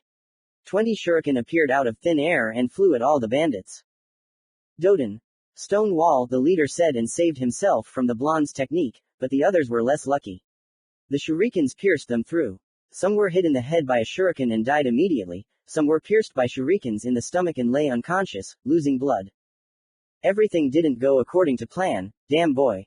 Gato said it would be easy, the leader thought to himself. Naruto made a series of seals. Summoning technique. Masayoshi, the guy said, summoning the blade. The bandit, having drawn his sword, ran at the guy. Naruto parried the attack with his sword, and concentrated the chakra Akainazuma on the tip of the blade. Akainazuma. Impulse Uzumaki spoke with the blade imbued with red lightning, touching the ground. A pulse of lightning was heard around the point of contact, killing the last bandit. Suddenly, Yugao appeared next to Naruto. She was surprised to see 14 corpses. After recovering from her surprise, she said, Naruto, the bridge is under attack, head there. After these words, a poof was heard in Yugao's place. It was a clone. Events on the bridge. Sasuke and Haku clashed in close combat. They were almost equal, but Haku was still stronger. Sasuke, with the help of Sai, who did not allow Haku to strike, compensated for the lack of strength in a one-on-one battle. Another attempt to strike Zabuza's partner did not work. Grabbing the Uchiha by the arm, Haku made a seal with one hand. Hyouten. Ice needles, a dozen senbon made of ice appeared around Haku. They flew at Sasuke at great speed. Sasuke managed to dodge with difficulty, which cannot be said about Sai, who was hit by 2 ice needles. Sai lost his concentration, which his opponent took advantage of. Haku ran at full speed to the wounded Sai and knocked him out with a precise blow to the neck. Sasuke tried to strike him in the back. Unfortunately for the Uchiha, the missing nin dodged and made a series of seals. Hyouten. Demon Ice Mirror Technique. 21 ice mirrors appeared around Sasuke, forming a dome with the Uchiha inside. He is the owner of an improved genome. Looking at his opponent's technique in bewilderment. He. You're unlucky, Kakashi. No one has ever come out of this technique alive, Zabuza said. After Zabuza's words, Kakashi rushed to help Sasuke, but Momochi appeared in front of him, not letting him pass. Where are you going, Kakashi? Our fight is not over yet, said the missing nin, attacking with his sword. Damn it, Sasuke, hold out until reinforcements arrive, Hatake thought to himself as he dodged his opponent's sword. After some time, inside the mirrors lay Uchiha, studded with Senbon. His opponent had a slightly burnt pant leg. Now it's your time to die. You fought with dignity, said Haku, taking the Senbons in his hand and rushing at Sasuke, with the aim of killing the guy. The clang of metal and Haku is torn away from the counterattack by Yugao. Miko, using a clan technique, tries to grab Haku with her shadow. Karui, using a sword, covers the wounded Uchiha.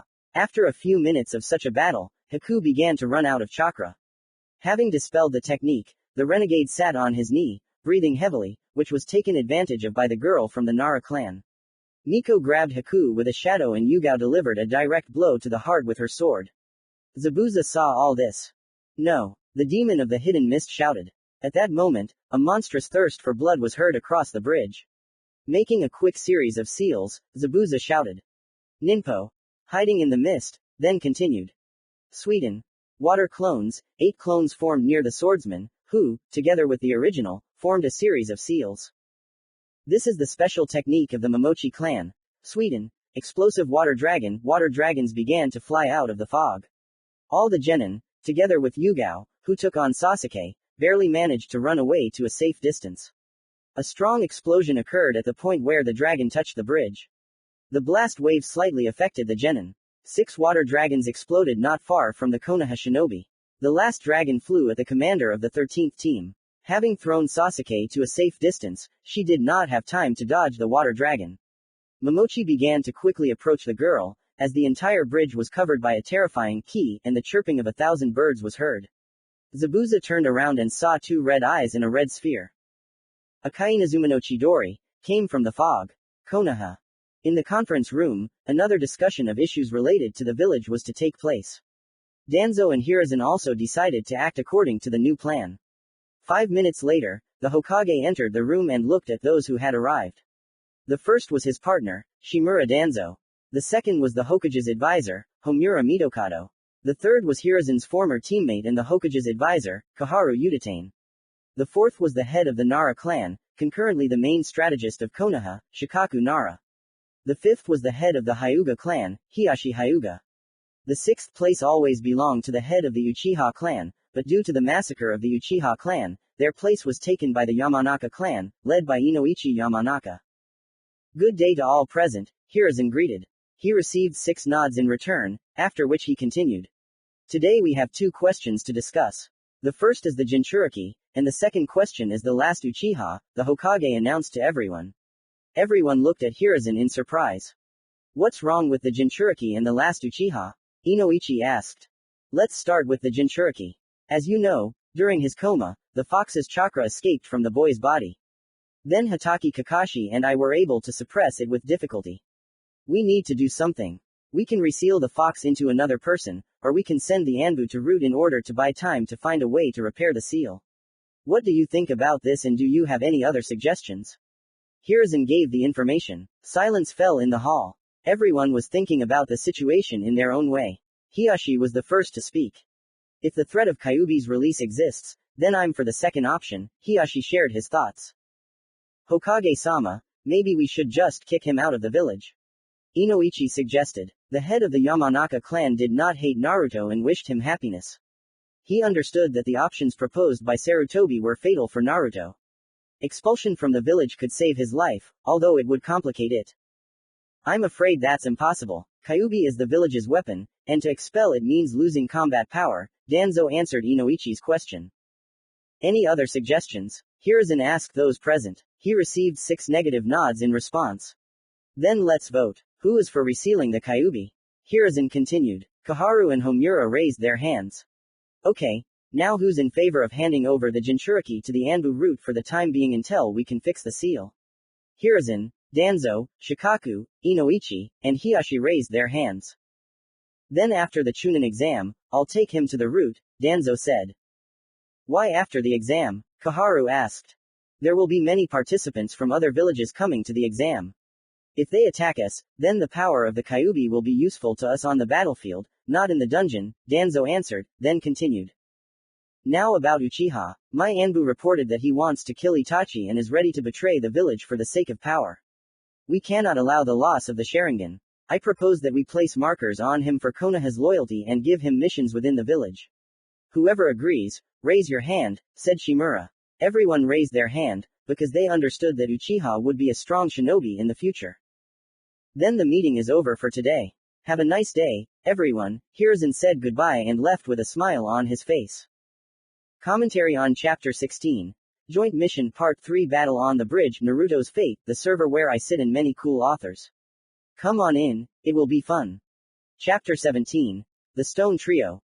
Akai Inazuma no Chidori came from the fog. Zabuza grinned and held his sword out in front of him to defend himself. Naruto flew out of the thick fog with Chidori in his hand. The technique and the sword collided. After a few seconds of resistance, the sword began to crack. Damn, so this is my end. Haku, I'm sorry. I couldn't protect you. You were always by my side. I wish I could go there too. Where you are. But if I'm destined to die, I'll take him with me. Zabuza thought to himself. A moment later, the sword couldn't withstand the pressure of the Chidori and fell apart, opening the way to the missing nin. The blonde's technique pierced Zabuza's stomach without encountering any obstacles. With the last of his strength, the demon of the hidden mist delivered a direct blow with the broken sword into the blonde's chest, piercing the young Jinchuriki through and through. Ah. The blonde's scream was heard across the bridge. A moment later, the lifeless body of the missing nin fell. Kakashi and Yugao immediately jumped up to the guy and pulled the sword out of Naruto's chest. Blood spurted from the wound. This is bad, at this rate he's going to lose his mind. What? Kakashi thought as Naruto's wound began to heal before his eyes. What kind of horrible regeneration is this? A thought flashed through the heads of Yugao and the ash-haired Junin. Meanwhile, the army, led by their boss, Gato, climbed onto the bridge. The army consisted of ordinary bandits, in which 90% of people did not possess chakra. The noise from such an army was impossible not to hear. Who is this? Yugao asked, preparing for battle. The Gato army was buzzing until Gato stepped out from the crowd. He has spiky brown hair and wears small black glasses. He also wears a black suit with a purple tie. Gato was a corrupt, rotten businessman. He can be described as a cruel and greedy person. If he saw any chance to make some money, he would definitely take it and nothing could stop him on his path to profit. His priority was always financial affairs and success, which he put before any motives and feelings. It would not be difficult for him to break an existing contract in order to save money. One cannot help but notice Gato's excessive cruelty. He unceremoniously dealt with anyone who stood in his way. He can harm or even kill innocent people without a shadow of a doubt. A prime example of this is his order to take Tsunami, Tazuna's daughter, hostage in order to stop him. On top of that, Gato is vindictive and cowardly. He always hid behind his useless army of thug bodyguards when his life was in danger. Gato also can't calm down and forgive Tazuna's family. First, he brutally tortured and killed Kaiza. Afterwards, he often gave orders to rob Tazuna's family twice as often as the residents. So this weakling lost to some kids. Ha ha ha ha. Gato laughed nervously along with the army. Only some of the army remained silent, because they understood the seriousness of the operation. I wasn't planning on paying him anyway. Gato looked at the shinobi and began to go deeper into the mercenaries. Kill the Konoha shinobi and destroy this bridge. The businessman ordered, hiding in his army. Bastard, Naruto said briefly, somehow standing on his feet. Although Kyuubi was healing the boy, Naruto was exhausted after the first, Chidori, standing on willpower. Ninpo. Illusory clones, Yugao said along with Kakashi. The bridge was filled with illusionary clones of the ash-haired Jonin and the commander of Team 13. The entire Gado army, was scared of the clones and began jumping into the water, except for the 3 mercenaries and Gado himself. They were a trio of renegade Jonin, from the village hidden in the stone. They were known for killing their victims with excruciating torture. Their names were Kinnick, Zerav, Akit, nicknamed the Torture Trio. Kinnick, Akit, I have that girl with the blade, Zerav said and began to run towards Yugao with 2 twin swords.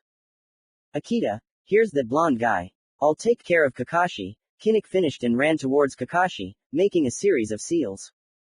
So that kid is on me. Let's see what you're worth, Akita said into the void and ran at Naruto. The clanking of metal did not stop for a minute. Zerav attacked Yugao, not giving her a last breather or a chance to counterattack. A vertical strike with 2 swords forced the girl to go into deep defense. This is bad, at this rate I'm going to lose. I need to concentrate and try to make a surprise attack, Yugao thought to herself, while simultaneously defending herself from Zerav's attacks. Yugao, after a couple of Zerav's attacks that were blocked by her, jumped away from her opponent by 30 meters. Grabbing the sword with one hand, she squeezed it tightly. With her other hand, Yugao made a concentration seal. Moonlit night, the girl said, jumping into the air.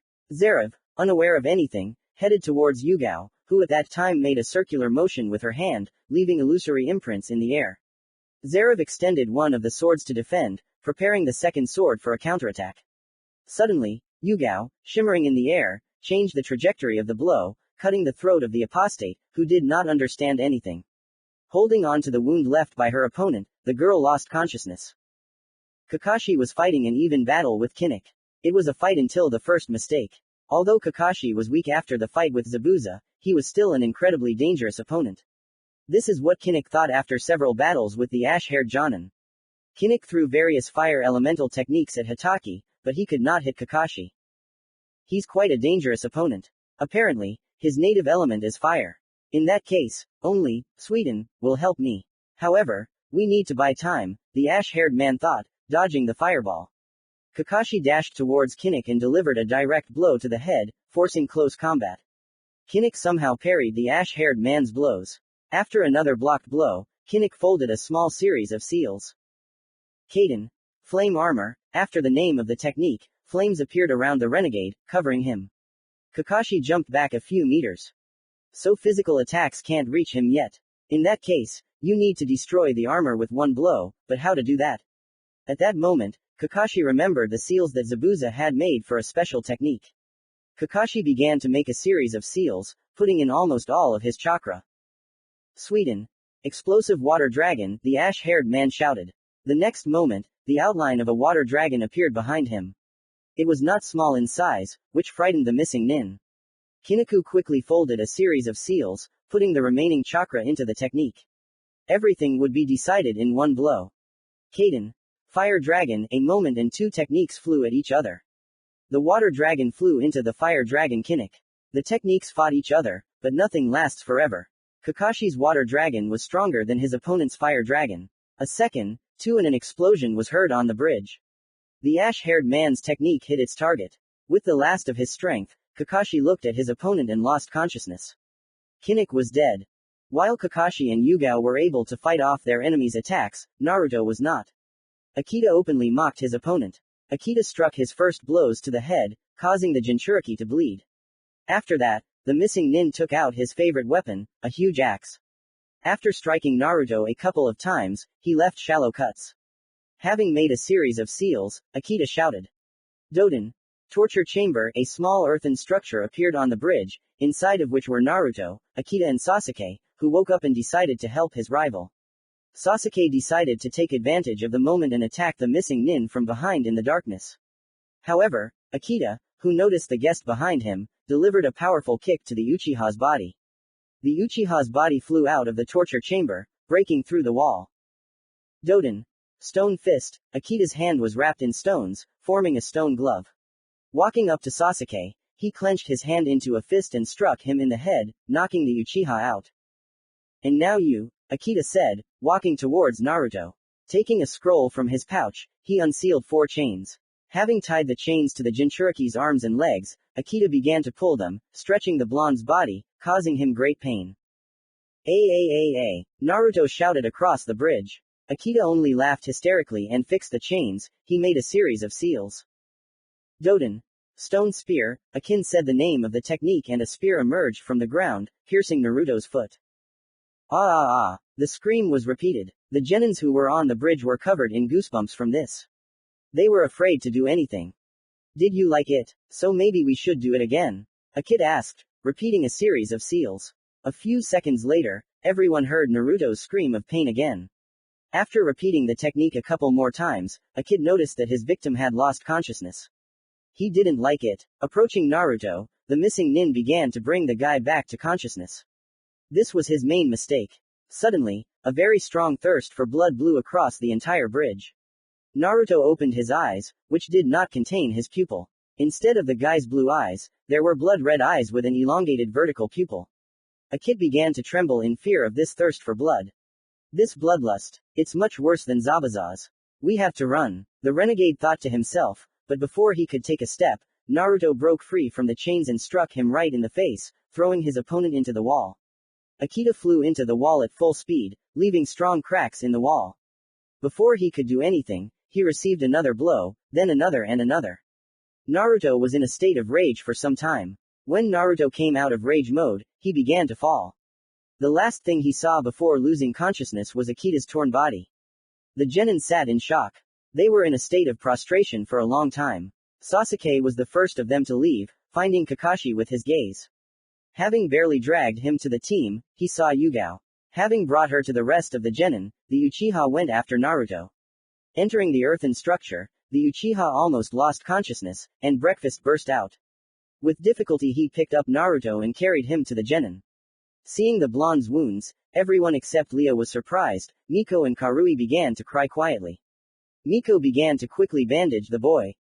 The next morning, the Junin mentors came to their senses and immediately asked the genin what happened on the bridge. Hearing Sasuke, who told about what the opponent did to Naruto, Kakashi became stupefied. Yugao, like the girls from her team, began to cry.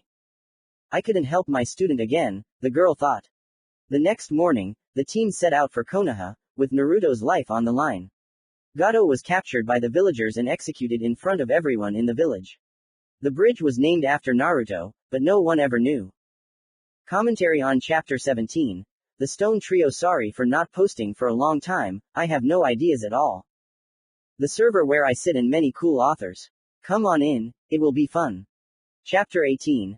Preparation for the Chunin exam. The next night Naruto woke up. The first thing he noticed was the starry sky. As soon as the guy tried to get up, he felt a strong pain in his torso and feet. The Jinchuriki groaned in pain. Miko, who was on duty, ran up to the sound. Naruto, you're awake, the girl said quietly. She didn't want to wake up her partners. How are you feeling? Miko continued, approaching the blonde. I've had better times, Naruto replied, and immediately continued. What happened on the bridge? I don't remember anything. Zabuza and Haku attacked the bridge. Yugao-sensei killed Momochi's partner, and you killed the swordsman who wanted to kill our captain. After that, Gato came with mercenaries, but almost all of them ran away, except for 3 shinobi. One of them attacked Kakashi-san, the second attacked Yugao-sensei, and the third attacked you. Then we only heard your screams. Then, Miko hesitated, she did not know how to continue. Naruto saw that the girl was having a hard time talking about it, decided not to force her to talk about it. Thank you, you don't have to tell me more, Uzumaki said, stopping the girl, and then continued. Sorry, I want to rest. Okay, rest, the girl replied and returned to her post. In the morning, Naruto felt much better, so they immediately went to the village, talking about various topics. Team 13 headed to the Hokage's residence as soon as they returned to the village. As they walked around Konoha, they saw genin from different villages. Yugao and Karui weren't surprised, but Naruto was a little shocked by the unknown shinobi in the village. Miko didn't care. Her only wish was to rest after the long journey. After some time, the team arrived at the residence. Knock knock knock, the Junin mentor knocked on the door. Come in, a quiet voice came from the other side of the door. Opening the door, the team saw a tired Hokage sitting at his desk. Hiruzen raised his tired gaze to the newcomers. Team number 13, you're late, the village chief began to speak in a stern voice, looking seriously at the people who had arrived. How did the mission go? Hiruzen continued speaking in a calmer voice. He hid his anger well. If the Jinchuriki had been late another day, he would have missed the Chunin exam, which meant the Jinchuriki would have been captured during the exam. This had clearly caused a stir in Konoha, which shinobi from other villages could have taken advantage of.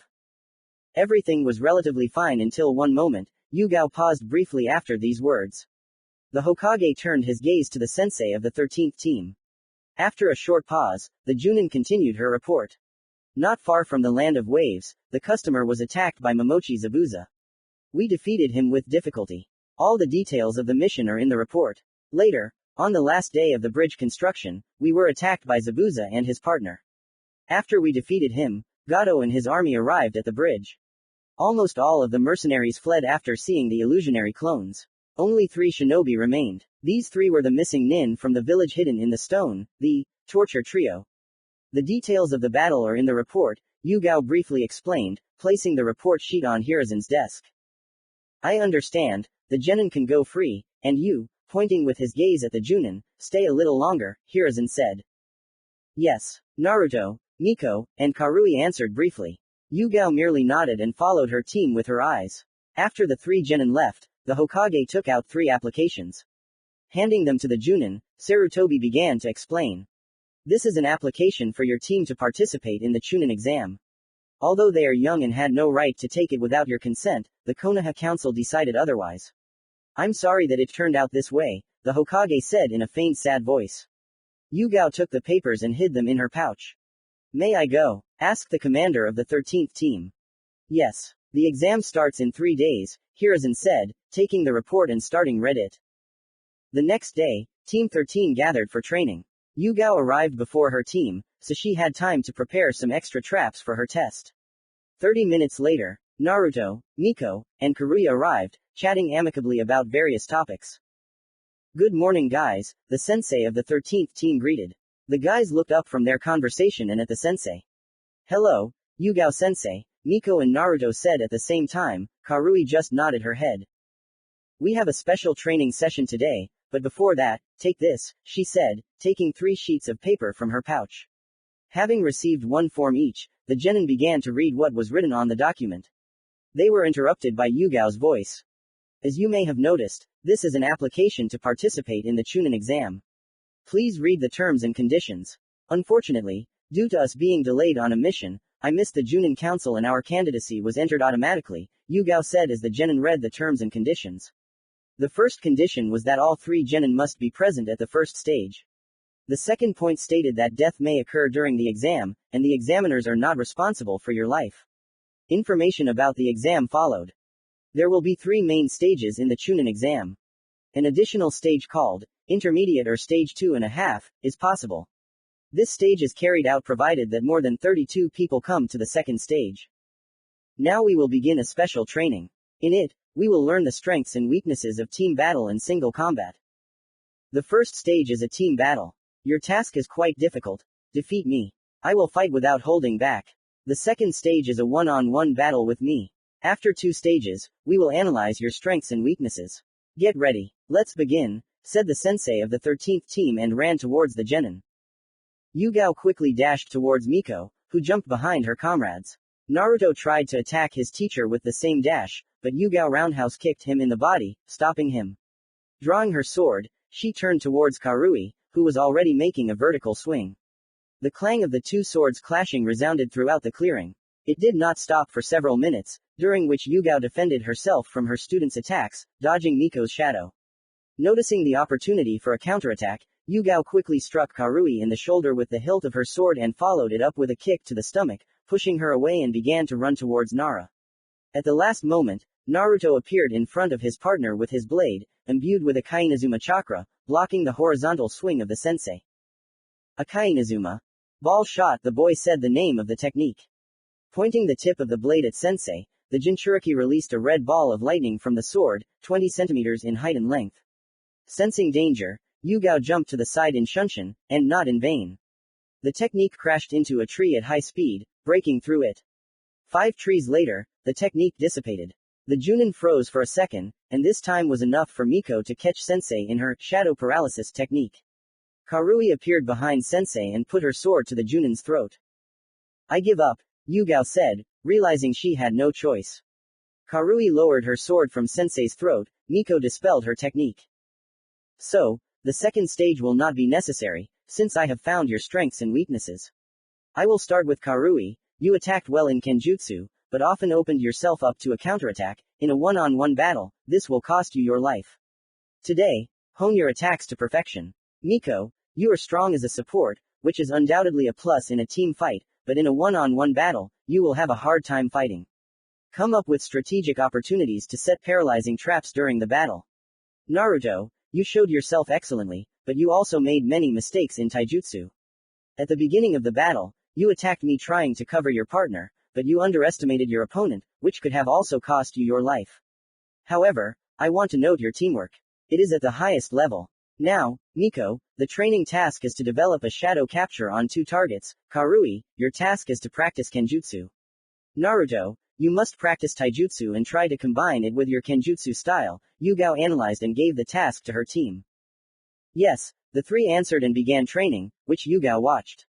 Meanwhile, in one of the shelters, the 2 legendary Sannin had been at odds for hours now.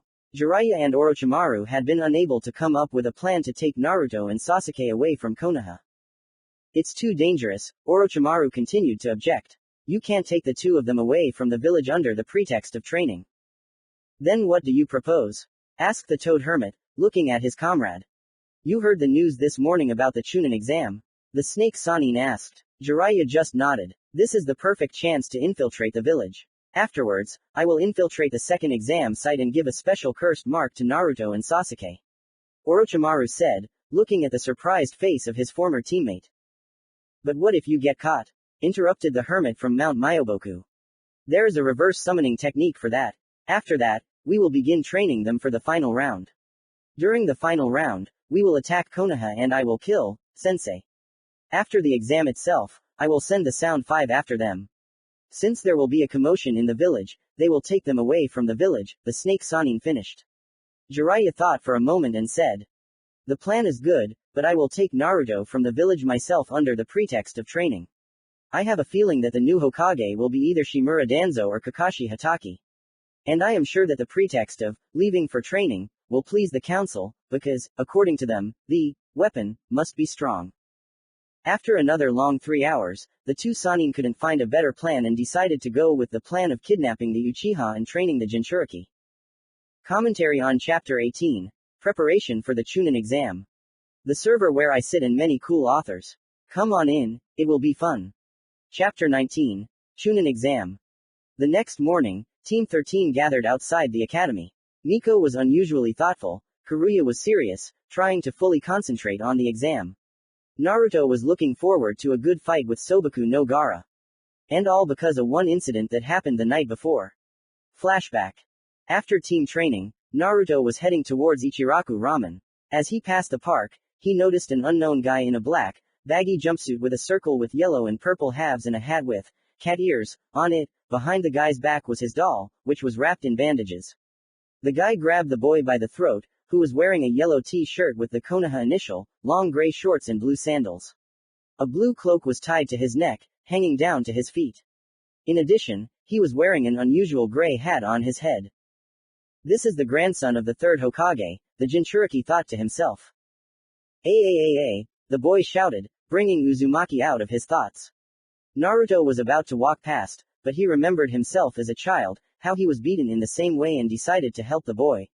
Turning completely, he saw a girl with sandy blonde hair, which was gathered into 4 consecutive pigtails. She was wearing a purple dress. A combat fan was attached to her back, it was attached with a red belt.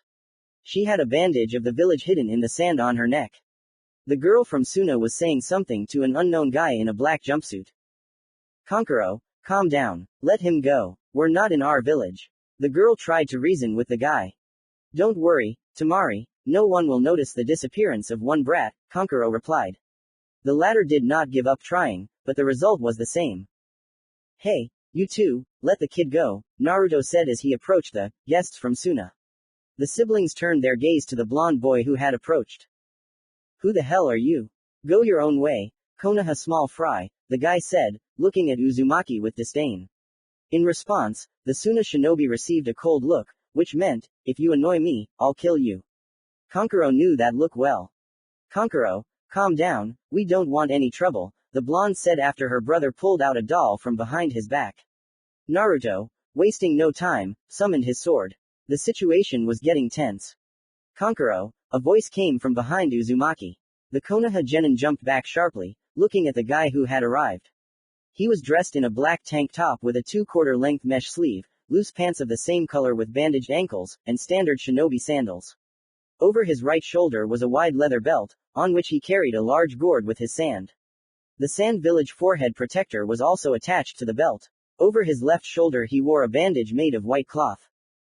You are disgracing our village, let the boy go, the stranger said in a cold tone, looking at Kankuro. Gaara, the puppeteer asked with undisguised fear, then continued, but that bastard attacked me himself. The puppeteer justified himself, to which Konohamaru shouted. It's not true, I accidentally bumped into him, apologized, and he grabbed me by the throat and threatened to beat me, the kid said, pointing his finger at Kankuro, with tears in his eyes.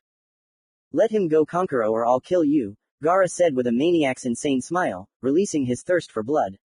Kankuro released his hand and the child fell to the ground, after which he stood up and ran towards the Hokage's residence. Let's go, but first tell me your name, Gaara said briefly, looking into Naruto's eyes. Naruto thought for a few seconds. Uzumaki Naruto, the Jinchuriki replied in a calm voice. The blonde's katana disappeared in white smoke. Subaku no Gaara, I hope we'll meet again at the Chunin exam, Gaara said, walking away towards one of Konoha's best treats. I'll wait for you at the exam, Naruto said into the void and continued on his way towards Ichiraku Ramen. End flashback. When Team 13 reached the third floor, they noticed a large number of genin standing at the entrance to Auditorium 301. Two Chunin stood at the entrance and said, Weaklings like you, pointing at the genin who were asking to be let into the auditorium, have no place in this exam, the Chunin said over and over again. Uzumaki couldn't shake the strange feeling. Something's wrong here, Naruto said quietly, so that only his two teammates could hear him. The girls nodded noticeably and began to think about what was wrong. Miko quickly understood everything and told her teammates about the genjutsu on the sign with the room number. Calm down, the genin said quietly, hoping no one had noticed them. The other genin didn't notice them, except for one team. It was team number 7, who were heading towards team number 13. Seeing the number 201 on the sign, 3 genin headed to the next floor. Sasuke, Lia, and Sai, who had long since dispelled the genjutsu, followed their former classmates. Having entered the right audience, the team sensed the thirst for blood. The eyes of the entire audience were riveted on them. A minute later, the 7th team entered the office, which also sensed the thirst for blood inside the audience. The two teams began to talk to each other, only Lia did not talk to Naruto, but insulted him. This did not last long. During this time, the 10th and 8th teams joined the two teams. Ino began to hang on Sasuke, Shikamaru and Miko began to play shogi with words, Shino and Hinata talked with Lia and Sakura. Kiba and Choji tried to start a conversation with Sai. Naruto watched this and simultaneously prepared notes on dangerous opponents. This list included Sobaku no Gaara, Uchiha Sasuke, Yakushi Kabuto, Hyuga Neji, Rock Lee and a girl from the village of Sound, from whom a terrible ki was felt. Although it was instantaneous, Uzumaki noticed it. Poof. In the cloud of smoke that appeared from nowhere stood 29 people. In the middle stood a man dressed in a cloak and a dark gray uniform. On his face were 2 vertical scars, the beginning of the scar goes from under Ibiki's bandana. On the bandana of the Junin was attached a metal headband with the symbol of Konoha. Good afternoon, I am Morino Ibiki, the examiner for the first round of the Chunin exams, the Junin introduced himself, releasing a small amount of ki. The Chunin who had appeared with Morino sat down on chairs near the rows where the genin would sit. They were holding 2 boxes. To gain access to the first exam, hand over your applications to the Chunin and receive a number for the exam, Ibiki instructed. The genin began to approach the Chunin and exchange their application forms for a desk number. There were 96 empty seats in the auditorium. 8 people could fit at one desk. Miko was given seat number 19, Karui got seat 53. Uzumaki was given seat 87. Uchiha sat in seat 40, Lia sat in seat 13. Seiyu was given seat 91. The first stage is written. Your task is to answer 10 questions. 45 minutes are given for the first 9 questions. If you are caught cheating, you and your team are disqualified. The passing score for this stage is 5 correct answers. If someone on the team gets 4, the whole team is eliminated. Does everyone understand the rules?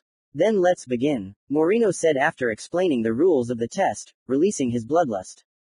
Naruto Pav.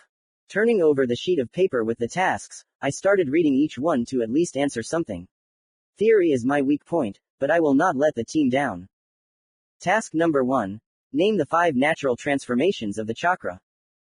Problem number 2. Who killed the daimyo of the Land of Fire during the Second Shinobi World War and for what reason? Name the consequences of what happened. Task number 3. During a mission outside the village, you encountered a wounded shinobi. After examining him, you realized that he was a ninja from another village. What will you do? Help the shinobi treat his wounds, kill him, or bring him to the village? Problem number 4. You have been assigned a mission to spy on another village. You have successfully managed to get inside the village. How will you obtain information if the village finds out about the spy's infiltration? Your identity has not yet been revealed. Task number 5. You have been given the task of delivering a scroll with a peace treaty. During the mission, your team is attacked by shinobi of the country to which you are delivering the peace scroll. They want the document of the truce. What will be your actions? Problem number 6. Your village has been attacked by shinobi from another country. You have been captured to obtain information. In exchange for the information, you will be given your freedom. What will you do in this situation? Problem number 7. Name any 4 improved genomes. Problem number 8. It is known that at the first cage meeting, the first Hokage along with the other cage divided the tailed beasts. Name which cage took the demons for themselves. Problem number 9. You caught a spy inside the village, it turned out to be your best friend. He asked you not to report him, since you are best friends. What will you do? Some of the tasks are quite simple, others are quite difficult. I thought to myself, rereading the questions. The first task. Raiden, Doden, Sweden, Kaden, Fuden, he noted the answers on his form. The second task. Tobarama Senju killed the daimyo for trying to sell the land. The consequence was the destruction of Senju's reputation. I recalled my favorite activity, which I remembered well. Having written down the answer, I began to skip the questions that were difficult in my opinion. I don't know the third task. The option with help doesn't work, and killing is the most reasonable option, but I'm not sure about it. The chief examiner brought me out of my thoughts. Numbers 72, 24, 43, 6, 34, 95 are disqualified. Please leave the room, Ibiki said, releasing Ki. Most of the genin flinched and tried to calm down. It didn't work on me, Sasuke, Gaara, Kabuto, and the mysterious genin from the sound. So, the fourth task, I don't know, I'm not a spy. Task number 5, I think it would be right to cut them down and deliver them to your village. My thoughts were interrupted again by Ibiki's voice. Numbers 4, 59, 21, 17, 46, 84, 11, 33, 92, 58, 15, 69 are disqualified, the examiner said sternly, and I felt a little uneasy. The sixth task, I will probably hide the correct information and name the false one.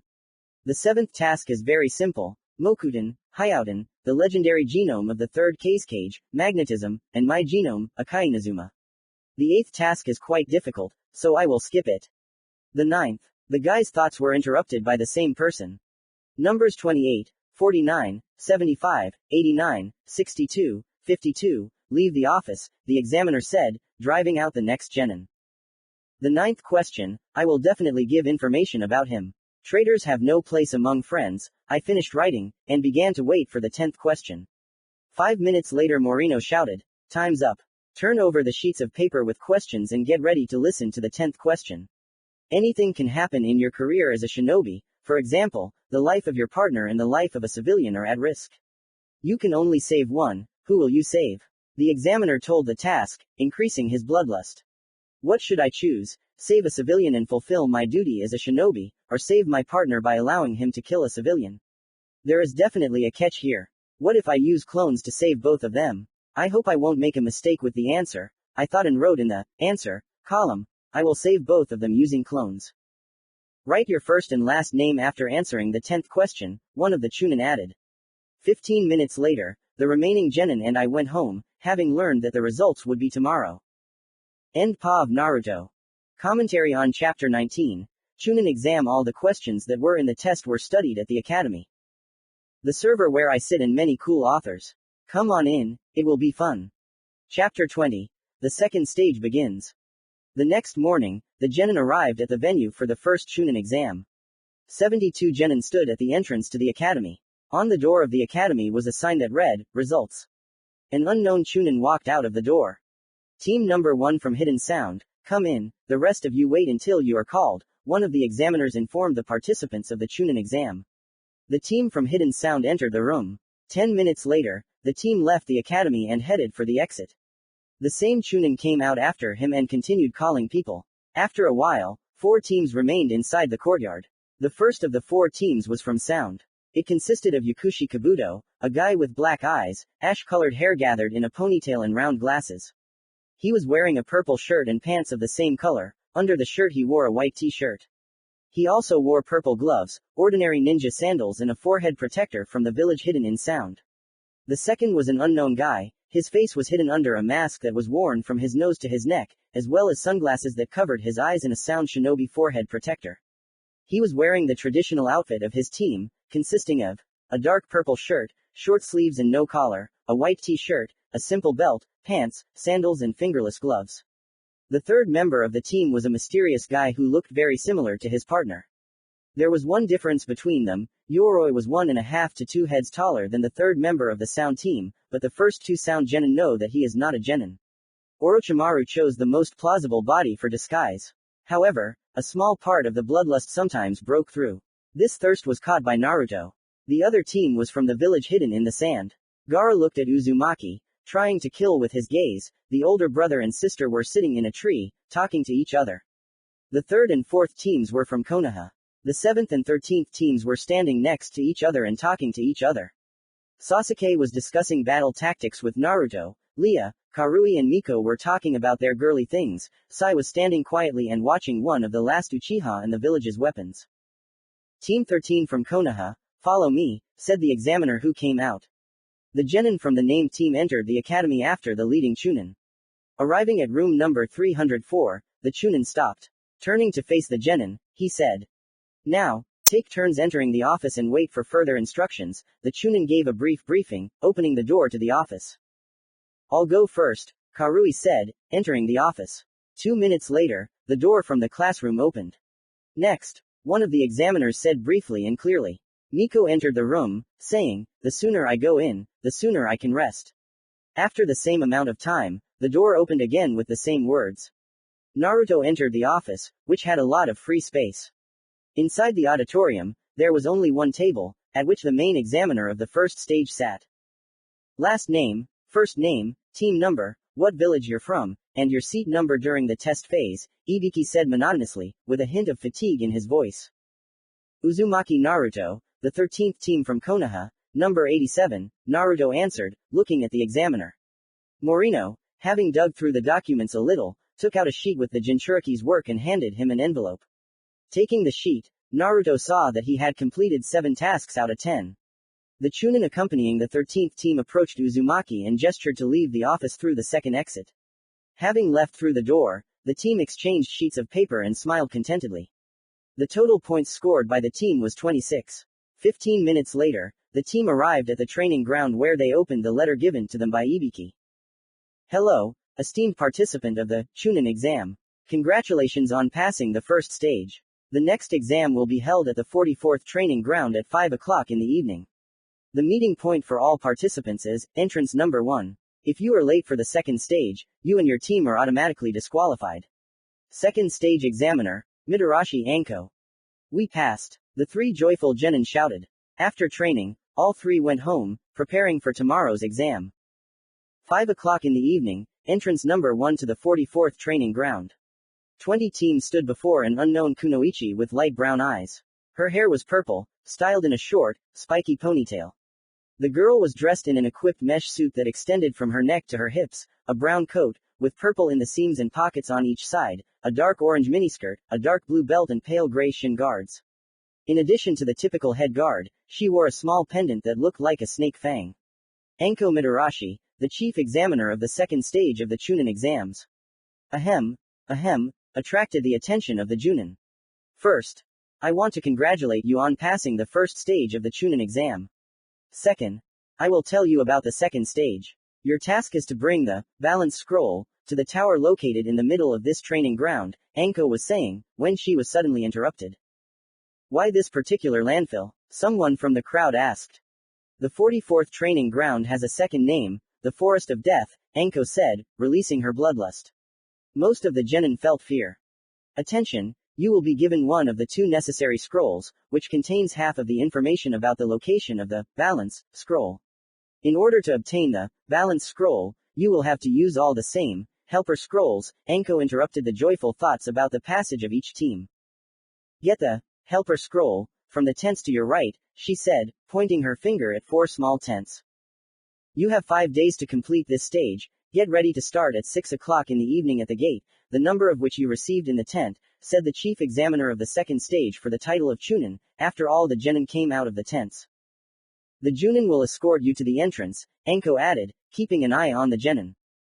The team was escorted to their entrance, which was entrance number 23. There were 10 minutes left before the gates opened. Do you guys have a plan? Karui asked, standing next to her team members.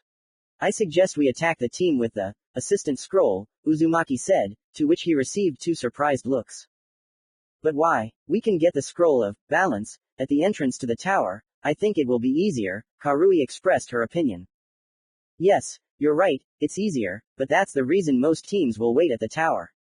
That means we'll be able to let a team with a passable scroll through.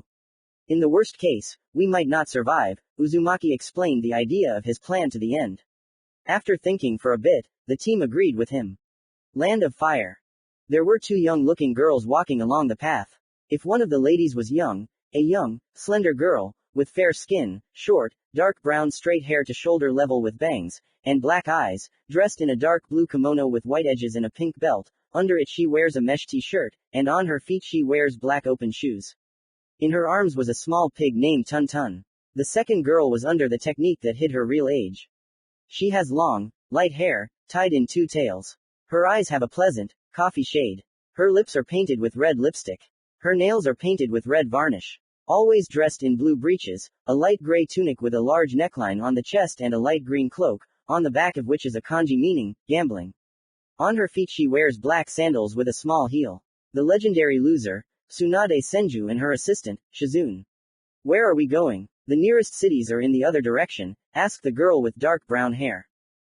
We're going to the land of hot springs. I need to talk to someone, and he loves this place too much, the blonde said with a smile. Her interlocutor looked at Tsunade with a surprised look, to which the legendary loser replied. He is one of the great Sannin, like me. Shizune's eyes widened in surprise. After a while, the girl asked again. Are you sure that the legendary Sannin is in the land of hot springs? In response to this, Tsunade smiled and said. Katsuya was supposed to deliver the note a week ago, the blonde said with that same smile. Shizune wanted to say something, but a caravan with a special mark of the village of sound appeared in front of them.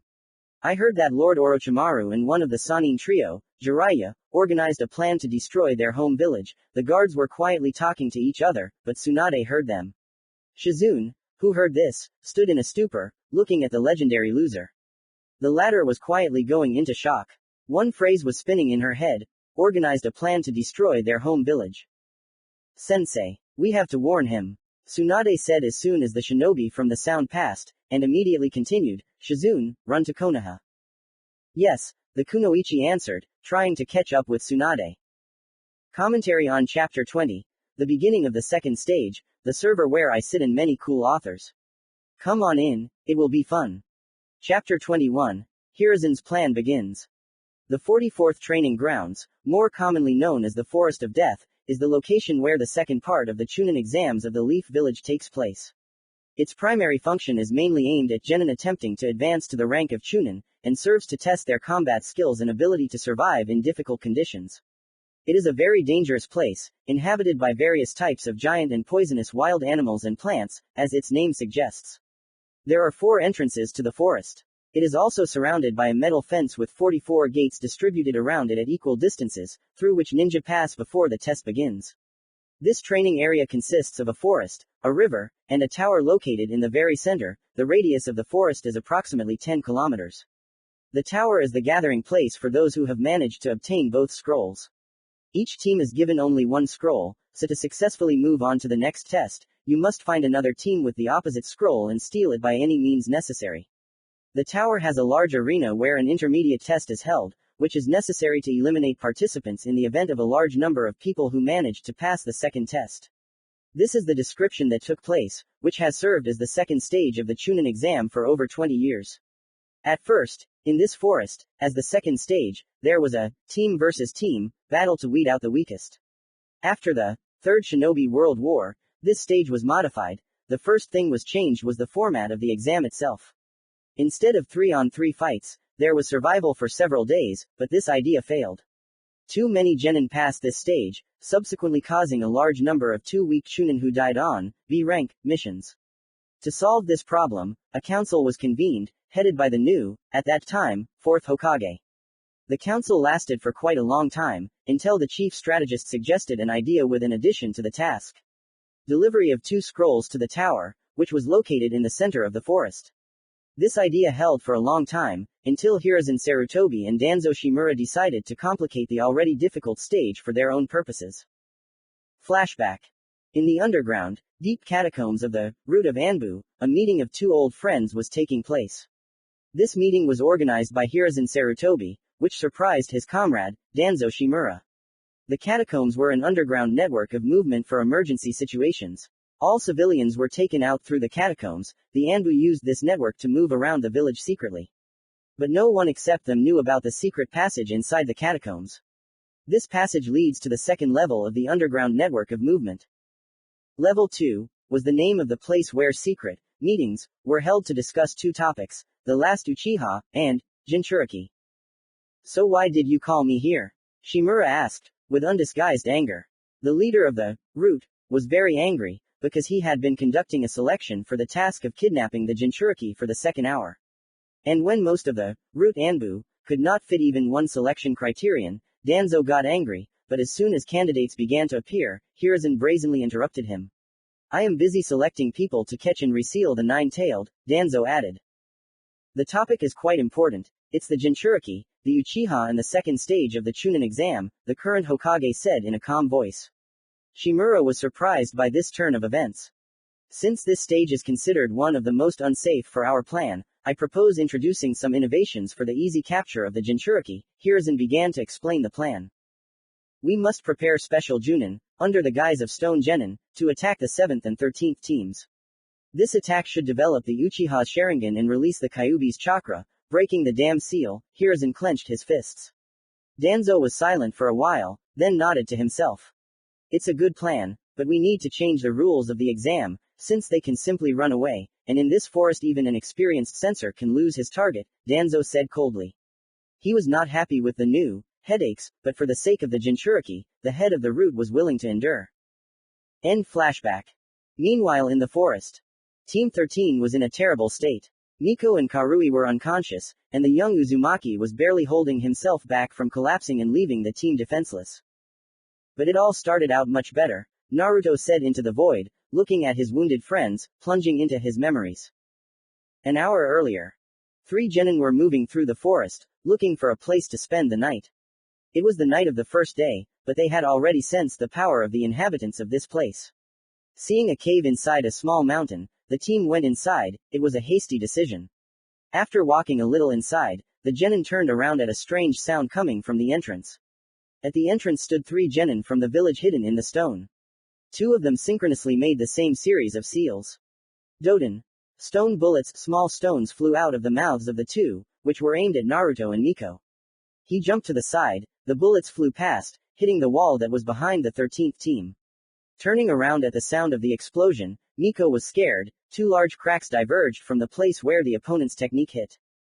Karui drew her sword and ran towards one of her opponents, forcing close combat. At the same time, Miko tried to catch the remaining 2 in her shadow.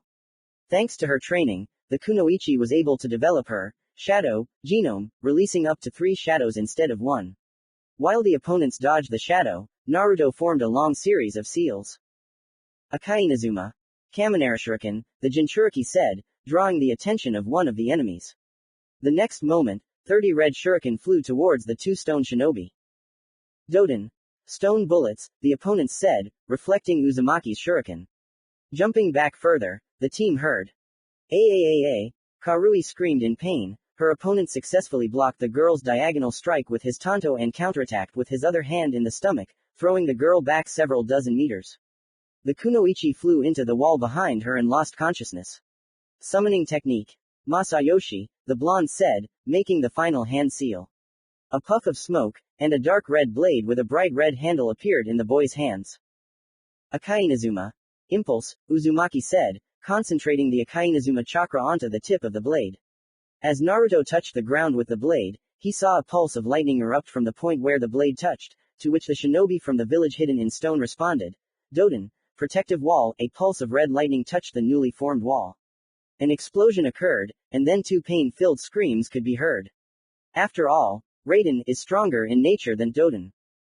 Pretty good kid, the guy paused. He put on a maniac smile and continued. But not enough to hurt me. The last of the three began to shout. Doden. Stone fists, the shinobi said. A moment, and his fists were covered in stone. Naruto didn't like his smile, and for good reason. The guy rushed towards Miko, striking her in the torso, slamming the kunoichi into the wall. Disappearing from sight, the fake genin struck Naruto in the back, and then Karui, lying unconscious, flew into the blonde. Standing up and picking up the blade, Naruto began to think and analyze the situation. We need to do something urgently. Miko and Karui are already in a critical situation, and I can barely stand on my feet. Impulse and shurikens don't work on him. I can't do Chidori. I'll have to use the last combination, the guy thought to himself. Having made a cross with his seal, he said. Shadow clone technique. 8 clones surrounded the enemy and concentrated chakra at the tip of the blade.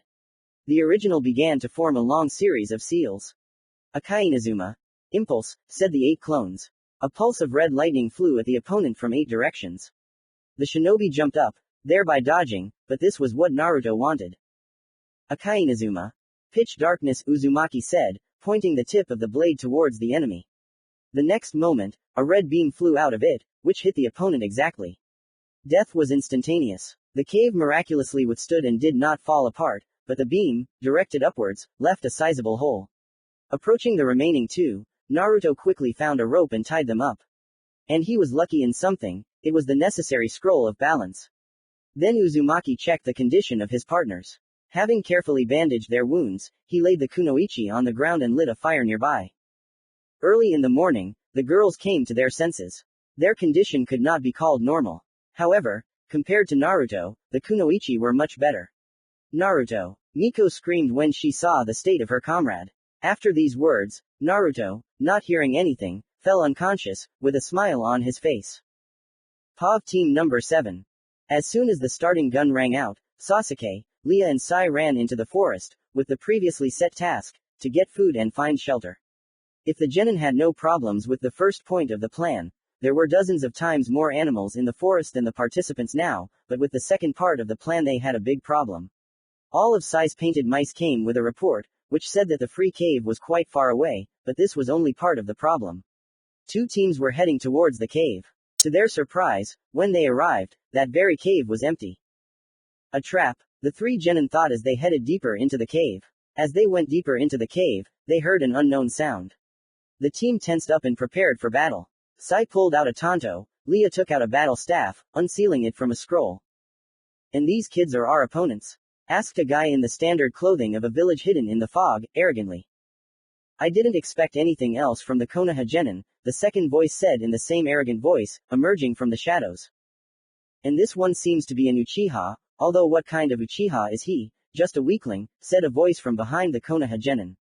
Of course, the Uchiha couldn't stand the insult towards himself and immediately threw a kunai at the third one, but there was no one there anymore.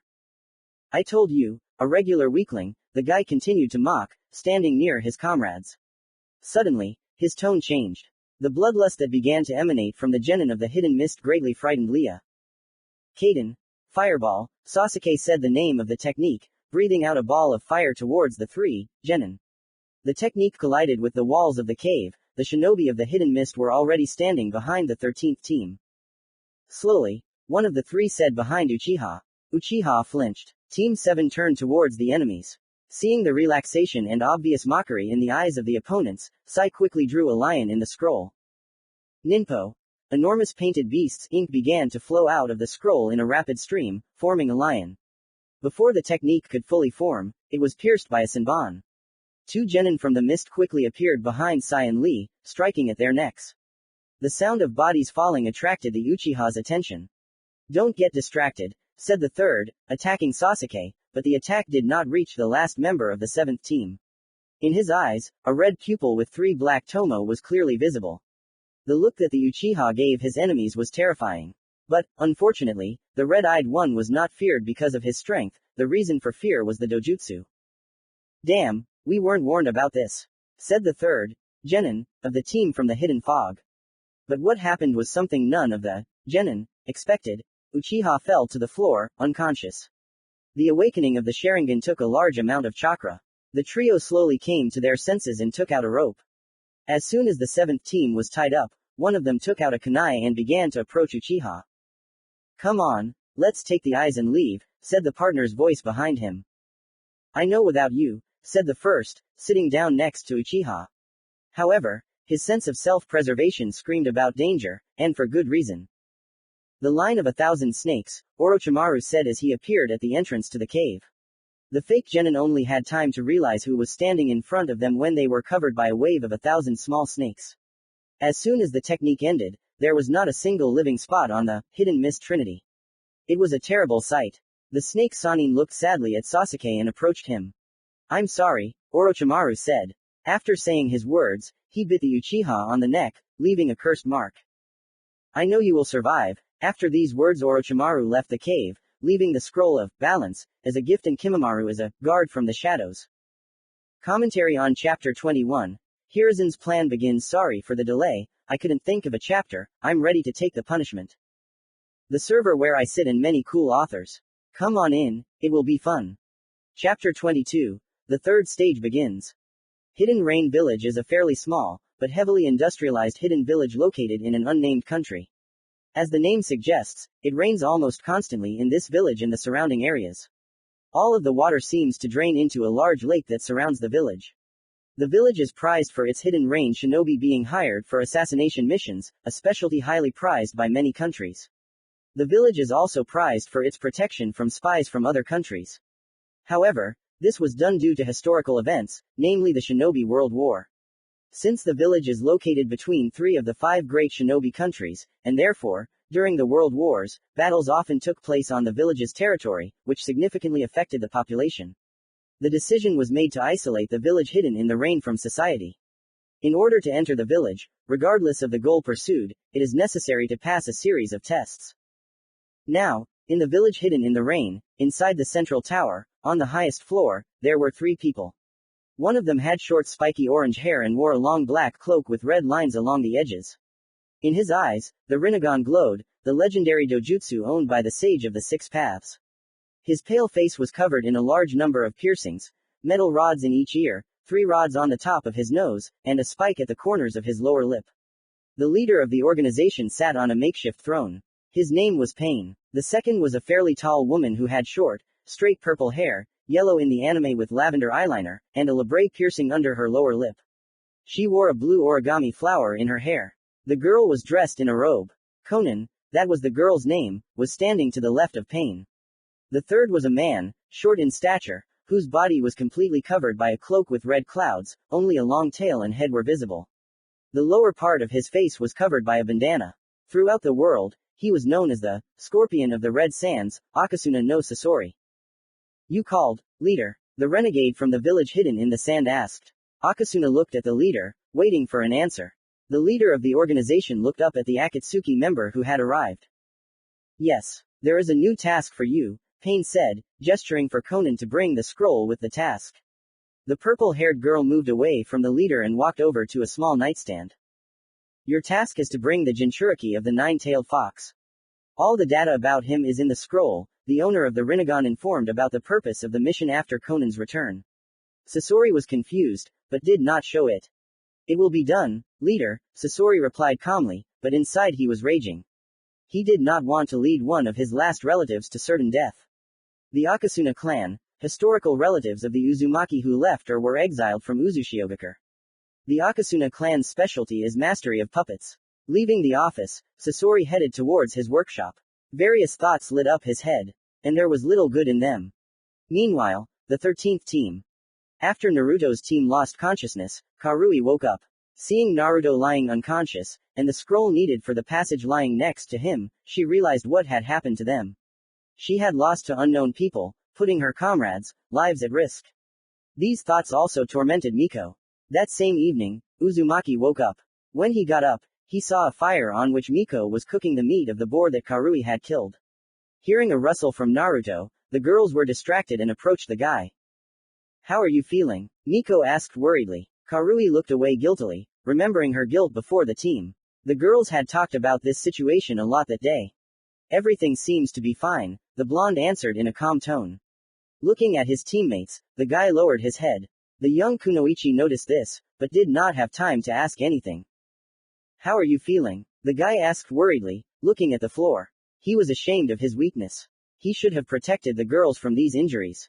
He should have, but he couldn't. "We are fine," Karui replied.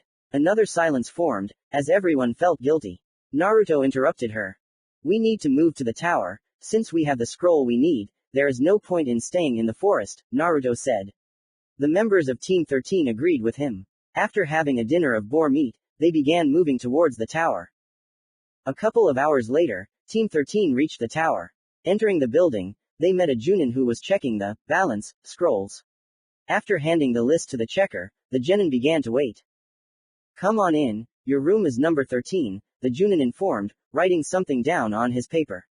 Walking to the stairs, the Konoha genin crossed paths with the San team. We went to different corners. The rest of the time passed like that. New teams arrived, who were not in the best condition. Some genin tried to pass by giving a regular scroll under the henge, but failed miserably. The last day of the test ended. In the evening of the same day, the 13th team was taken by a Junin towards the arena. On the way, the three genin met several more teams. Each of them looked tired, but ready for the next stage. Arriving at the main hall, which serves as an arena for battles during the additional stage of the Chunin exam. This information was given by the Junin assistant. Arriving at the hall, we saw several more teams standing to the side of each other. Standing next to the 10th team, the genin began to quietly discuss what would happen next. On the balconies of the main hall stood the Junin mentors. Ahem. Sarutobi Hiruzen attracted attention. Everyone looked at him, stopping talking to each other. Congratulations to all participants on passing the second stage of the Chunin exam.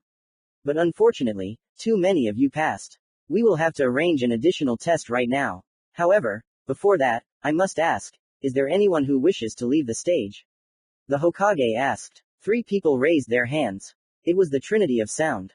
You may go, Hiruzen said, looking at the team who raised their hands. Silence fell over the room after Orochimaru's team left. The 24 potential Chunin included Konoha's 13th team, Naruto, Nico, Karui, Konoha's 7th team, Sasuke, Lia, Sai, Suna's 5th team, Gaara, Tamari, Kankuro, Konoha's 10th team, Shikamaru, Ino, Choji, Konoha's 8th team, Kiba, Hinata, Shino, Konoha's 3rd team, Neji, Lee, Tenten, Kumogakure's 9th team, Omoi, Samui, Sakura Haruno transfer student, Sound's 17th team, Zaku, Kin, Dosu. Since no one else wants to leave the tests, I will continue. He didn't have time to start explaining the rules of the additional stage of the Chunin exam when Hayate appeared in the center of the hall. Hayate was a young man with short brown hair and black eyes with dark circles under them. He also had wrinkles under his eyes and an inexplicable chronic cough. Hayate wore the standard Konohagakure outfit. A blue turtleneck, pants, sandals, a green vest, and a bandana with the village's protector. I apologize, Hokage-sama, but perhaps as the referee, I, Gekko Hayate, can explain the rules better, the Junin said. Everyone began to wait for Hiruzen's decision. Please, the third leader of Konohagakure answered seriously. All attention was directed to Hayate, who began to cough. The rules of the preliminary round are quite simple. You will fight each other in a one-on-one fight for the right to participate in the third round. Cough, cough. There are 24 participants left, so we will have 12 fights. Cough, cough. There are no restrictions in the fight. The fight continues until one of you dies, loses consciousness, or surrenders. Cough. Cough. In addition, if I decide that the winner is clear, I will immediately stop the fight. We do not need extra corpses, Hayate explained the rules of the preliminary round. While the genin were digesting the information, a scoreboard opened from above. Gecko again drew attention to himself. Pay attention to this board. It will show the pairs of fighters. So, let's announce the first pair, the examiner said, while the names of the participants were being selected on the board. The board stopped abruptly and there were 2 names on it. The first pair of the preliminary round, Nara Shikamaru vs. Nara Miko, please remain in the arena, and the rest of you, go up to the balconies to your senseis. Good luck Miko, I believe in you, Naruto said as he passed the kunoichi. In response, the girl only nodded reservedly, focusing on her opponent. She knew that one small mistake and she would lose. This was a battle of 2 strategists.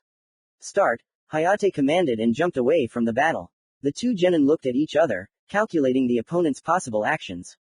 Having come up with a plan, Miko took 3 kunai from her pouch and threw them at her opponent. Shikamaru returned and immediately jumped back, noticing a shadow that was rapidly approaching.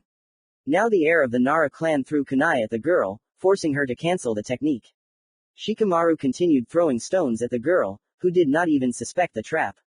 Shikamaru attached fishing line to some of the edges and scattered them, forming a kind of web. Shikamaru threw the last kunai with the fishing line, folded the seal of concentration. Ninpo. Shadow paralysis, said the future head of the Nara clan.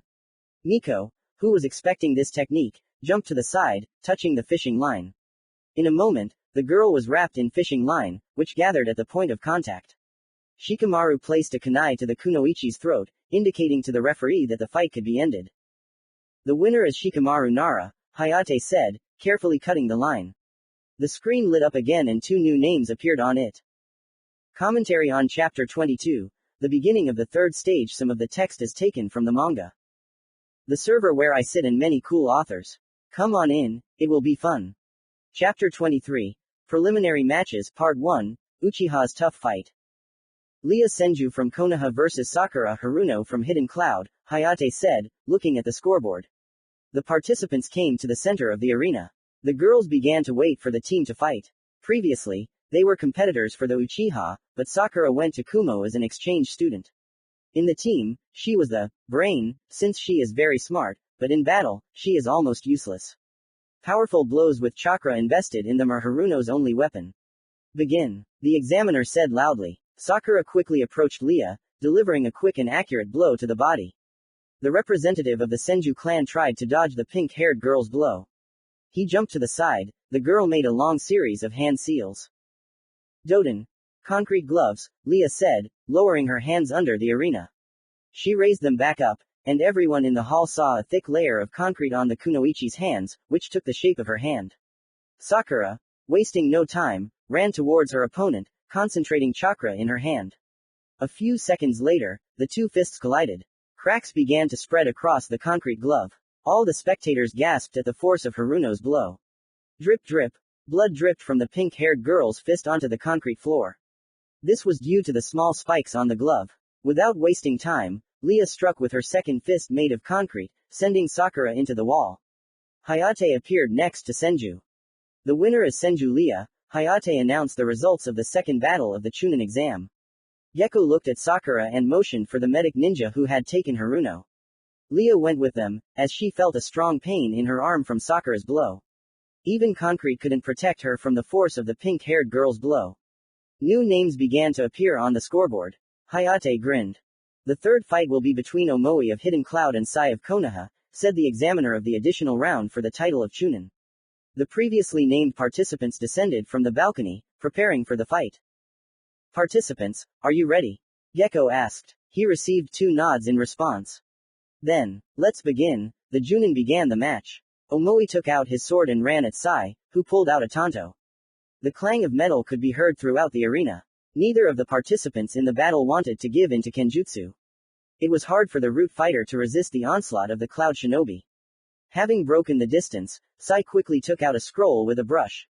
Having drawn 7 tigers, the guy made a seal of concentration. Ninpo.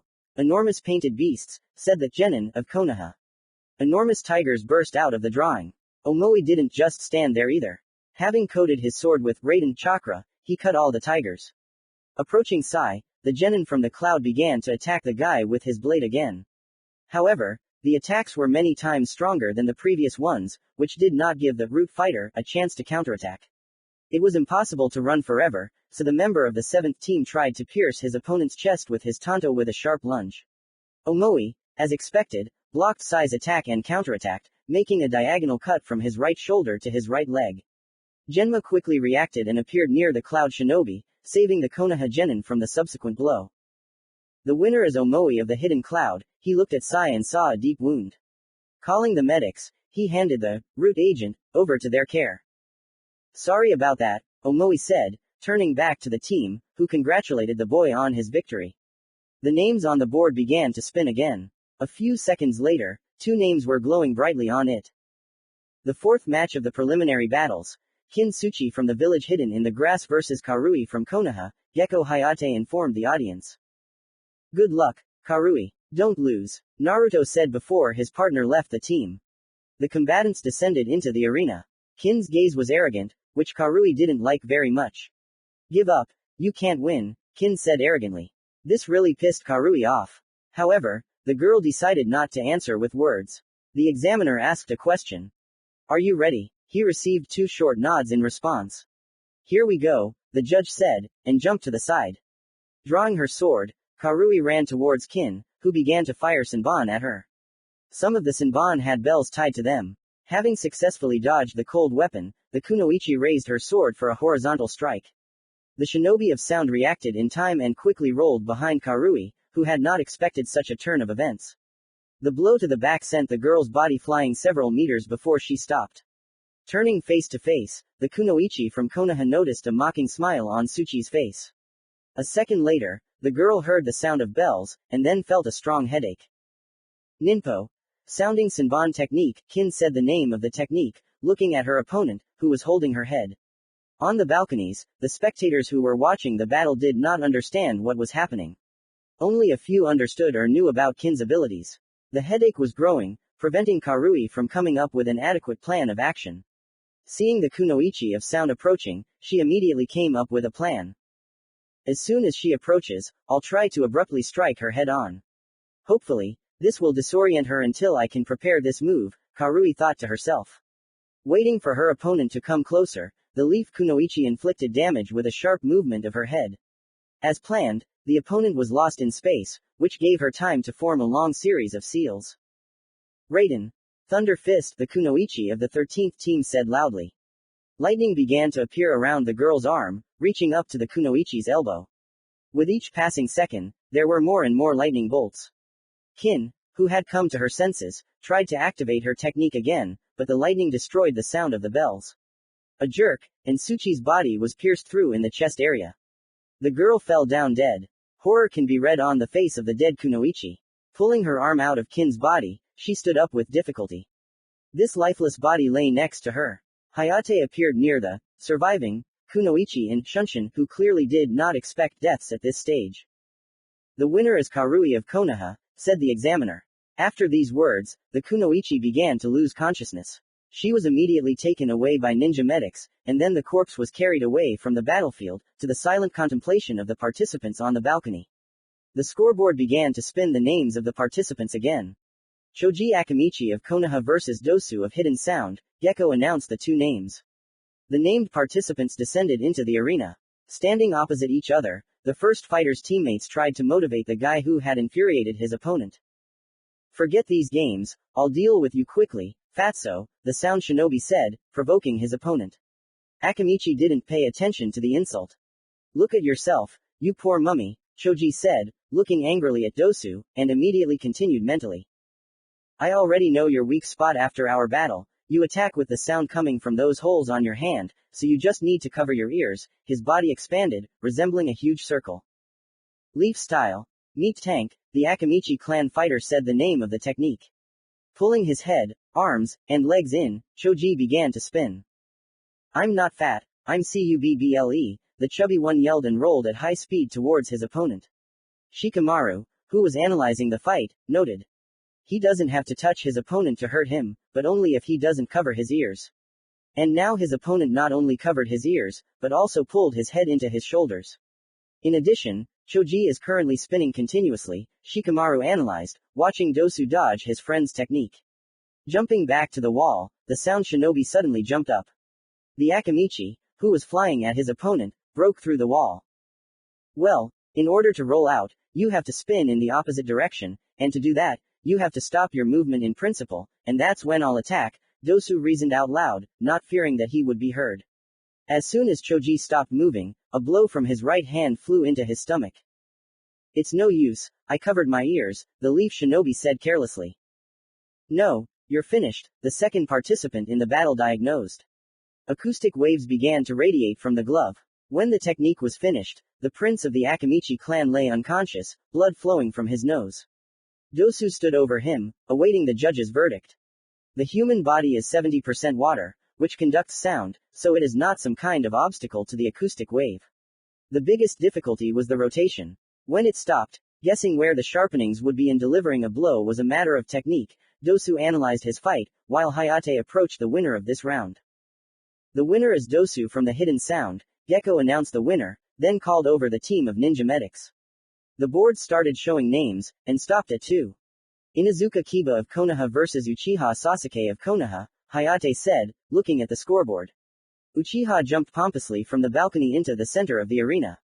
Inuzuka repeated the red-eyed man's gesture, showing that he was not afraid of him. Standing opposite each other, they began to wait for the battle to begin. Ready? Asked the examiner. He received the classic 2 nods in response, so without further ado, he jumped back and said, let's begin. But neither Sasuke nor Kiba moved, which surprised everyone, including Inuzuka himself. It was the cursed seal that prevented Sasuke from controlling his chakra. Kiba was the first to lose his temper. With a quick jerk, he closed the distance, delivering a direct punch to the body. With difficulty, the Uchiha dodged this blow, thinking about a plan of action. Kiba continued to increase the pace, not giving Sasuke time to think ahead. After a couple of attacks, Inuzuka jumped back, and took out a special combat pill from his pouch and threw it towards the small white puppy. Akamaru, sitting near his owner, swallowed it. The color of his fur changed from white to brown. Having folded a long series of hand seals, Kiba transformed his body. Beast imitation technique. 4 paws, Inuzuka said, standing on all fours. The boy's claws lengthened and became sharper. However, this was only the tip of the iceberg, since the boy himself had become many times stronger and faster, which cast doubt on the Uchiha's victory. Ha! Is this all your power, Sasuke? You were stronger in the academy, the genin from the 8th team mocked. The red-eyed man stood up after another blow, clenched his fists in anger, closed his eyes. The power of the cursed seal no longer hindered him. The body adapted to the cursed mark. Shut up, Uchiha said, opening his eyes, in which the 3-volume Sharingan was burning. To everyone's surprise, Sasuke easily dodged Kiba's blow. Inuzuka tried again, and again, and again, but it was all useless. With each dodge, the red-eyed one became more confident, and almost managed to counterattack.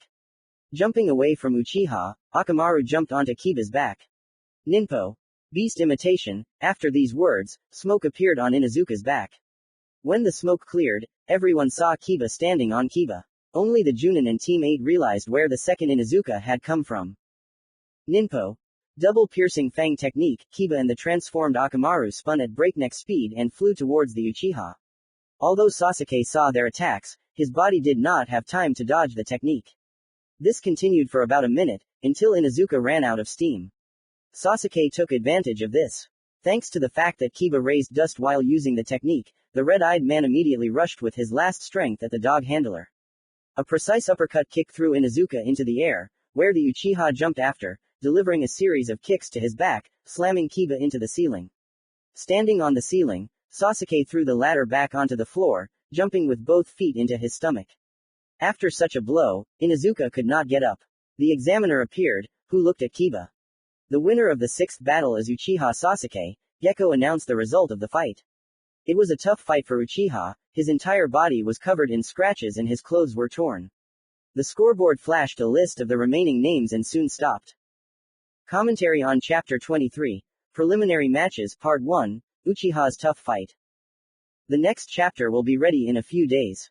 It will be one of the key chapters for Naruto's personality development.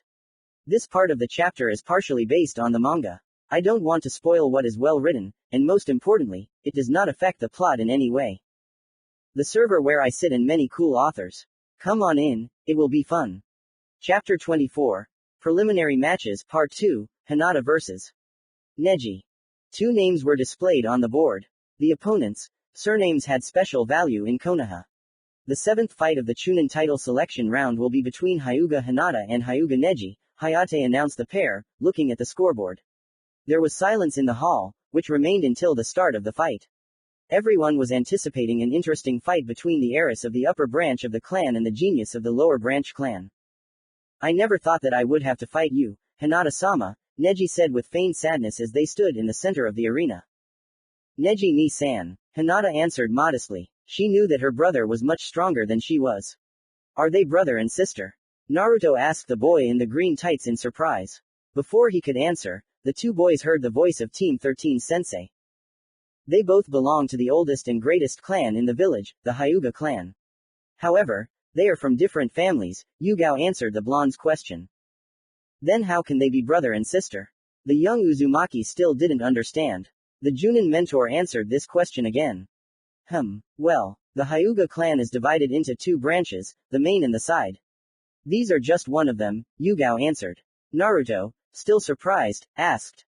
Main and side, Uzumaki asked, looking at the participants of the round. Yes, Hinata-sama belongs to the main branch. Neji is also a Hyuga, but from a side branch. Over the years of the clan's history, many contradictions have accumulated between the branches, so now they do not get along very well with each other, Lee answered Uzumaki's question. The latter was digesting the information. But why is that? Naruto said after a minute of silence. I don't know everything, but as is often the case with old clans, in order to preserve the pure blood of the Hyuga clan, a series of rules were created that put the main branch in a more advantageous position. This greatly affects the representatives of the side branch. Does that mean they can't stand each other? But there was no answer to this question. Let's start the fight, Hayate said to the whole hall and jumped to the side. The participants stood opposite each other. Before we begin the battle, I would like to tell you something, Hinata-sama. You will not become a good shinobi. Surrender, Neji said, looking at his cousin. The girl looked at the guy in surprise.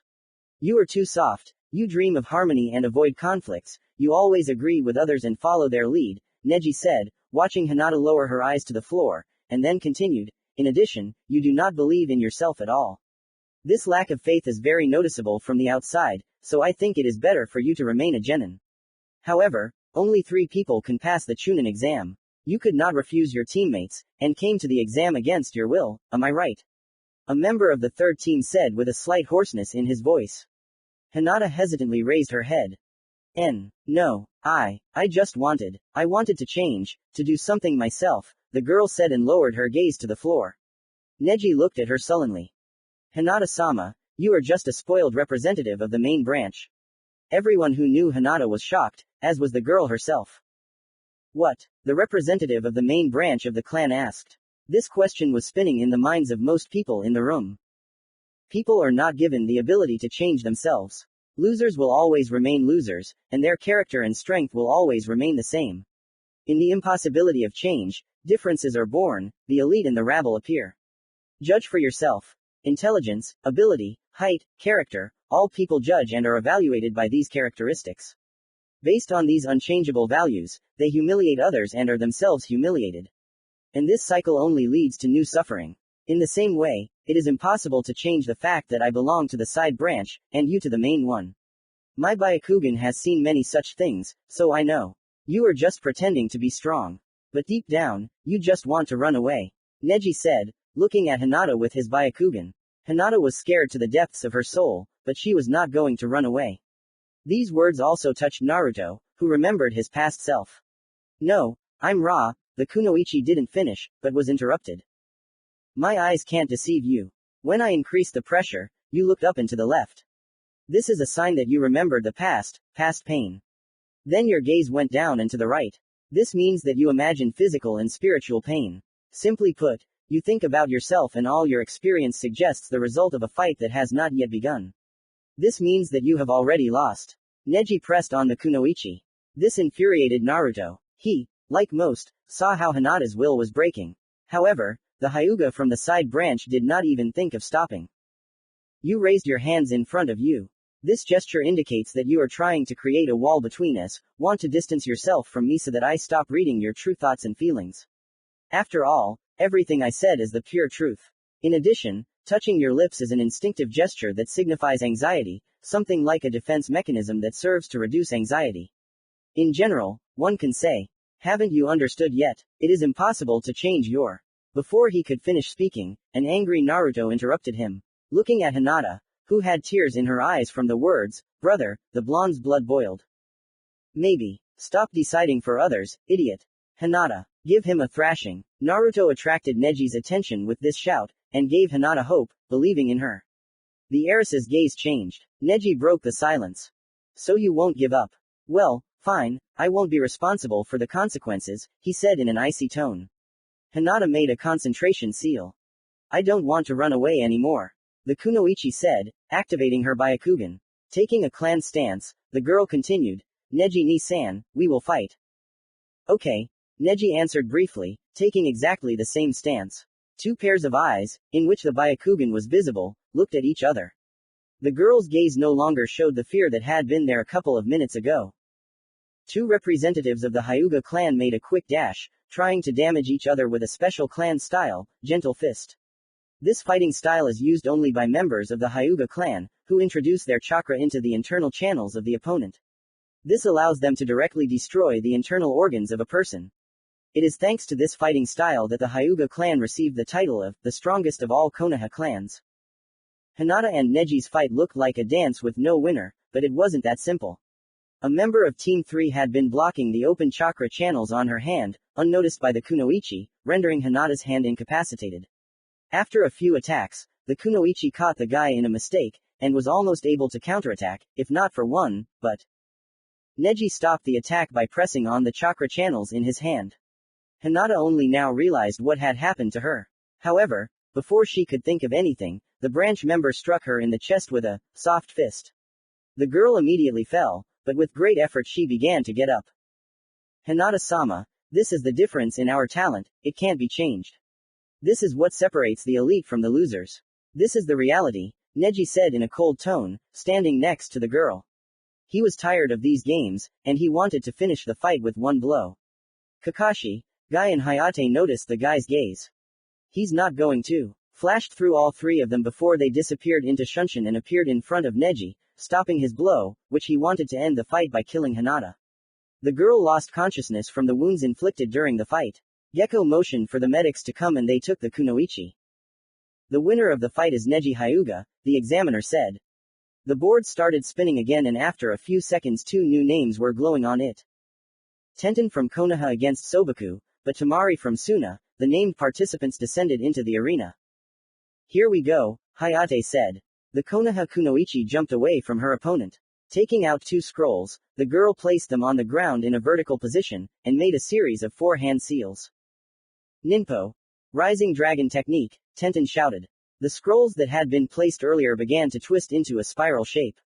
The Konoha kunoichi jumped up between the two scrolls and began to summon a bladed weapon at maximum speed, aiming it at Tamari. The Suna girl, seeing the bladed weapon, took out her battle fan and said, Fuden. Serpentine Weasel Technique, the blonde said with a swing, deflecting all the weapons flying at her. The kunoichi's technique reached Tenten. The result was several deep cuts and many small wounds. The winner is Sobaku no Tamari, Gecko said, calling for the medics again. The scoreboard began its dance of names again. Sobu no Gara from Suna vs Rock Lee from Konoha, the examiner said. Meanwhile on the streets of Konoha, a young man of 20 years old walked through Konoha. His red hair fluttered in the wind. Now he was heading towards the Anbu route, in search of information about Naruto. He did not find any useful information in the Anbu archive. At the entrance, he was met by 3 dozen elite Anbu of the route.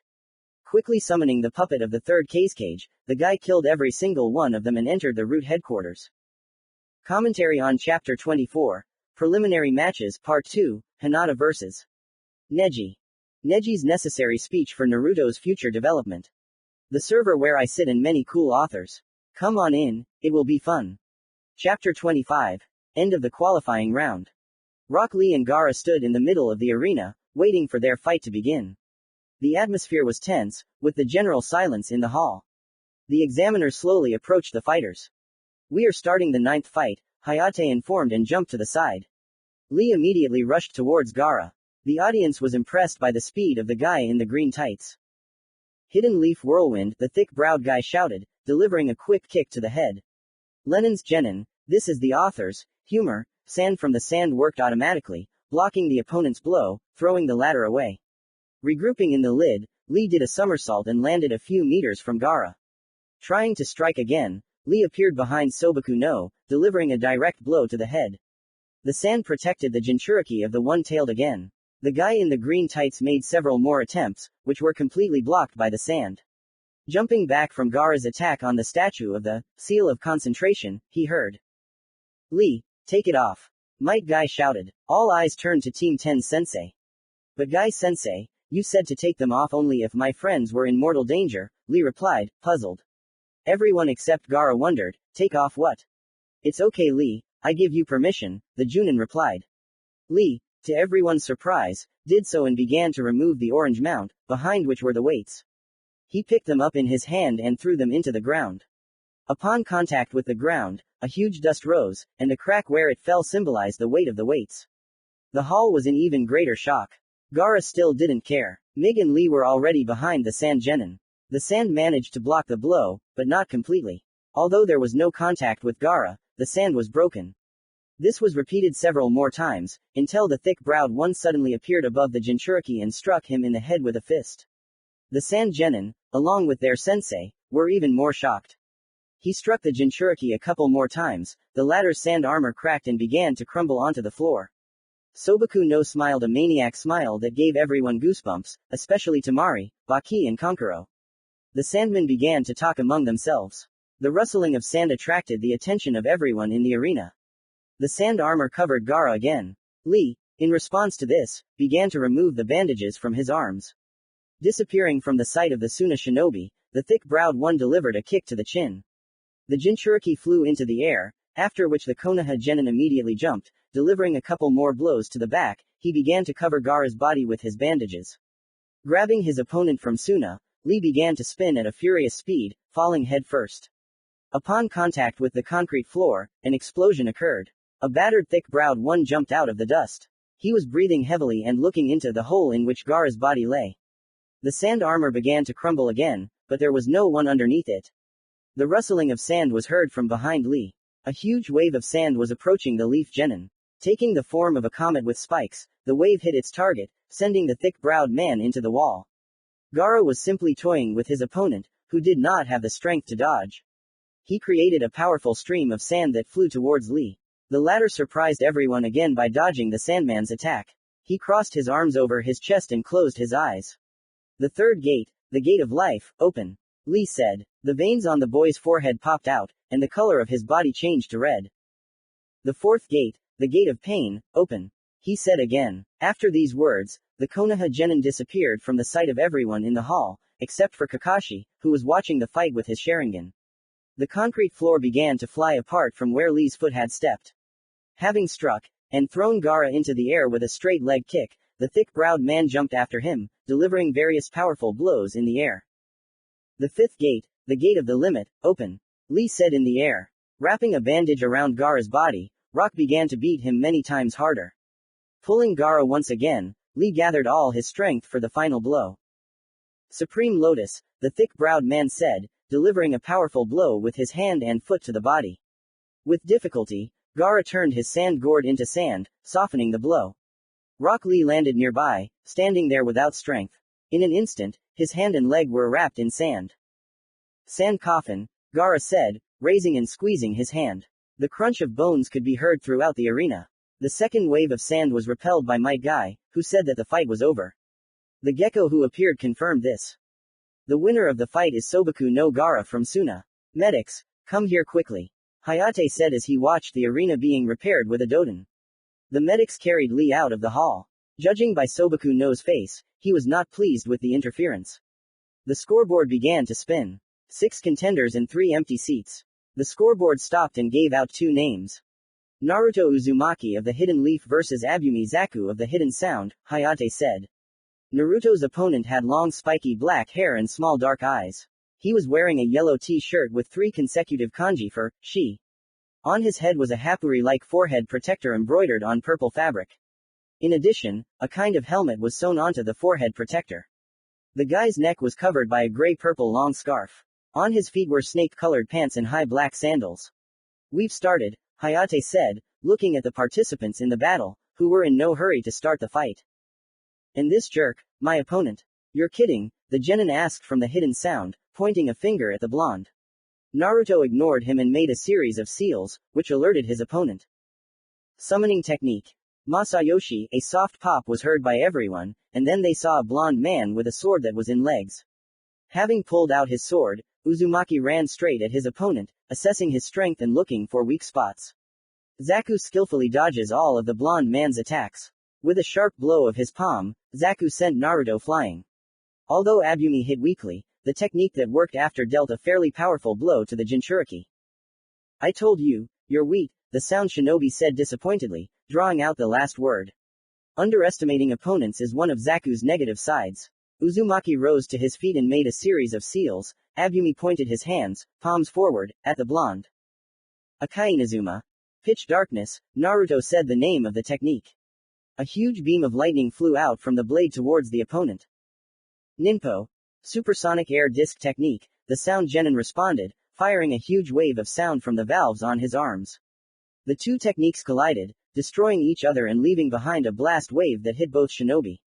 Abumi was the first to recover and with a quick movement of his hands, he aimed them at the rising Jinchuriki. Ninpo. Supersonic air disc technique, shooting a huge blast of air, Zaku grabbed the arm that had hurt the most. All the spectators saw the sound technique approaching Uzumaki. In an instant, Uzumaki appeared at the other wall where Naruto's sword was lying. There was rage in the boy's eyes. Using Shunshin again, the Jinchuriki began to attack the enemy, focusing on the arms. Zaku had no choice but to dodge and run away. Suddenly, Naruto himself stopped. He stood motionless, looking at Abumi, who began to move his arms. This is the end for you, asshole. Ninpo. Supersonic air disc technique, Zaku shouted, pointing his palms at Naruto. Before the sonic attack fired, everyone heard. Akai Inazuma. Swift slash, Naruto said, disappearing into the Shunshin. Appearing in front of Zaku, Uzumaki made a sharp cut near the heart with a sharp movement of his hand. Zaku coughed up blood and lost consciousness. Hayate appeared in front of them, calling for medics. They didn't keep them waiting long and quickly carried the victim to the intensive care unit. The winner of the fight is Uzumaki Naruto from the Hidden Leaf. However, Naruto did not have time to climb to the second floor before he lost his balance on the stairs due to muscle strain. Still, the sound techniques had seriously battered the young shinobi, as had the Shunshin. The result of the fall was a loss of consciousness. The medics took Uzumaki to a separate ward. The boy woke up a few days later, completely confused about where he was. Young Uzumaki was completely bandaged, resembling a mummy in his appearance. The door to the ward swung open, attracting the patient's attention. The person who came was a doctor, who examined the body for fractures. Your regeneration is something. Yesterday you had huge bruises and contusions all over your back, and today they are gone, the doctor said in surprise, who did not say another word. After a while, he left. Afterwards, a girl entered the room, who looked to be 13 or 14 years old. She had long violet-colored hair braided into 2 pigtails and beautiful raspberry-colored eyes. How are you feeling? The girl asked worriedly, sitting down on the chair next to the Jinchuriki. Uzumaki turned his gaze to her. She was dressed in a light green t-shirt with a hand-drawn picture of the 4th Hokage's face, a long purple skirt, and standard shinobi sandals. I'm better, the boy answered with a soft smile. I just overexerted myself in battle, the Jinchuriki continued to speak, looking into the sad eyes of the girl. Shiro Misamoto, that was the name of Naruto's unfamiliar friend. However, something happened that surprised the Jinchuriki. He expected the girl to start reporting to him as before, but the girl only gently hugged him. Why are you scaring me like that, Naru? First you died, then you met one of the swordsmen of the mist, and now you've been unconscious for 4 days. Do you even know how scared I was when I found out about this? The girl with crimson eyes said quietly, sobbing, pressing herself closer to the lying Uzumaki. Commentary on Chapter 25. End of the qualifying round. Well, how do you like the twist? I'll make a separate filler about Shiro's past. The server where I sit and many cool authors. Come on in, it will be fun. Chapter 26. White-haired old man. After talking a little more, Shiro had to leave, as the young Uzumaki's team was due to arrive soon. No one knew about the hidden girl, except for the Jinchuriki, and no one should have, because it was the only lever of pressure on the guy.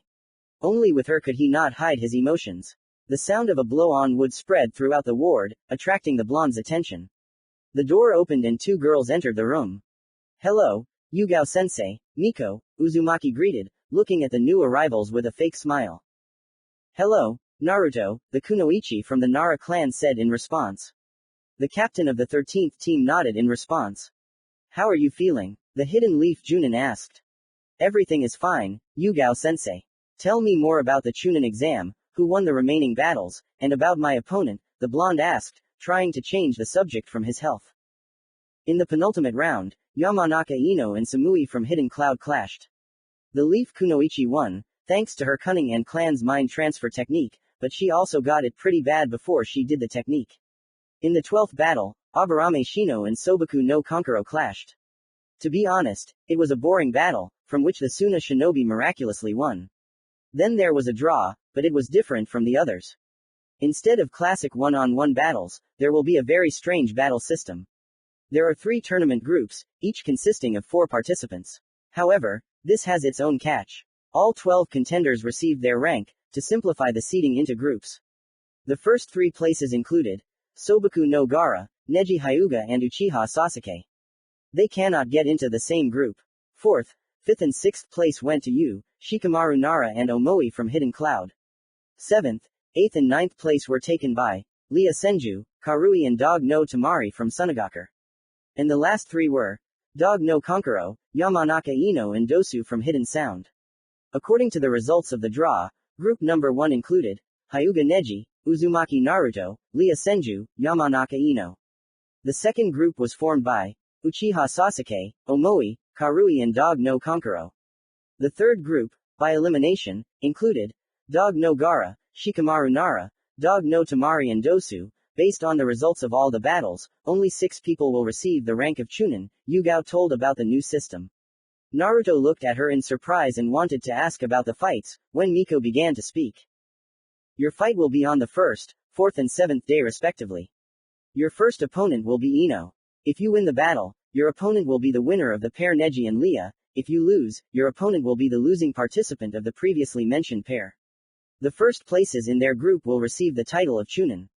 The second and third places will meet in battle among themselves, for the remaining possible titles of Chunin. The third stage will begin in 4 weeks, said Miko, giving information to the Jinchuriki who had not yet recovered. Having talked about other topics, the members of the 7th team left the ward, leaving Naruto alone with thoughts about 2 questions. The first question was about the blonde's opponents. The second question was sensei for the guy. He understood that there would be difficult battles with strong opponents, and the current level of strength did not suit him. 2 days passed unnoticed. Every day, young Uzumaki was visited by members of Team 7 and Shiro when his teammates left him. On the day of discharge, Naruto immediately went to look for a teacher. There aren't many options, Kakashi-sensei or Yugao-sensei. Although, Yugao-sensei's candidacy remains a dubious option for me, the blonde reasoned, leaving the hospital. After leaving the hospital, Uzumaki felt like he wanted to eat. Putting off the decision about sensei, the guy went to his favorite place, Ichiraku Ramen. After the blonde had a snack, he went to look for Kakashi. After a couple of hours of searching for the ash-haired Jonin, the Jinchuriki did not find him. At this time, Hitaki was training Uchiha in using the Sharingan, having previously sealed the cursed mark of the snake Sanin. Walking around the evening village, Naruto felt surveillance. One white-haired old man had been following the young Uzumaki for more than half an hour. After wandering around Konoha a little more, the guy smoothly changed course to one of the abandoned training grounds of the village. Who are you and why are you following me? The Jinchuriki said, summoning his katana. The old man smiled faintly at Uzumaki's actions. I heard you need a teacher, Naruto. The toad Sanin ignored the earlier questions. The blonde tensed up at the stranger's name. Who are you and how do you know me? Naruto asked in a raised voice, simultaneously directing red lightning at the sword. The white-haired man grinned again, which enraged the guy even more. Akainazuma. Shuriken, the boy said the name of the technique, making a series of hand seals. 6 shurikens of red lightning formed in the air. Jiraiya dodged the technique without any problems. If you can defeat me, I will answer all your questions, the toad hermit said as soon as he dodged the blonde's technique. The provocation worked. The blonde ran towards the old man, delivering a vertical swing, which the latter dodged without any problems. Naruto smirked. Akainazuma. Impulse, Naruto said, touching the tip of his sword to the ground. Lightning began to spread from that spot, causing Jiraiya to jump back to a tree. At that time, the Jinchuriki took out the shurikens with chakra-absorbing line that he had previously prepared for the second stage of the Chunin exam. The young Uzumaki's plan was successful, but something happened that he did not expect. Poof! It was heard in the place where the tied-up stranger should have been sitting. A clone flashed through the boy's head. Before he could turn around, the Jinchuriki received a powerful blow to the back, from which he flew a couple of meters before he could stop. Raising his head, he saw a smiling old man. Not bad at all, kid, but not good enough, the Sannin said in a serious tone. These words caused Naruto to feel an inexplicable rage. An old man unknown to him was ignoring and mocking him, and he couldn't even hit him. There was a release of red, burning chakra, and the smile disappeared from Jiraiya's face. An orange shroud covered Naruto's body, and a tail of Kyuubi chakra began to form behind his back. The next moment, Uzumaki, with the shroud of one tail, rushed at the white-haired man. Dodging attacks became more difficult. The speed and strength of the Kyuubi were amazing, but Jiraiya was considered one of the strongest fighters in Konoha for good reason. The toad hermit put his hand forward and a blue sphere began to form in his hand. Dodging the fox's paw, the old man struck with the sphere. Rasengan, the Sannin said quietly, delivering a blow to the Jinchuriki's stomach. This technique threw Uzumaki's body into a tree. Walking up to his prone opponent, the white-haired concentrated chakra into his fingertips. The seal of the 5 elements, Jiraiya said quietly as he touched the seal that held the Kyuubi. The orange chakra began to gradually disappear from the boy, who had lost consciousness. Uzumaki woke up a few hours later. The same white-haired old man was lying next to him, under the tree. Naruto visibly tensed up, which the Sannin noticed. Are you awake yet? The toad Sannin asked with a good-natured smile. Who are you and why were you following me? Naruto asked without changing his first question. The white-haired man smiled at this. My name is Jiraiya and I would like to take you as my student, the toad hermit said calmly, shocking his interlocutor. Uzumaki had heard of the legendary Trinity and each of its members inclusively. Jiraiya had been the boy's idol in childhood. As soon as the boy realized the answer to the second question, he immediately answered. Of course, Jiraiya-san. The guy's confident tone pleased the white-haired Sannin. Shiro's past life in the orphanage was not a happy fairy tale. All the children understood that they were abandoned by their families, and each of them dreamed of a family, of love and warmth, but over the years this dream seemed more and more unrealizable. The children became cruel, evil, and each of them tried to hurt another child, because the pain inside was becoming stronger and stronger. There was no friendship in the orphanage. Each child was on his own, because it was easier that way. No one would betray, no one could offend. Naruto since childhood was sincerely convinced that the cure for suffering is only people dear to you, who are able to lend a shoulder in difficult times, and he also considered it his duty to help another person in difficult times. There were many withdrawn children in the orphanage who were constantly offended, among them was Shiro Misamoto. The kinder a person is, the more often they try to offend him. And if a person is truly kind, then he lets all the insults go in one ear and especially in the heart, but deep down there remains an unpleasant aftertaste. Some girls hated Shiro. On their part, there was envy of her, since the girl has very beautiful blue eyes and millet-colored hair. She looks like a little doll. One day they decided to play a joke on her. Knowing that Shiro is afraid of dark places, the girls invited her to the attic, saying that they have a very pleasant surprise for her. When Shiro got up, the girls locked her in a dark room. But Shiro was lucky, because Naruto accidentally overheard the girls' conversation. He did not interfere ahead of time, decided to wait until they left. Then he opened the room. Naruto's heart sank when he saw Shiro crying. He went up to her and hugged her tightly, saying that now no one could hurt her. Since then, they have become best friends. He took care of Shiro like a younger sister, and the girl helped Naruto, and also supported him in difficult times. On the day when 6-year-old Naruto left the orphanage, everyone was happy, except for 5-year-old Shiro. The girl cried for a long time, because her friend was gone, until one day the young Uzumaki came to visit her. That day, the girl was beaming with happiness, and no one could spoil her mood. A year later, she was moved from the orphanage to a dormitory for future shinobi.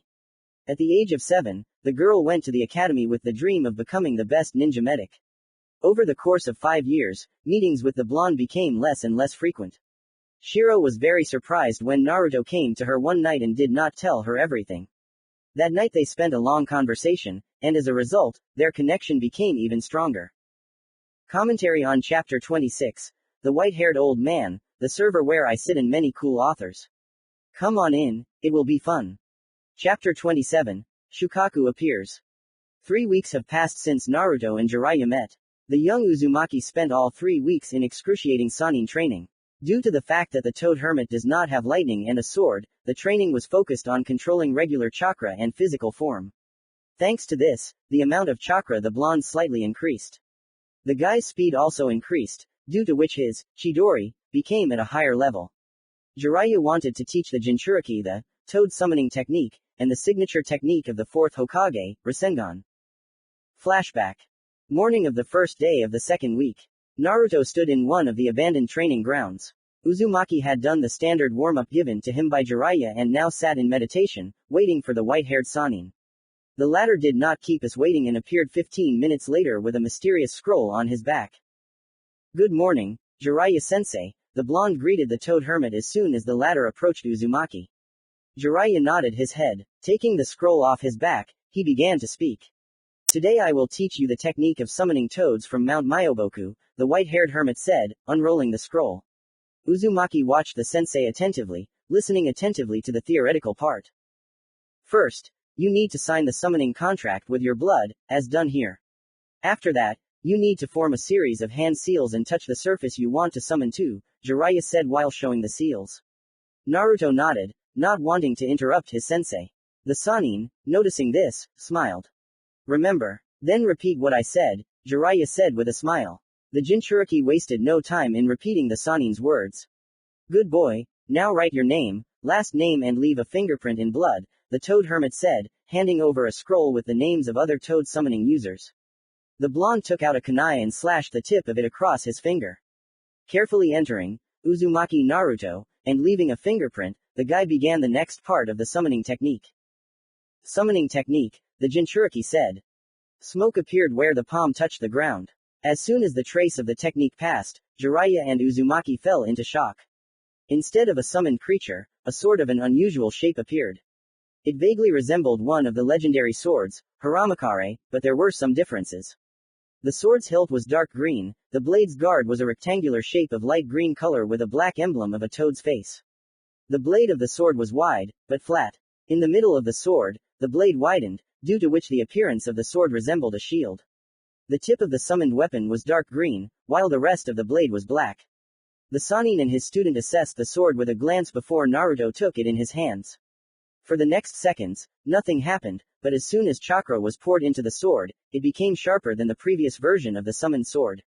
The sword's size also increased its penetrating power, but it was much harder to control than the first version of the blade. While Naruto was trying to figure out how to control the sword, Jiraiya wondered what had gone wrong.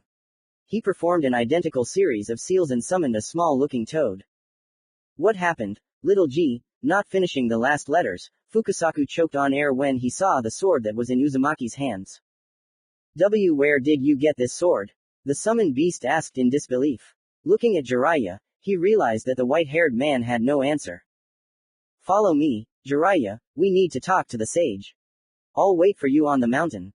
The frog said hastily and disappeared. The Sannin said goodbye to Naruto, made a series of seals and disappeared in a puff of smoke, leaving Uzumaki to practice with his new sword. End flashback.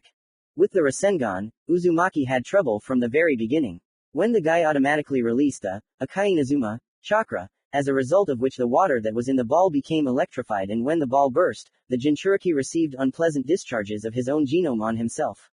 As a result of 2 days of training, Jiraiya decided to develop the existing Chidori to a higher level of combat power, concentrating the chakra of the genome in a denser form. The result was meager, but still there. The noise of the stands could be heard hundreds of meters away from the arena. More than 2,000 people had come to watch the final round of the Chunin exam. The arena was completely filled with residents of the Leaf and guests from other countries. Everyone was eagerly awaiting the first fight, in which the not-so-interesting pair of the day would fight, Shikamaru Nara and Sobaku no Tamari. After them, there would be the fight that everyone was waiting for, Uzumaki Naruto vs Neji Hyuga. All 12 candidates for the Chunin title stood on a separate balcony, waiting for the final round to begin. Above the arena towered a box for the cage and the feudal lord who was to attend the final matches. There were currently 2 people in the box, Hiruzen Sarutobi, the current Hokage, and Muramasa Kanoko, the cage of the Sound Village. Since no one knows what the cage of sound looks like, Orochimaru had no problem creating the appearance of one of the largest and most recognizable faces that had disappeared, and whose bodies had never been found. In the past, Muramasa had been exiled from Sunagakur for massacring the inhabitants of one of the few villages in the desert. Hokage, the head of the Sound Village, addressed the third leader of the Leaf. Sarutobi turned his gaze to his interlocutor. "It's time for your speech," the snake Sanin reminded him of the information. The Hokage, after a moment's hesitation, stood up and walked to the edge of the bed. "Attention, participants of the final round of the Chunin exam, residents of the Hidden Leaf, and guests from other countries. I am pleased to welcome you, and I would also like to congratulate everyone who has reached this stage of the Chunin exam. Over the next 2 weeks, one of you will be promoted in rank. The rules for this stage are simple. One-on-one battles. Killing is allowed at this stage, although it is undesirable.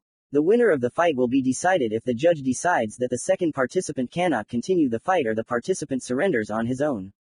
The examiner can stop the fight if he deems it to be over. Please, the first pair Shikamaru Nara and Sobaku no Tima." Sarutobi did not finish speaking, as Orochimaru pierced him from behind with the Kusanagi sword. However, something happened that Orochimaru did not expect. Hiruzen disappeared in a puff of smoke, appearing behind his student. Meanwhile, explosions began to occur in the stands. This was a signal for the Sound Shinobi. The order to attack was given. Within a minute, hundreds of shinobi with Oto forehead protectors were inside the arena. Sasori was also in the arena, who had been looking for an opportunity to talk to Naruto for 4 weeks, but the Toad Hermit was always with him. This was the perfect chance to take Naruto and leave. Uzumaki himself, like most of the genin, was shocked by what was happening. Only Dosu launched a sound attack on Gaara, infuriating him. Civilians left their places, but not everyone succeeded. Things were heating up in the cage box. Orochimaru looked at Hiruzen with anger in his eyes. The latter, on the contrary, looked at his student with disdain. So what is a renegade who killed his own sister doing here? Coming to kill the only witness of that day? Sarutobi asked with a mocking smile, causing the Sanin to become furious. Hiruzen knows what to press. "I came here for revenge, old man," Orochimaru said in response after Jiraiya and Shimura Danzo appeared on either side of the Hokage. The root leader and the village leader laughed at this statement.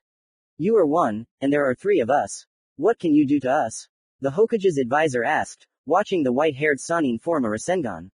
However, the snake Sanin smiled and summoned a Kusanagi. Rasengan, Jiraiya said the name of the technique, striking Danzo. Thanks to the element of surprise, the snake Sanin extended his sword and wounded the cage in the shoulder.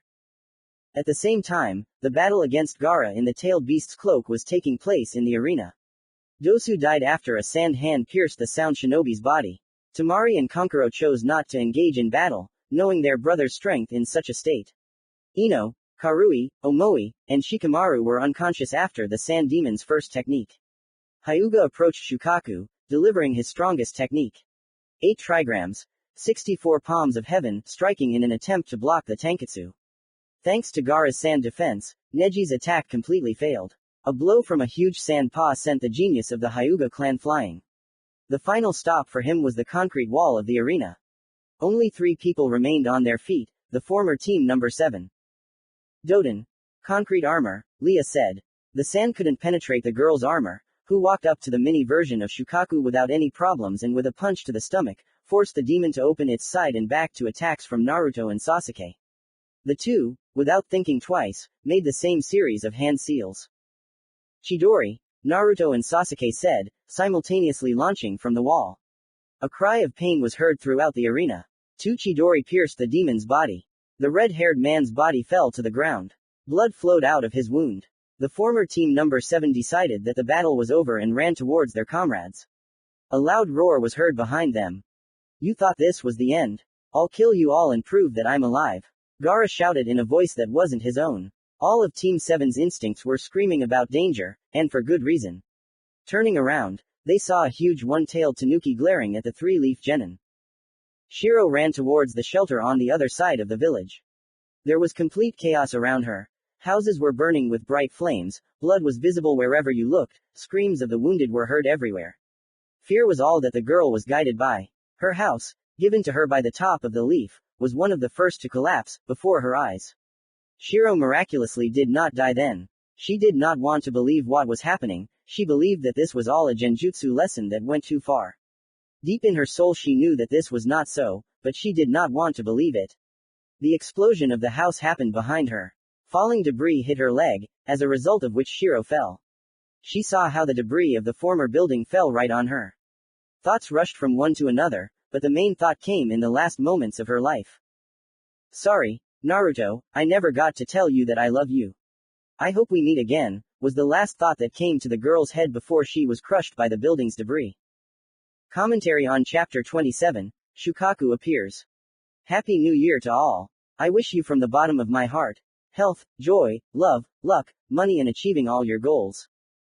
Chapter 28, The Final Battles Resume. The explosions did not stop for a minute. Konoha was burning like 13 years ago, during the attack of the nine-tailed demon. In the former cage box stood 4 famous shinobi. Orochimaru, the Snake Hermit, Jiraiya, the Toad Hermit, Sarutobi Hiruzen, the third Hokage of the village hidden in the leaves and Shimura Danzo, the leader of the Root Anbu. The first two were on the side of the destruction of the leaf, while the latter, on the contrary, protected the village. Jiraiya, we're going according to plan, the Sannin said in a hissing voice, not taking his eyes off the former sensei. The Toad Sannin nodded and began moving towards Danzo. Having made a series of seals, the hermit said, Ninpo. Toad mouth technique, Jiraiya and the root leader were sucked into the stomach of the toad from Mount Myoboku. The toad's throat disappeared from the cage's bed, leaving the teacher and student alone. Jiraiya and Shimura Danzo stood opposite each other in one of Konoha's forests. Flocks of birds scattered from the fall of one tree, which was hid by the Sannin's rasengan. The situation was extremely inconvenient for Jiraiya, since of all of Shimura's abilities, he only knew Fudan. His opponent, on the contrary, was prepared and knew almost all of the white-haired man's trump cards. So you betrayed the village, just like your friend. I told Hiruzen to be careful, Danzo said in an icy voice. Knowing his opponent's strength, the advisor did not take any risks and quickly removed the 3 locks from his hand, which fell to the ground with a crash. What he saw on the hand that Danzo was hiding shocked the hermit. What the hell is going on here? Where did you get these Sharingans? The Sannin said in a trembling voice, looking at his opponent with a disbelieving look. Shimura's evil grin did not bode well. It's none of your business, the advisor answered briefly in an icy tone, looking at the place where his opponent had just stood. The clang of metal was heard a second later. Jiraiya began the attack, moving at great speed behind Danzo. He was prepared for this, so the subsequent blows of the embittered Sannin were successfully parried. Digging in graves is unforgivable. Fire release. Fire dragon, Jiraiya said as he made his final hand seal, directing the flames of fire that had taken the form of a dragon at the enemy. The technique was aimed at Shimura, but the latter eventually dodged the dragon with a deft jump and, making a concentration seal, said, Fudan, vacuum bullets, releasing 4 bullets from the air towards the Sannin, who at that moment appeared behind the root leader. Rasengan, the Sannin shouted, striking the elder in the back. The latter's body flew 10 meters, breaking through the trees in its path. Having landed on the ground, Jiraiya wanted to check Danzo's body, but at that moment his back was cut, causing critical damage. And one of the Sharingans on his hand closed. With a sharp jump, the Sannin jumped away from Shimura's second attack, who had a satisfied smile on his face. Summoning clones, Jiraiya ran at his opponent. Each of the clones formed a series of seals. Ninpo, Toad Oil. Kato, Flame Cannon. Ninpo, Thorn Volley. The combination of techniques headed straight for Danzo. The technique of the thorny volley was the fastest of all the techniques of the distant hermit and was a volley of thorny, white hair. Following it was a combined technique of oil and fire, expanding with each passing second. The original himself made a rasengan and prepared for the finishing attack. As expected, Shimura used the substitution technique, moving away from the spike volley technique. However, It was impossible to avoid the joint technique of the two clones. Another Sharingan closed on Danzo's hand, and he himself appeared in front of the clones and destroyed them with a kunai coated with wind chakra. 3 claps were heard around the head of Root, after which smoke from the destroyed illusions filled the area where the advisor was standing. The rasengan that followed forced Shimura to use Izanagi again. The third of the 5 Sharingans was closed. The leader of Root appeared in front of Jiraiya, who was breathing heavily. The wound on his back made itself felt. A moment later, the two enemies began to fold the same series of seals. Ninpo. Summoning technique, they both said. Shimura stood next to a huge elephant. Jiraiya was on the head of a huge toad, and on his shoulders were 2 small toads. Why did you summon us, Jiraiya-chan? Asked one of the toad summons. No time for questions, Gamabunta, buy me some time. Grandpa, Grandma, I'm sorry I called you without warning, but the situation is extremely urgent. I need your help to enter Sannin mode, the toad hermit said. No more words were needed. Fukasaku and Shima jumped onto the hermit's shoulders and began to concentrate natural energy. At the same time, Gamabunta destroyed Danzo's summoning, but received vacuum bullets from the latter, forcing him to return to Mount Myoboku. Shimura spat and made a small series of seals. Fuden. Vacuum ball, Danzo said, concentrating chakra and releasing it through his mouth, forming a ball from the vacuum. The speed of the ball was fast. Jiraiya in the mode of the hermit moved to the advisor, a blow of incredible force. Shimura flew into a tree, breaking through it completely. The latter's body disappeared and appeared in front of Jiraiya with a kunai covered in wind, and inflicted damage on the shoulder, but immediately flew into another tree. Danzo's last eye closed, and the last of the participants in the battle decided to use the last technique in his life, Ninpo, 4 signs reverse seal technique, Shimura said. 4 lines began to emanate from his body, splashing everything within a certain radius. Jiraiya's hand fell into the radius of Danzo's technique and disappeared along with Shimura's technique, and the toad hermit himself fell down exhausted. The sand demon looked at the 3 genin with an undisguised desire to kill. The creature's huge tail was destroying the arena, which contained a huge number of both civilians and the cut-down shinobi of the village of Leaf and Sound. Only one escaped this destruction. A young man with a deft movement jumped to the side a moment before his place was destroyed. This man was not a shinobi of any of the hidden villages. He was a renegade from one of the 5 great villages, namely the village hidden in the sand, which was located in the Land of Wind. I will kill you and prove my existence, Tanuki shouted, smiling madly. His yellow eyes with a black pupil, which has the shape of a 4-pointed star with 4 black dots around it, brought horror, fear and panic to the young genin. Earth release. Concrete armor came from the side of the only girl who remained on her feet. Concrete began to crawl out of the ground on which she stood, covering her body and leaving only her head unprotected. Having strengthened her armor with chakra for quick movement, the girl rushed at the tailed beast, preparing her hand for a blow. The attack reached its target. The girl's fist, covered in a thick layer of concrete, hit Tanuki, but the monster itself did not even feel the attack. The subsequent crack of concrete on the girl's hand surprised her partner, because during the exam they had learned the power of this blow in action. But the guys did not know that among all the tailed beasts, the sand demon had the best defense. Swapping his paw away from Leah, Shukaku laughed loudly. Uzumaki turned his gaze to Uchiha, who was breathing heavily. After all, the latter's chakra reserves were many times smaller. Sasuke was exhausted after using Chidori. With his last strength, he made a series of seals together with the blonde. Lightning release. Chidori, said the last representative of the Uchiha clan in the village hidden in the leaves. Red lightning. Chidori, the Jinchuriki said, along with his former teammate. The 2 genin ran sharply towards the tail demon, dodging the sand that appeared on the way to the target. Shukaku sent sand shurikens, sand waves, but could not hit the 2 opponents. If Uchiha was helped by the Sharingan, then Uzumaki dodged on pure reflexes, making himself an easier victim for the sand. But for a couple of seconds, the tailed demon was still unable to catch anyone in its sand. 2 techniques hit the sand demon. Sasuke's Chidori was able to slightly pierce the layer of sand on Shukaku's right arm, while the red Chidori completely pierced the one-tailed's chest.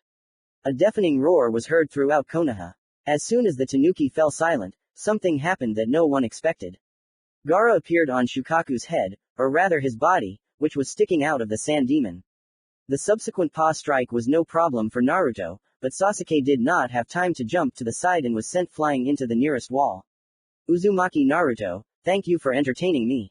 Now you will see the true power of the one-tailed demon. Ninpo. False dream. After these words, the body of the Sunakager Jinchuriki hung, and a second later, the battlefield was illuminated by the demon's laughter. Things are taking a bad turn, I need to finally intervene, the young man thought to himself. Taking off his henge, the world saw one of the members of the little-known organization, Akatsuki. Hang in there, Naruto, help is on the way, Kakashi, Yugao, and Guy thought to themselves as they fought off the hordes of enemy shinobi. He's dangerous. I don't think I can defeat him on my own. I can try to hurt him with an attack and hold out until reinforcements arrive. There's no choice, Naruto thought as he formed a series of seals. Summoning technique. Sword of Justice, the remaining of the 3 genin said out loud. A blade in a sheath appeared behind his back, attached to the guy's body with chakra. When he touched the handle of the weapon with his fingers, the flow of chakra that was supplied to the point where the sheath was held stopped, and the sheath fell to the ground, leaving the blade in the hand of the leaf shinobi. This action took the guy only a few seconds, but Shukaku did not waste them in vain. A wave of sand flew towards Naruto. It was not a problem for the leaf genin to dodge the sand, but he could not get close to his opponent. Ninpo. Air bullet, a huge stream of air, formed into a ball, will fly out of Tanuki's mouth towards Uzumaki. The latter managed to dodge the attack, jumping into the air and jumping over the demon's technique. He landed and ran towards the tailed beast with a sharp jerk, preparing his strongest technique. Due to the layer of dust, the tailed beast did not see Uzumaki's actions, so he began to concentrate chakra in his stomach for a series of his air bullets. Ninpo.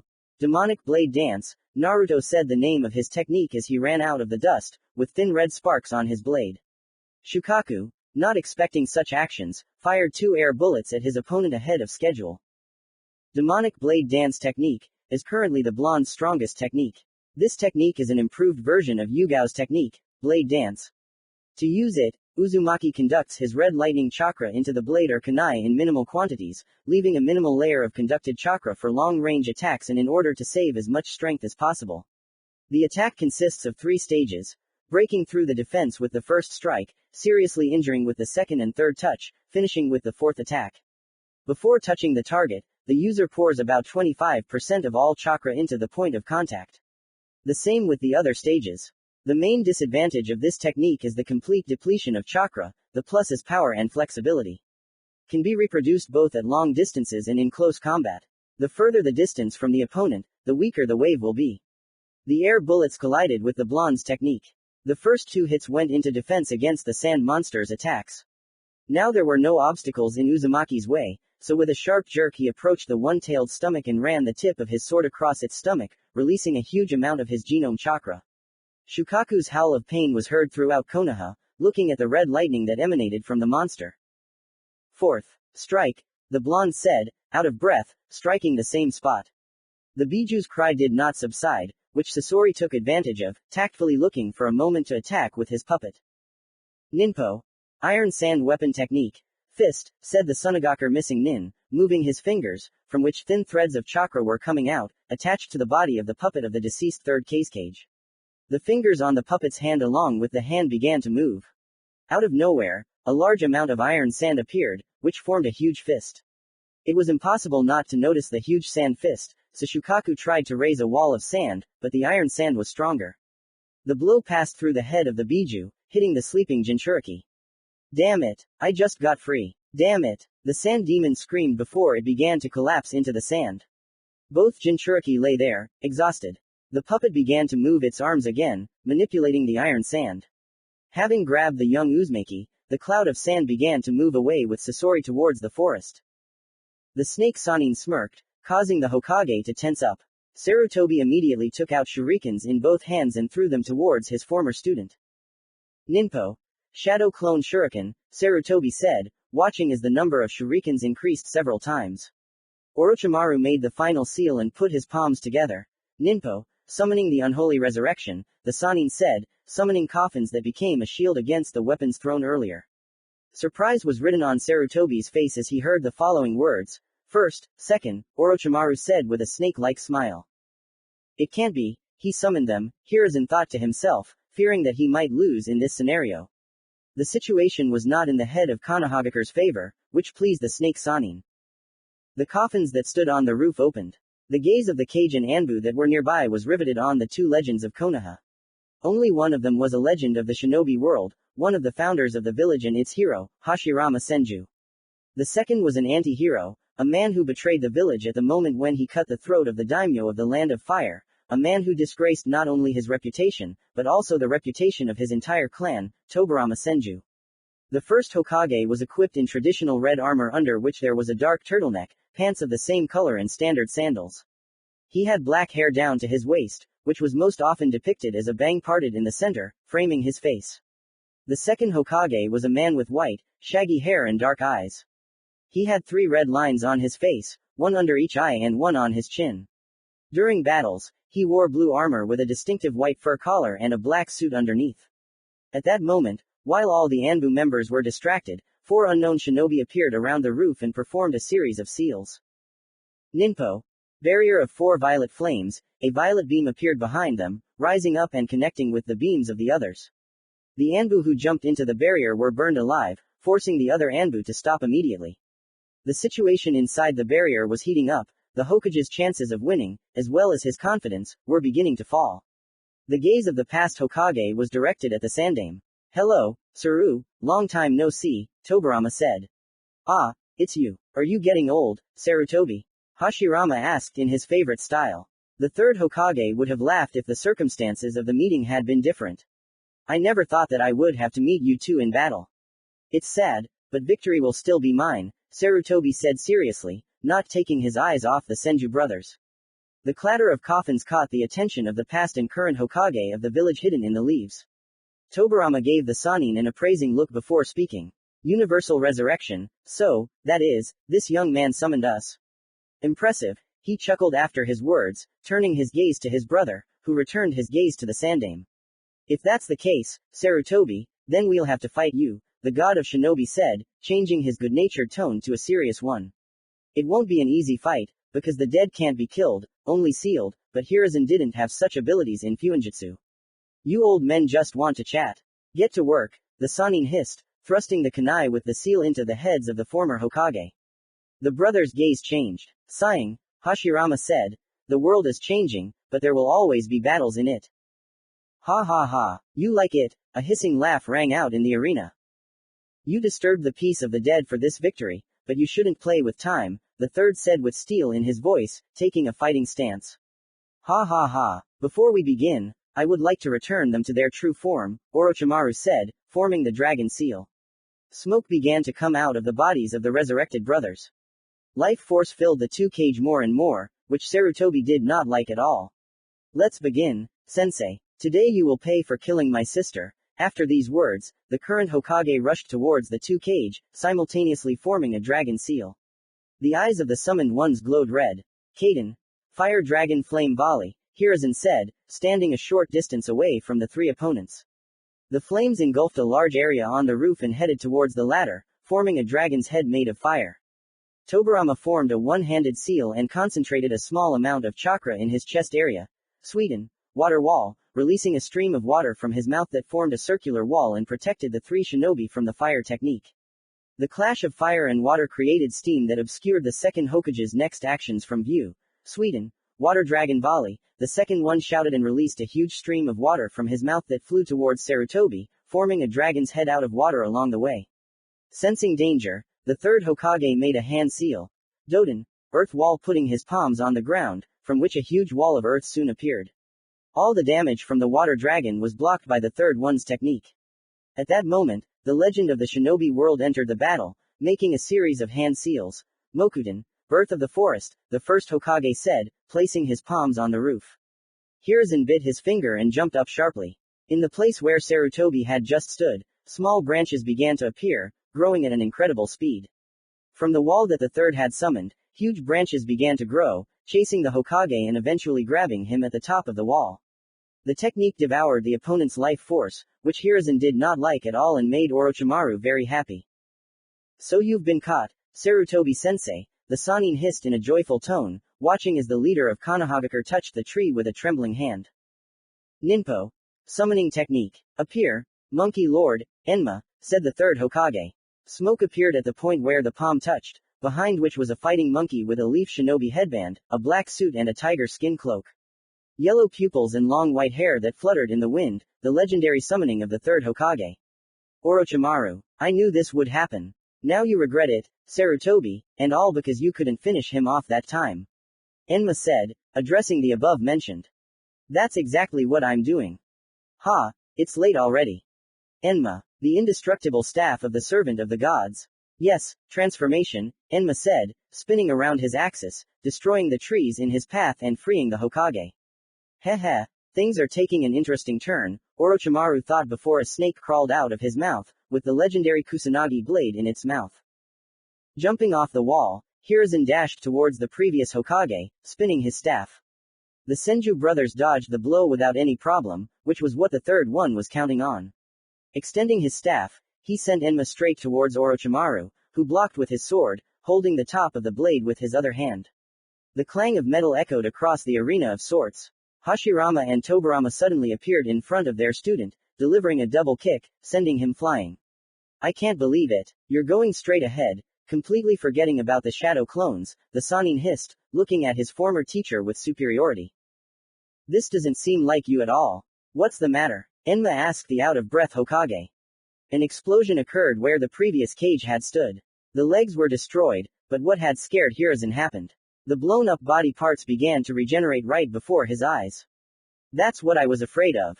It is necessary to break the connection of souls with the unholy resurrection. There is no other way, Sarutobi thought to himself. So, what do you plan to do now? The Sannin said with an evil grin. Sarutobi concentrated his chakra and clasped his palms together. During the brief altercation between teacher and student, the first Hokage did not stand idle. The owner of the Mokuton once again folded the hand seal, and trees began to grow from the ground, forming a forest around the entire perimeter of the barrier. The distracted Sarutobi did not have time to react in time, and the forest almost enveloped him, but Enma managed to transform himself into a cage from the staff of the servant of the gods. It's not right for you to let your guard down, sensei. Especially at your age, the Sannin said with a laugh, looking at the blood that was pouring from the shinobi professor's left cheek. What's wrong with you? You don't look like yourself, pull yourself together. Enma said, trying to understand what was happening to the man whose strength was equal to the gods of shinobi. Sorry, Sarutobi said breathlessly. Even though he hated the snake Sannin, he knew what knowledge he had. He couldn't let that knowledge go to someone else. Today I will obtain all your knowledge, and Konoha will be the strongest village. Let's begin, Hiruzen said, and at that moment the protective cage dissipated, and in its place two shadow clones appeared. The real Hiruzen began to fold an unknown series of hand seals. Snake, pig, sheep, rabbit, dog, rat, bird, horse, snake, and the last action was the formation of the seal of internal concentration. Behind Hiruzen appeared the spirit of the legendary god of death, an emaciated body, purple skin, sharp white hair from which two horns were visible. In the mouth is a small tanto, red beads in the left hand were an ornament that completed this picture. Between him and the Shinigami appeared the image of a man from the chakra that came from Hiruzen. Tobirama with the seal of a tiger appeared in front of Orochimaru. Ninpo, illusion of impenetrable darkness, said the second Hokage, and the area around Sarutobi was plunged into darkness. No matter how much you look, but it is impossible to see through this darkness, all participants in the battle knew this. A few seconds later, Hiruzen, who was standing surrounded by clones, began to cough up blood. At this time, the god of death put beads on his hand and spoke a spell in an unknown language. The hand was covered in FUNN seals and pierced the humanoid chakra of the third Hokage. The clones rushed to the sides, grabbing what they themselves did not see. Come, Hiruzen ordered, and a Shinigami hand covered in FUNN seals emerged from the clones' stomachs. The palm grabbed what Hiruzen was holding, and his vision suddenly began to return. The death god had grabbed the summoned souls of the Senju brothers. Forgive Sarutobi, the last one said before their bodies turned to dust. Seal, Sarutobi said, and the souls of the first two Hokage were sealed into the clones' bodies, after which they immediately dissipated, and Hiruzen fell to his knee. What happened was something that the third Hokage did not expect. The sealing seal was transferred to his body. Orochimaru's grin grew wider, but not for long. A dash made by the Sannin's opponent, and the Shinigami captured the latter's soul. This is your end, traitor. With these words, the Shinigami began the process of pulling out the soul. The Sannin could not move his hand, his body was filled with horror and fear of death. However, Orochimaru's worst fears were not confirmed. The body of the former sensei began to fall to the floor, giving the Shinigami a signal to cut the Sannin's soul. Orochimaru's hands turned purple and hung limply. Sarutobi Hiruzen lost the battle, but took away the two most important things in his life, his beloved sister and the ability to use ninjutsu. Orochimaru's subordinates quickly picked him up and successfully escaped from the pursuing Anbu, brutally killing them. Commentary on Chapter 28, The Final Battles Resume. Next chapter in 7 days. Part 29 Valley of Swords. 3 days had passed since the series of events that had severely wounded the spirit and military might of Konoha. In a small cave located in the land of Burning Springs, a red-haired boy sat, warming himself by the fire. Next to him, on an improvised futon, lay an unconscious boy with spiky yellow hair. The boy looked to be 13 or 14 years old. Sasori, who had kidnapped Naruto after defeating one of the great demons, Shukaku, sat and thought. The boy was on edge, he was afraid for his distant relative. The order of the leader of the Akatsuki group must be carried out at any cost, otherwise the punishment will be death. Fate played a cruel joke on Sasori, making him choose between saving Naruto and fulfilling the plan for the future revival of Akasuna, which he had planned for so long. Blood in the Uzumaki and Akasuna clan is the most valuable. Sasori knows this, but he fears that he will not be able to revive his clan if he does not hand over the Jinchuriki to the leader. A difficult choice that made the puppet master suffer. Uzumaki opened his eyes with difficulty and immediately felt pain, causing him to groan quietly. The last thing he remembers is the huge monster he fought against. The boy's actions attracted the attention of the Akatsuki member, giving a signal to the latter. The unknown guy, whom Naruto sees for the first time, alerted him. Meanwhile, the red-haired man wordlessly placed the flask near the lying man. After taking a sip of water from the flask given to him, he began to look at Sasori. After a while, he couldn't take it anymore and asked, "Who are you? Where am I?" The young man, without taking his eyes off the fire, answered. "My name is Sasori, I am from the Akasuna clan. But I think that doesn't mean much to you. We are currently in the land of hot springs," the Akatsuki member answered the question. Hearing that they were not in Konoha, Naruto was even more taken aback. "Why aren't we in Konoha?" Naruto asked his new acquaintance again. Sasori smiled sadly and added a branch to the fire. "I took you from the village on my own errand, I can't tell you more," Akasuna said. He didn't talk about extracting the Biju, because he knew that he would have to fight then. "You need rest now, your body has not recovered from the damage, although your regeneration is beyond common sense." "Rest," Sasori said, looking at Uzumaki, then turned his gaze to the fire and continued thinking. Naruto listened to the words of his interlocutor and lay down on an improvised futon, slowly falling asleep. A couple of hours later, Sasori sat motionless at the entrance to the cave, pouring chakra into his ring. Before calling all the members of Akatsuki, he was forced to put on a black cloak with blood-red clouds. A flickering projection appeared in a spacious cave on the left thumb of an unknown statue. In addition to Akasuna, there were 3 other participants in the cave. The red-haired guy with the legendary dojutsu of the Sage of the Six Paths, the leader of the organization, Pain, the master of Genjutsu, the man who slaughtered his legendary clan and became one of the last survivors, Itachi Uchiha, the right hand of the leader, a master of the art of origami, Konan. "Good evening, Leader Sama, the Jinchuriki of the 9 Tails has been captured successfully. Unfortunately, I did not complete the secondary objective. The Jinchuriki of Shukaku was extremely unstable," the renegade of the village hidden in the sand reported. There was a moment of silence, which was broken by Pain. "Well done, Sasori, bring the Jinchuriki to the former Akatsuki underground laboratory. Itachi, you must meet, take and imprison the Jinchuriki in a pre-prepared cell," the leader gave a new task.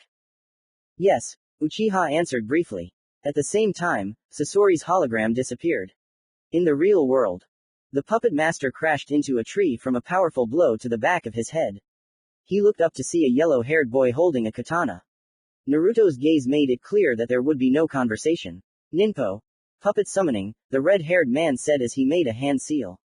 The next moment, a humanoid puppet with black hair appeared in front of the puppeteer.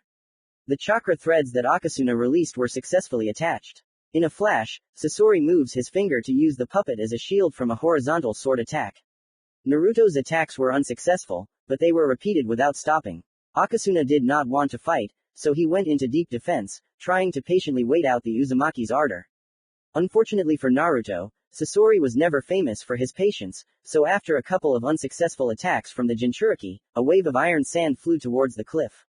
This went on for several minutes. Uzumaki tried to attack using different combinations and techniques at close and long range, but the sand threw him from side to side. Only one attack reached Sasori, cutting his cloak. Another blow to the rock made Naruto cough up blood. "Hear me?" Naruto heard in his head. "Who's there?" Uzumaki asked into the air. Sasori heard the Jinchuriki's question and began to look around. Later, Naruto, use the reverse summoning technique. You are worthy of coming here, the owner of the enhanced genome heard. The unknown quiet voice sounded louder and louder. Naruto's injuries were getting worse with each passing minute, so he quickly put together the necessary series of hand seals and said, "Stop." Sasori shouted, recognizing the series of hand seals. A wave of sand shot towards the Jinchuriki, but it was too late. The last seal had been completed. "Ninpo." Reverse summoning technique, Uzumaki said, placing his palm on the ground. Smoke rose from the point of contact, into which flew the iron sand of the third cage. Naruto appeared in front of the entrance to a small village. The village looked small, a couple dozen one-story houses in a large forge, which was located in the center of the village. The houses are made in the traditional Japanese style. A couple of guards guard the entrance. The guards of the village look like samurai. Dark green armor and a helmet of the same color. Behind his back in a sheath is a katana with a light green handle. Looking around, he approached the guards. "Hello," Uzumaki greeted, looking from one guard to the other. The guards lazily turned their gaze to their interlocutor. Seeing the man, they grabbed the hilts of their blades, preparing to attack. The Jinchuriki tensed up at the guards' actions. "Who are you and how did you get here?" asked one of the guards. "I, Uzumaki Naruto, came here after my sword called me, Masayoshi," the Jinchuriki said without hiding the truth. He did not expect such an unfriendly reception. "Call him as evidence," said the first guard. "If you're lying, you won't leave here alive," the second village guard said in a cold tone. Uzumaki made the necessary series of hand seals without asking. "Ninpo. Summoning technique," said one of the last of the Uzumaki clan. Smoke enveloped part of the territory around Naruto himself. A powerful aura of ki could be felt in the smoke, which began to disappear little by little. Next to Naruto stood a man with dark red hair, armor of the same color. A cloak the color of blood with an inscription the color of flame, Masayoshi. The aura that emanated from the man frightened both the guards and the Jinchuriki himself. "I was waiting for you. Naruto. Why did you take so long?" The old man said in a calm tone, looking at Uzumaki, briefly glancing at the village guards. "Weren't they the ones who detained you?" Masayoshi asked, releasing a wave of ki. The guards were dumbfounded by the level of their opponent. "Remember," Masayoshi said, calming his ki, "this man is my guest. Let him through and take him to my house." "Why yes, Masayoshi-san," the eternal guards said, putting down their weapons. Opening the gate, they let the surprised Uzumaki in. 10 minutes later, they reached an unremarkable building.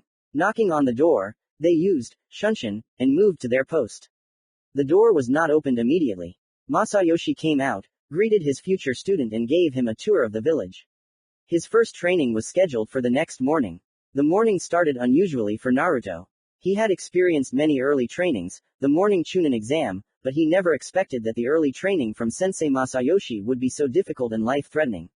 Instead of the classic training that Uzumaki was used to, it was the hardest training he had ever had in his life. The dull sound of the fallen Jinchuriki made the master stop. "Tired already? At this rate, you'll be training here for 5 years, the master said in a cold tone. Masayoshi actually turned out to be a cheerful and good-natured materialized soul of the blade, but when it came to training, kindness was replaced by determination and leadership. "Okay, so be it, that's enough for today. Rest for a couple of hours and return to the demon forge," said the blade, leaving the training ground and leaving his student lying exhausted. 3 hours later, Naruto reached the forge with great difficulty.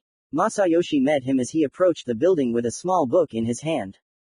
"Good evening, sensei. What is this book?" Uzumaki asked, assessing the object in the teacher's hands with his eyes. The white cover of the book with an outstanding drawing of a blade with a golden handle and a blade as black as night. The tongues of flame that are drawn on the cover raise this weapon. "Today I will tell you the story of summoning swords," said the blade, entering the demon forge. Sitting down at the chair, the teacher began to read the story, gradually leafing through the pages of the book. Our world was founded during the reign of Kagaya Otsutsuki. Her assistant is Kinshiki Otsutsuki. He created several weapons and, thanks to the special chakra of his clan, endowed them with a soul. Only 3 people in history were able to use this summoning. The first creator of the summoning is Kinshiki. He quite often uses his creations during battles. But for the last 40 years, he has not summoned anyone. The second was Hashirama Senju, who summoned us only once, against a huge blue humanoid creature in which there was a red-eyed man. The third person is you. Our clan did not make sense to train you until one moment.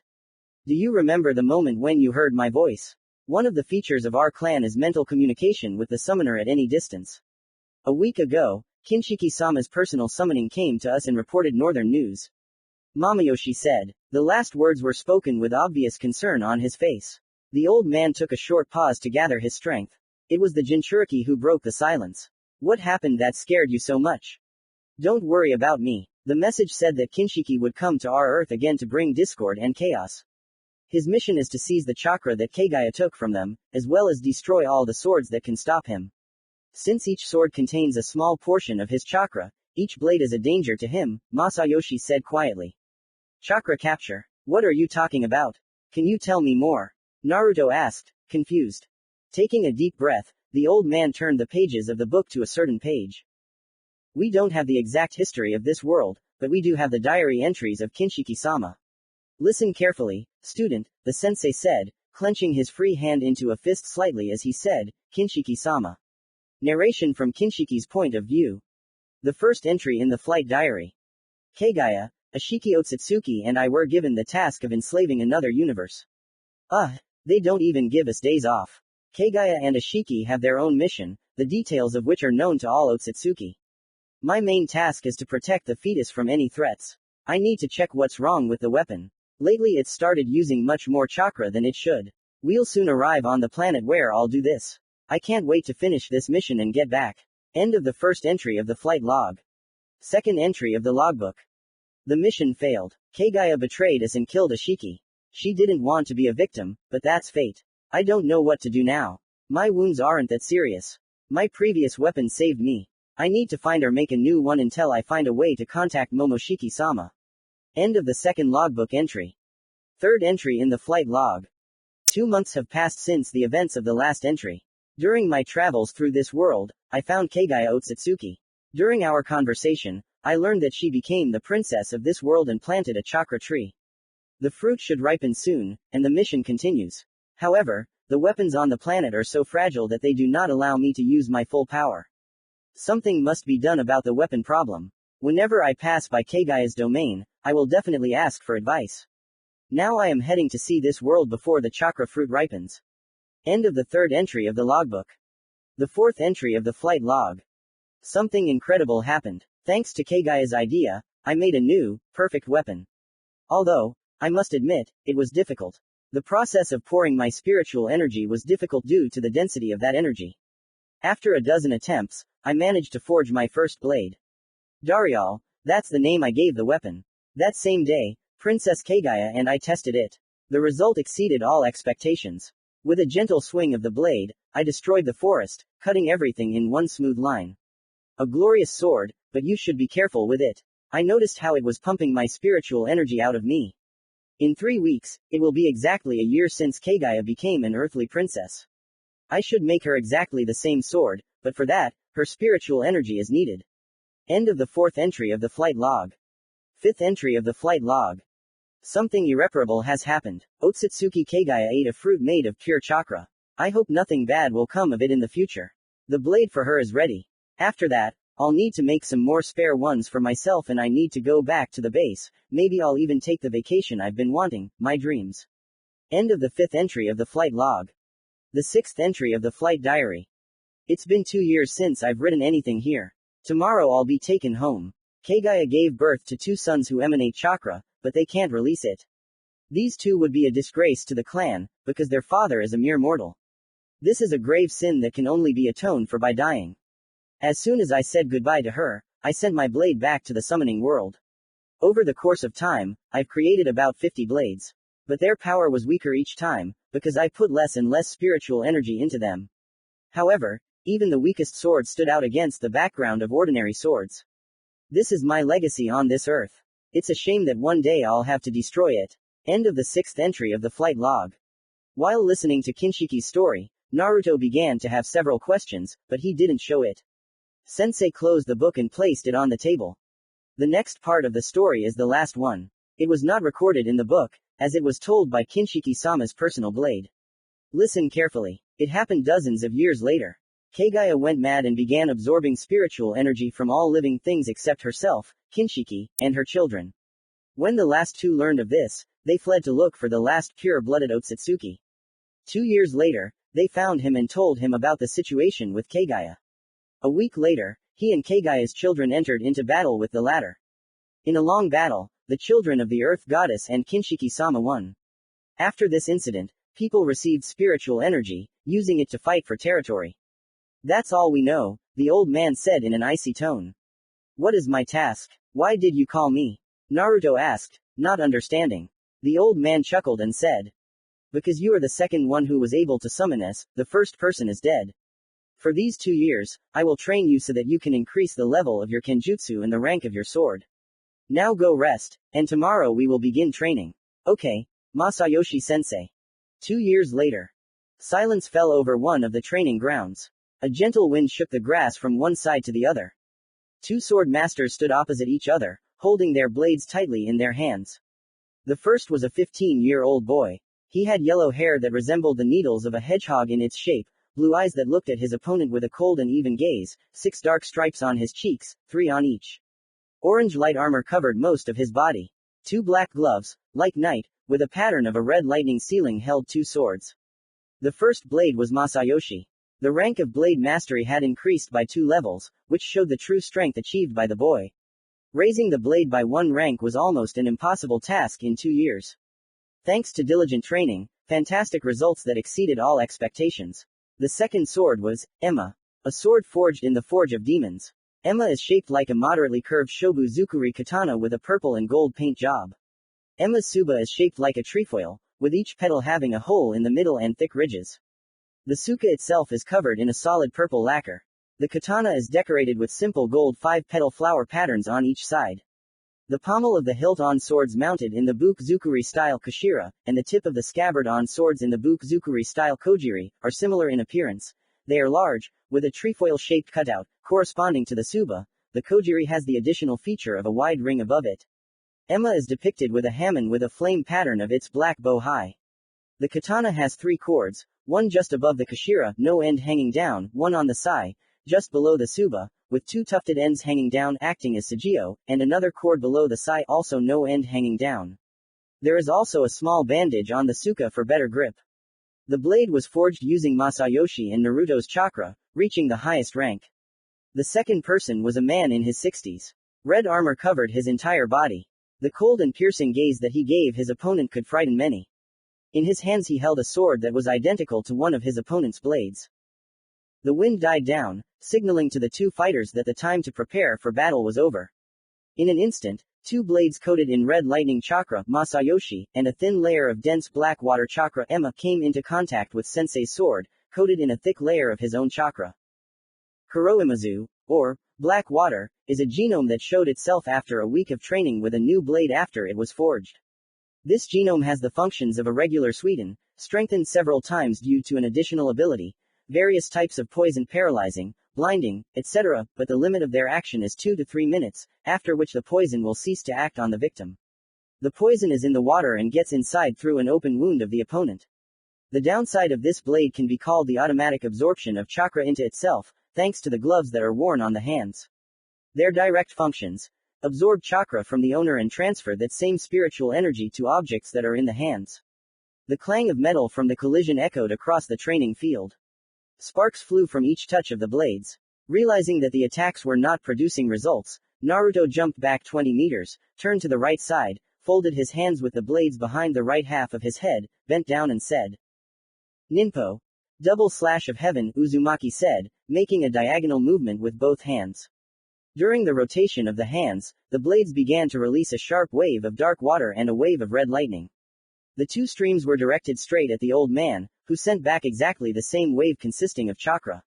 The clash of 2 kenjutsu techniques was striking in its power. The air seemed to begin to distort in a small radius from the center of the collision of techniques. Uzumaki's two streams overcame the sensei's chakra wave, but lost almost all of their combat power. With a simple swing of his sword, Master Masayoshi transferred the remains of the technique to the sky, but was forced to defend himself from a quick vertical attack from his talented student. The fight continued for a couple of minutes until Naruto caught Sensei in a mistake.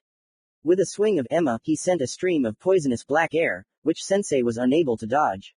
Putting two swords to the old man's throat, he heard the cherished word for 2 years, I give up.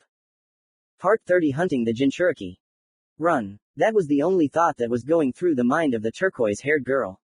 Behind her, a few kilometers away, there used to be a small village inhabited mainly by shinobi. There were few peaceful people, since shinobi often came there to wait out the night or replenish the province's supplies during or after missions. Now, in its place were ruins and a mountain of corpses. Stop it, stop, I'm telling you, shouted a girl of 16 or 18 years old with lilac hair, most of which was hidden by a straw hat. She was wearing a black cloak with distinctive drawings of red clouds. This symbolism belongs to the international criminal organization, Akatsuki. There was no response from the pursued.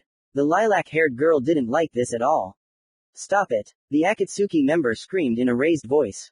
Taking 2 kunai in each hand from her pouch hidden behind her cloak, she threw them straight at the victim. Dodging the kunai was no problem, but the turquoise-haired girl did not have time to react to her opponent's sharp jerk. A powerful blow landed in the back of the fleeing girl. The girl's body pierced 3 thin trees and got stuck in a 4th. 2 people landed next to her. Are you tired of running around? My partner doesn't like to wait, so let me kill you quickly. The girl said, throwing off her straw hat. Her lilac eyes looked at her opponent, not expressing any emotions except a little anger. She got tired of this chase the moment it just started. The lilac-haired girl's partner didn't like it either. A short man, whose body was covered by a black cloak with bloody clouds. The lower half of his face was covered by a black cloth mask with gray shades. His raven-colored hair was divided into 5 vertical lines. The ends of his hair stuck up 10 to 15 centimeters, defying the laws of gravity. A metal tail was visible from behind, under the cloak. What do you want from me? The girl said, almost screaming. 2's rank, criminals had broken in and killed all the villagers, turning her house, like all the others, into ruins. Among those villagers were her close friends, whom she treasured. The last 2 years of the young kunoichi had been heaven, because the villagers loved and cared for her, knowing about the Jinchuriki curse. We need what is inside you. Surrender voluntarily, so that there will be no more unnecessary battles and unnecessary killings, said a deep and hoarse voice. Unnecessary battles and unnecessary killings. This phrase was spinning around in the girl's head. Her face twisted into a grimace of anger. She clenched her fists, and orange chakra began to cover her body, forming 3 tails behind her. Unnecessary killings. And this is told to me by the people who killed all my friends. There will be 2 more deaths today. The Jinchuriki screamed in a demonic voice. The criminals from Akatsuki prepared for battle. A cloud of smoke appeared near the ruins of a once prosperous village. The first thing the 9-tailed Jinchuriki smelled was the smell of charred wood. Turning his head towards the smoke, he saw a not very pleasant picture. A deafening roar made Naruto snap out of the sad thoughts that were flooding his mind. We should check what's going on there. We can't let the tailed beast get loose here. Akatsuki might come and capture it, he thought. Shaking his head, as if to confirm his thoughts, he turned his whole body towards the sounds of the 7-tailed beast and quickly took off there. Jushi.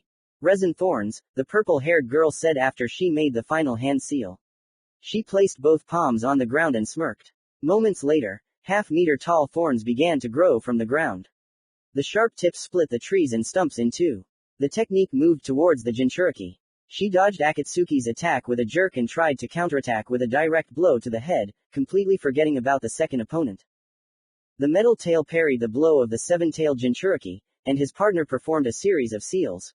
Jushi, tar prison, said the partner of one of Suna's most dangerous missing nin. Resin formed near her palm, in which the Jinchuriki was trapped. Jushi. Compaction, said the owner of the resin genome. It was quite simple. The same girl did not finish, as she sensed danger from the northern part of the forest. A vertical wave of red lightning caused the 2 members of the criminal organization to jump in different directions.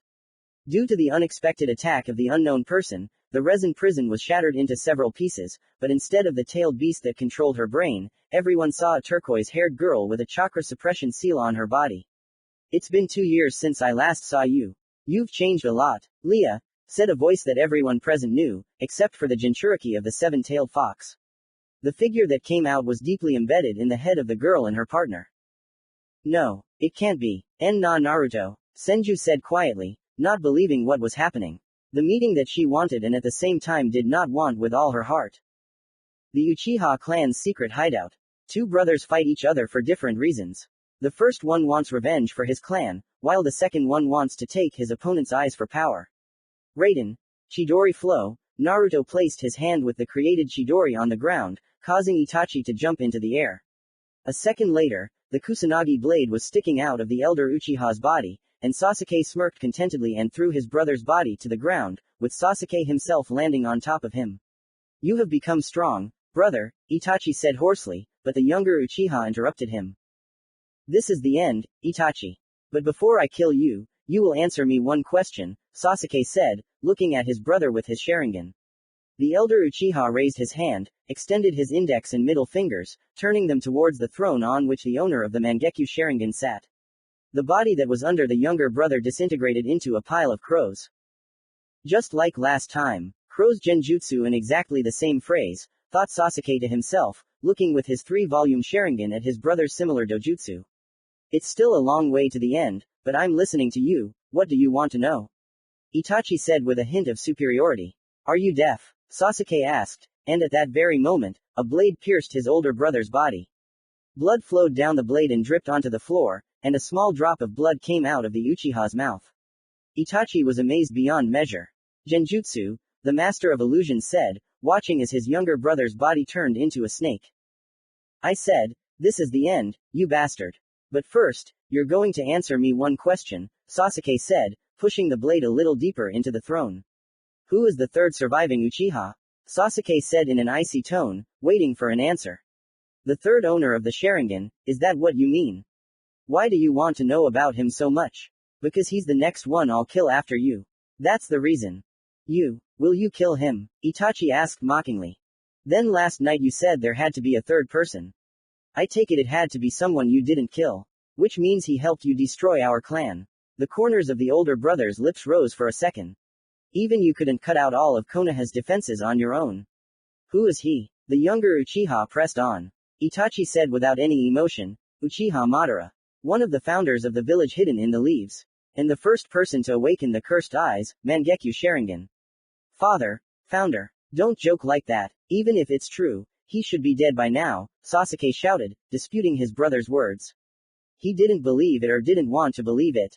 This is not a joke, Madara is alive and well, but I can't make you believe it, it's your choice, stupid little brother, Itachi ranted until Sasuke interrupted him. I've had enough of this nonsense. There was no reaction from the Nukenin to his brother's attack. He sighed softly and continued. People's lives are tightly bound to what they accept as truth. That's how they define reality. Well, what does truth mean? It's just a vague concept, which means that their reality might just be a mirage. Can we see them as simply living in their own world, based on their belief? Itachi said in the same calm voice. What are you getting at? Sasuke asked his older brother coldly. Itachi just chuckled softly. Just like you thought that Madara should be dead. Just like you believed that I was a kind and caring brother, Itachi said, making him remember his childhood. I was so young. Now I try to consider all of this a terrible dream. I want to believe that it was all unreal, that I was caught in a cruel genjutsu. But it was reality, Sasuke said, turning in the opposite direction, activating the Chidori technique in his hand. So, Akatsuki has already started hunting for the tailed beasts. I came in time, otherwise this girl would have been taken and the tailed beast would have been extracted. Akatsuki wouldn't just hunt ordinary people like that, Naruto thought, looking at the girl lying a couple of meters away from him. I see you've made new friends. Hey, what's wrong with your face? Are you surprised by the return of the so unloved demon? Uzumaki said, watching his former friend's face change. Her deep fears that had haunted her since the removal of the loyalty seal were beginning to come true. Leah still loved Naruto, she made huge sacrifices to find him. When Akatsuki found her, she joined them, even though she had the opportunity to return to the village. This happened a month after the Chunin exam, flashback. Another spring morning dawned in the village hidden in the foliage. Many merchants began to open their shops and lure customers in various unconventional ways. Shinobi slowly moved along the roofs towards the Hokage's residence, yawning as they went. After the attack on the Suna Shinobi village, Tsunade Senju came to power, saving many lives during and after the attack on the village hidden in the sand. The Hokage's residence was quite calm until one moment. A black-haired kunoichi in a traditional kimono burst into the Hokage's private office with a grimace of horror and incomprehension on her face. Tsunade-sama, Uchiha Sasuke has left the borders of Konoha. It took Tsunade a few seconds to process the information before her face turned into a scowl of anger. The Hokage knew that Orochimaru had met the last Uchiha during the second round of the Chunin exams at the 44th training ground. Call Lia Senju, Shikamaru Nara, Kiba Inuzuka, and Kakashi Hatake here. Now. Without thinking, the girl shouted, sitting down at her desk, folding her hands into a lock. The Hokage's assistant instantly disappeared and 20 minutes later the squad received its mission to return the last Uchiha. A little later. The Valley of the End is a legendary place where two unrivaled shinobi fought. The first was the first Hokage of Konohagakure, Hashirama Senju. The second was a renegade of the Uchiha clan, Uchiha Madara. Men who in the future received the title of gods of the shinobi world. Their statues stood opposite each other. Between them was a small river and a rustling waterfall that poured its waters into this very river. On the head of the statue of the great Uchiha stood the escaped Sasuke. Hearing the noise of the landing, he turned his head and saw his now former teammate, Lia Senju. The girl stood on the head of the statue of Hashirama. Stop, Sasuke, the girl shouted confidently, looking with her lilac eyes at the back of the former Konoha shinobi's head. Sasuke shuddered. This was the last person he wanted to fight. Uchihas love only one person for life, and Lia had long since taken a place in his heart. The bearer of the cursed eyes doubted his choice, but overcoming his emotions, he turned his head to the girl. What do you want, Senju? Sasuke said in a cold tone, trying to maintain the mask of a lone thinker. What's wrong with you? Why did you decide to leave the village? Why are you abandoning me? The girl said, sobbing. Sasuke just gave her a contemptuous look, turned around and started to leave. Strength. The village will not make me stronger. Farewell, trash from the clan of traitors. Uchiha said loudly. Hearing the last words, the girl made a series of hand seals. Shut up. You have no right to insult my clan. Lia screamed. Having learned the whole truth about Tobirama Senju's actions, the girl's worldview changed. The clan is the last thing she has left. Doden. Stone bullets, Lia said, forming small stones in her mouth that quickly covered the distance between the two statues. Uchiha couldn't get away from such a high-speed attack, so he flew to the side, losing his balance. Lia jerked closer to them, raising her fist charged with chakra, but Sasuke, who had regrouped, threw the girl away with a precise kick to the body. Go away, otherwise I'll kill you. The young Uchiha made a series of hand seals to confirm his words. Kaden. Phoenix flowers, the Uchiha said, releasing flames that took the form of a standard shuriken. The simple technique was easy to dodge, but that was what the last surviving Uchiha was counting on. Appearing in front of the Senju, Sasuke delivered a vertical strike to the girl's chin. Jumping up after the girl, he attempted to strike in midair, but was unpleasantly surprised when the girl blocked the strike and delivered a counterattack to the Uchiha's torso, slamming him into the knee of Madara's statue. A series of blows passed through the Uchiha's body, causing a wild pain in his chest. Sasuke's eyes transformed, changing the black pupil into a red one with 3 tomo in each eye. Senju's attacks became slower, allowing the boy to deliver precise blows, forcing Lia to retreat. You had a chance to leave, folding the hand seals of the familiar technique. Raiden. Chidori, the boy's hand sparkled with blue lightning. Looking up at the boy, Lia saw the intent to kill. Having formed her series of seals, she covered her body with armor made of stone, and from her stone fist she created a pyramid-shaped sharp weapon made of black, reinforced stone. The two techniques collided. Uchiha's Chidori was stronger than Senju's technique. It pierced the girl's armor, along with the skin in the abdominal area.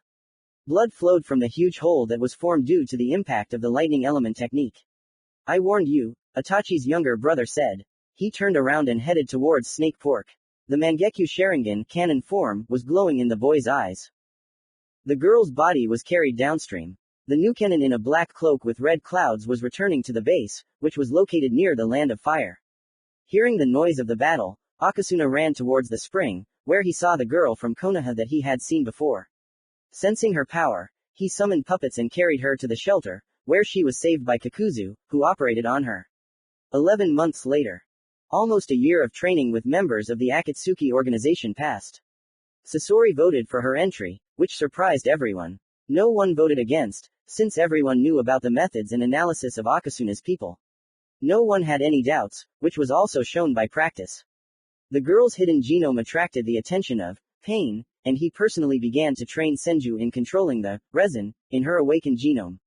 The girl's genome was quite dangerous. Upon contact with the victim, it burns the flesh, leaving burns. The next training session began as usual, warm-up and sparring. Leah completed the first part of the training quite successfully, but during sparring with Hidan, the girl suddenly grabbed her head. Her legs buckled, causing her to fall to her knees. Tears began to flow from her eyes. The seal was gone. The training was cancelled, and the girl cried all day in her room, along with Conan, who came to console her. On this day, she decided for herself that she would find the missing Uzumaki and leave the organization, pursuing her true love. End flashback. End Naruto. The guy's words cut the girl's heart. Tears began to treacherously accumulate in her eyes, which Leah's partner noticed. Senju, here is the seven-tailed one. The nine-tailed one is mine, Akasuna said in a serious tone that left no room for disobedience. Okay, Sasori-san, the girl said and rushed towards the girl. Long time no see, traitor, Naruto said, looking into the cold eyes of his opponent. You leave me no choice, again. Remembering the previous ending of their journey together, Uzumaki only laughed softly before speaking. What choice are you talking about here? To die from the extraction of the Biju or to cling to the chance of survival and fight for your freedom? Sasori cursed quietly and launched his tail towards Uzumaki. The poison tip was supposed to hit his opponent, but sensing danger from the right, he jumped to the side, listening to his intuition. The diagonal stream of lightning that flew out from Uzumaki's blade missed its target. So fast. This body can't keep up with it, thought Sasori, whose tail was cut by a straight vertical sword strike. The destruction of Hirako happened quite quickly. From the cloud of dust that formed from the fallen Hirako parts, a small shadow jumped out. The clang of metal from the meeting of 24 shuriken thundered throughout the secret hideout of the Uchiha clan. Not a single throwing weapon that was released from the hands of the two brothers reached its target. Realizing that there was no result, the brothers ran at each other with 3-volume Sharingans activated in their eyes. Itachi dominated the hand-to-hand battle at first, until he felt the illness he had been hiding show signs of its presence. After being hit in the torso, the older brother coughed up blood due to a bout of illness. He looked at his brother and began to form a series of hand seals. Seeing this, Sasuke immediately began to repeat the seals at the same level as his brother. Kaden. Enormous fireball, the brothers said, breathing fire from their mouths. After covering some distance, the technique began to increase in size, after which the two streams of flame collided. The confrontation between the two techniques allowed Itachi to create an explosive clone, which appeared near Sasuke. There was an explosion that sent the younger Uchiha flying into the far wall of the shelter. The smoke from the explosion cleared and the brothers' eyes met. The gaze of Sasuke's 3 Tomo and the gaze of the arched dark eyes with the red mark looked at each other. 2 seconds later, the Snake Sanin student fell to his knees, holding his hands over his eyes. Quadruple A. A cry of pain escaped from the younger brother, causing an evil smile to appear on the eldest child of the head of the Uchiha clan. However, this smile did not last long. Itachi's strongest genjutsu, Tsukiyomi, was dispelled. The recoil was transmitted to the latter as pain in his right eye. Blood began to flow from it, and Itachi himself fell to his knees. So you two have been cursed. By our clan's curse. That's good. Once I take your eyes, I can finally get rid of my curse. Itachi said with a maniac's insane smile, slightly out of breath. Sasuke silently sank into his memories. He still blamed himself for Leah's death. If there was a way to resurrect her in exchange for the Mangekyo Sharingan, then the answer would be predictable. Noticing that Itachi was struggling to get up, Sasuke performed a series of hand seals. Raiden. Chidori, Sasuke said with a grim smile. Here it was, the long-awaited retribution for his brother's slaughter of his clan. A jerk, and a hand covered in lightning struck the air where Itachi should have been standing, appearing next to him. Before he could react, the younger Uchiha received a series of blows to the back. He flew back to the throne and caught onto it. Kaden. Fire Dragon, Uchiha said, releasing a huge stream of flame towards his brother. The technique took the form of a dragon, which was too late to dodge. You've grown, brother, and the level of your illusions too, but it's not enough, Itachi said coldly and removed the illusion of his younger brother without any problems. Sasuke dissipated and appeared in the place where he created Chidori. A jerk and the Uchiha's hand collided with an orange skeleton about 3 meters tall. Thick orange ropes began to rotate around the bones, forming muscles. Without thinking twice, the youngest son of the head of the Uchiha clan began to form his Susanoo, only unlike Itachi's, it was purple. Chapter 31 The Appearance of the Dead. Ninpo. Dance of 100 Puppets Technique, a voice spoke from a column of dust. The wind blew to the sides, developing white smoke from the summoning of the technique. Hundreds of identical dark red puppets with hair of different colors. Threads of chakra stretched from the backs into the chest of the main puppet, Sasori. A red-haired humanoid doll, whose face was hidden by a blood-red hood. Red tips of hair peeked out from under the hood. A cold gaze of dark yellow eyes looked at Naruto's head. 4 blades were attached to the back of the renegade.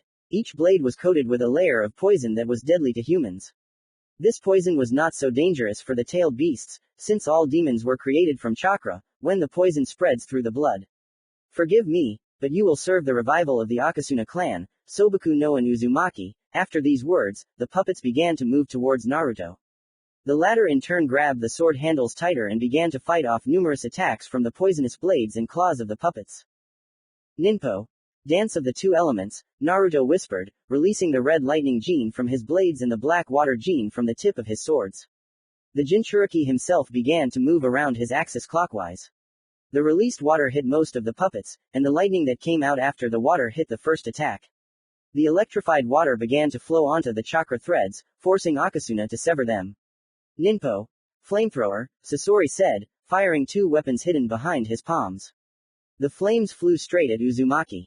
The puppeteer masterfully read the opponent's next moves, not allowing him to dodge. The puppet technique helped him with this. It can't be. How? The apostate asked, feeling a sword pierce his shoulder, leaving a huge wound. The second blade cut off the blades on Akasuna's back, preventing him from counter-attacking with them. The place where Naruto had been was empty.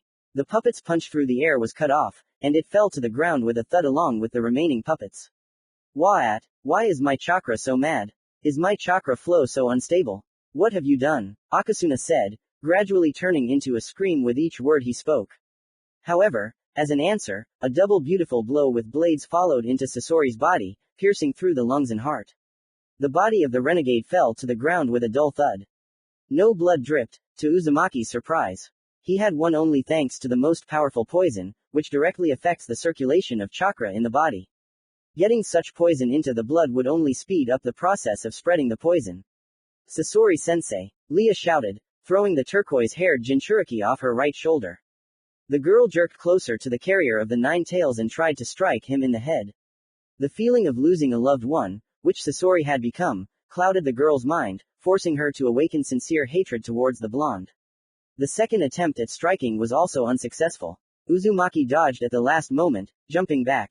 The girl ran to the body of the thrown Fu, took out a smoke seal from her pouch and tried to escape, capturing the Jinchuriki. However, as soon as the girl ran a long distance, she noticed that the Jinchuriki was fake. A blow, and the log shattered into pieces. Leah herself went further, in search of her true path. The only person who could understand her pain was Uchiha Itachi. 2 giants stood opposite each other. A purple warrior, 2.70 meters tall, stood opposite an orange samurai, 3 meters tall, who was wearing flaming armor made of Amaterasu flames. In the hands of the first was a bow created from the user's chakra. The second warrior held a legendary artifact in his right hand, the Totsuka sword. The sword's ability is to completely absorb everything it touches. In his left hand was the Yato shield. Ideal defense that reflects any physical damage. The shield's weakness is genjutsu. Susanoo's arrow, Sasuke said and released a purple arrow that had formed from his bow. The younger brother's technique hit Itachi's shield straight on. Sasuke skied, ducking and dodging a horizontal strike.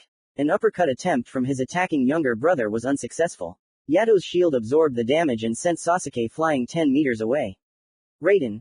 Chidori arrows, Fugaku's youngest son said the name of the technique, casting the effect of a normal, Susanoo arrow. The first arrow was blocked, but the second one pierced the piece of Itachi's Susanoo that was free of armor. That's all. You've disappointed me, my stupid little brother. Let me show you the true power of Susanoo. Itachi shouted, a mad grin on his face. Yusaka Magatama, Sasuke formed a weapon in his hand from 5 tomo connected to each other by an energy string, examining the technique and came to the conclusion that if it hit him, he would hardly be able to continue the fight. Enten, Kagutsuchi, Sasuke said as he formed a huge arrow from Amaterasu. The two techniques flew at each other at the same time. Explosion. The ground shook from the force of the two techniques. The once Uchiha clan temple turned into a huge crater. Dust rose around the battle site. Leah was jumping from tree to tree when she noticed the black flames that Itachi rarely used. Knowing the effects of the technique, the girl realized that she was now in a serious battle with a strong opponent. Instantly, the girl accelerated her movement towards the shelter of her comrade's clan. 400 meters away from the shelter, Leah landed on the ground from the blast wave. Thanks to the grip of her chakra, she calmly transmitted the wave, after which she formed a seal of concentration. What's going on there? Hold on, Itachi-sensei, I'll help you win. Senju thought to herself, gathering chakra into her legs for maximum speed. With every meter, the ground began to shake, causing a slight attack of panic. A large crater appeared before the girl's eyes as soon as she ran up to the epicenter of the clash of the two high-ranking techniques of the brothers. The dust cloud had not yet dissipated, but her lilac eyes did not hide the movement of two silhouettes. The subsequent scene that opened up for her became a turning point. Itachi's body lay on the ground with a hole in the area of his heart. Next to him lay an unconscious Sasuke, the man who deprived her of love, almost deprived her of life, who supported her, trained her and, most importantly, helped tell Tsunade the whole truth about the event in the Valley of Completion. In this way, she maintained contact with her only relative, who partially replaced her mother. I'll kill you, the girl screamed, making a series of hand seals. Jushi. Boiling resin of the underworld, the girl shouted, releasing resin from her mouth. The technique was rated S. The resin heats up and burns through the skin and internal organs upon contact. Lee's technique hit right where the Uchiha was lying.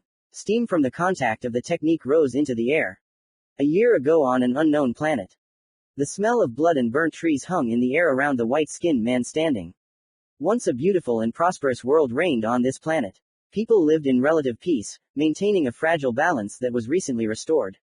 A terrible war, the cause of which was the question of claimants to a disputed territory. Blood flowed like a river, turning beautiful green meadows into a bloody grave. After some time, both warring parties decided to divide part of the territory. Each ruler, after deep analysis, declared that the territory was not worth so many human victims. The recent peace was broken by the appearance of two mysterious creatures with white skin. The first was a fat and rather tall man with white armor. In his left hand, he held a cage created from the dense chakra of Kinshiki himself. Inside the cage was a thin white-skinned guy. He was 1.5 times smaller than the first. Putting the cage on the ground, he folded a series of hand seals. The people who came to watch the coming of Utsutsuki were horrified when they heard the following words, "Let there be chaos." Summoning technique. Jubi, he touched the ground with both palms, summoning a huge creature. One eye of the monster looked straight towards the mountain. 10 tails destroyed everything they touched. A deafening roar brought fear to all the warriors. The feeling of anxiety grew with geometric progression. Kinshiki, standing on top, grabbed his partner and threw him in the tailed beast's face. The last thing Kinshiki heard was the curses directed at him. After devouring another Otsutsuki, the 10-tailed beast began to transform itself into a tree. Present time. The chakra fruit ripened after a year. During that time, Kinshiki slaughtered all living beings after they united into one army to destroy the threat to their land, but after the battle at the ripening chakra fruit, the tree was soaked in human blood. There were no survivors. That day was the last in the history of that planet. Having plucked the fruit, Kinshiki activated the portal to the base, which was located on one of the many planets, and headed towards the local residence of the head of the Otsutsuki clan. My lord, my mission is complete. The chakra fruit came out rather weak. That Otsutsuki was very weak, Kinshiki said, kneeling on one knee. The leader lazily raised his gaze to the warrior and lingered on the fruit. You are right, Kinshiki, the fruit is weak. According to the rules, you can eat it yourself. This is your power now, Noshiki Otsutsuki said. After thinking for a moment, Kinshiki made a decision and, bowing to his leader, took his first bite of the fruit. After finishing the fruit, he looked at his leader. There is a new task for you. It is time to correct the mistake that Kagaya made. You must find a way to unseal it and feed it to the new 10 tails. Move out now, Noshiki ordered his subordinate. Kinshiki nodded silently and disappeared from the office, leaving the satisfied head alone with the reports. Village hidden in the leaves. Tsunade sat on one of the many benches in the Hiruzen Sarutobi Park. Over the past 3 years, too many events had happened in her life that made her realize the horror of her past. As the 5th Hokage, she learned the whole truth about this rotten village. Although one person was rotten, Shimura Danzo, who is now considered dead, but the fruits of his work are still being raked up to this day. The Uchiha clan incident, the kidnapping of talented shinobi, collusion with the elders regarding the capture of the nine-tailed, this can be listed for a long time, but the main mistake was collusion with the daimyo, regarding the sale of that very land to the country of lightning. The betrayal of her native village undermined her. Later, she received a message from Jiraiya, where he described the whole situation in all details. After reading the letter, two Sannin entered Konoha unnoticed and had a heart-to-heart talk. Orochimaru also passed on everything about Sasuke's training. Now Senju received a raven from Lia that had too many surprises. The first of them was the return of Naruto Uzumaki. The missing Jinchuriki of the Nine-Tailed saved a girl like himself and killed her savior and sensei in one person. The second news came from the first, namely the death of Uchiha Itachi and the complete destruction of his brother's body. After writing a reply letter telling the location where they would meet, Tsunade gave it to the summoned creature, who flew away to an unknown location. Uzumaki sat at the ruins of that very village, waiting for the rescued Jinchuriki to awaken. The sun gradually sank into the void, releasing the moon and stars onto the night scene. The crackling of the fire interrupted the silence of the night forest, but no one responded to this noise. Naruto sat by the fire, deep in thought about the day that had passed. His companion had been sleeping for 2 days against her will, which was strange. Some people might think that the girl was dead, but her weak breathing and occasional groans of pain ruled out that theory. Unnoticed by himself, Uzumaki fell asleep. Waking up from sleep was one of the most unpleasant experiences for Naruto, a cold kunai blade at his throat. The weapon itself was in the hands of a turquoise-haired girl. The Jinchuriki of the Seven-Tailed was scared, panic took hold of her. The first thought that came to her mind was to interrogate the sleeping guy. "Why wake me up so rudely?" Naruto asked, disgusted by the answer to his question. This question put the girl in a bit of a stupor. She simply did not expect such a calm and relaxed tone from a man with a kunai at his throat. "Who are you? Where am I? What do you want from me?" the girl asked, pressing the weapon harder against her throat. "Uzumaki Naruto, you are currently in a cave located near the forest where I found you unconscious 2 days ago. I don't need anything from you. Although I do have a small request. Remove the weapon from my throat, it's a little annoying," Naruto answered calmly, but he said the last words in a more serious tone. Fu listened carefully to the guy's answers, and a picture of what happened began to form in her head. She remembered how she ran away from 2 unknown people who were dressed in a black cloak with blood-red clouds on it. After that, her chakra was absorbed by an unknown technique of a lilac-haired girl. Having removed the weapon from her throat, Fu hid the kunai in her pouch. "Why did they attack me?" the girl asked again. She guessed that the boy knew about her seven-tailed curse. She was condemned to the fate of a weapon, without her consent. Few cared about her, since the government revealed the identity of the Jinchuriki in the hopes of the future of the girl's strength, who had gone through hell. But the hopes of the village and its leader were not justified by 1%. The seal cracked, and that night the girl committed genocide against the inhabitants. After the force she used, she ran away, and she did not remember the extermination. "They don't want you. They want your tailed beast that is sealed within you," Naruto replied calmly, looking at the girl's face. Fu, having incorrectly thought about how exactly he knew that she was a Jinchuriki, blushed, and then turned red with anger. "Pervert!" the girl screamed and hit the guy on the back of the head. Naruto, who did not expect such an action, was shocked, and after he understood the situation, he laughed quietly, which made the girl even more angry. The next attempt at a blow was successfully intercepted by the still laughing guy. Having carefully twisted the girl, the guy began to calm down from this awkward situation and hurried to explain. "Sorry, but I didn't examine you. I'm just the same as you." After the guy's last words, the girl stopped being indignant, not believing the words of her interlocutor. She didn't believe the guy's words. What was the chance of meeting a person who was cursed with the same curse? All her conscious childhood, the girl wanted to find a person like her. All the girl's thoughts were interrupted by the voice of her interlocutor. "What are you planning to do now? Akatsuki will continue to hunt you, so you need to be careful. Next time, I might not show up nearby," Uzumaki said seriously, looking at the girl. The latter was deeply thinking about the question asked, although her thoughts were confused. My home was destroyed, my loved ones are dead. Where can I go to find protection? The hidden villages will not accept me, because for them I will always be a simple weapon. My techniques are not suitable for single combat. My techniques are at a rather weak level. Taijutsu breaks through opponents if I enter tailed beast mode. What if? Fu thought to herself before continuing her thought out loud, let me go with you. She did not have time to finish the last word, as the blonde interrupted her. No, Naruto said. Fu wasn't happy with that answer. But why? I have nowhere to go, my home was destroyed. Jinchuriki are of no use to anyone in this world. They'll catch me and I don't know what will happen to me, the turquoise-haired girl said, sniffling. Naruto had a feeling that the girl was about to start crying. This had always been the blonde's weakness. She's right in a way. If I leave her, she'll be captured and the only one left will be the eight-tailed one besides me. Damn, there's no choice, I can't let Akatsuki capture her. Uzumaki thought to himself. Meanwhile, the girl began to worry even more, because her interlocutor didn't answer. The fear of the unknown was frightening. She didn't notice how tears began to drip from her eyes.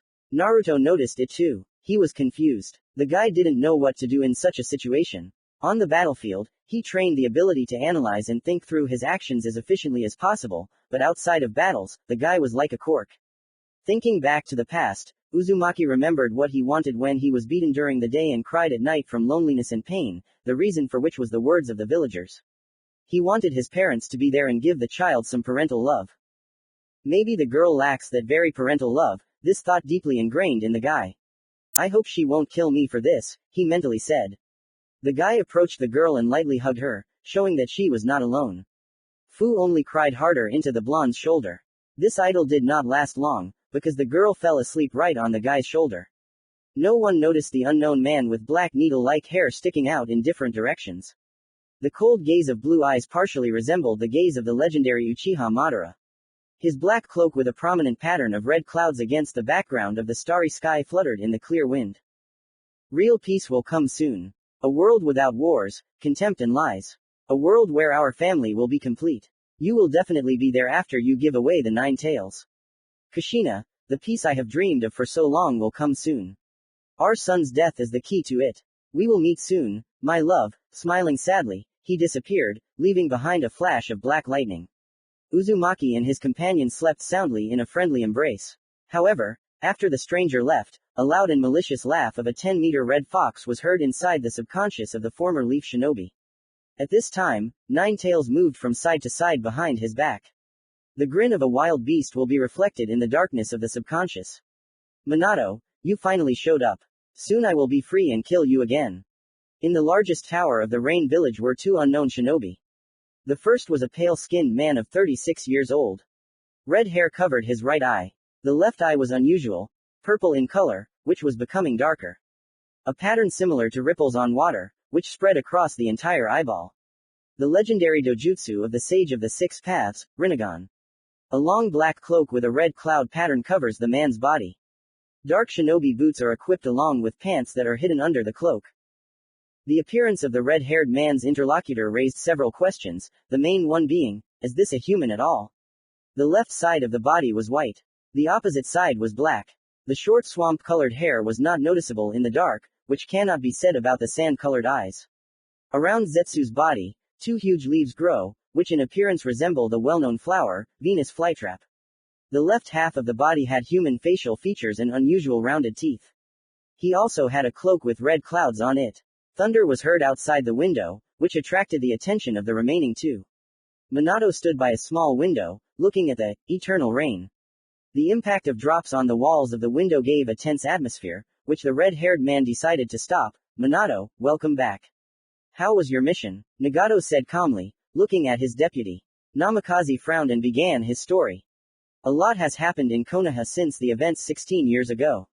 I have been reporting regularly for the last 13.5 years, so I don't see any point in stopping at that time. Nagato and Zetsu nodded in response, giving their consent to continue the story.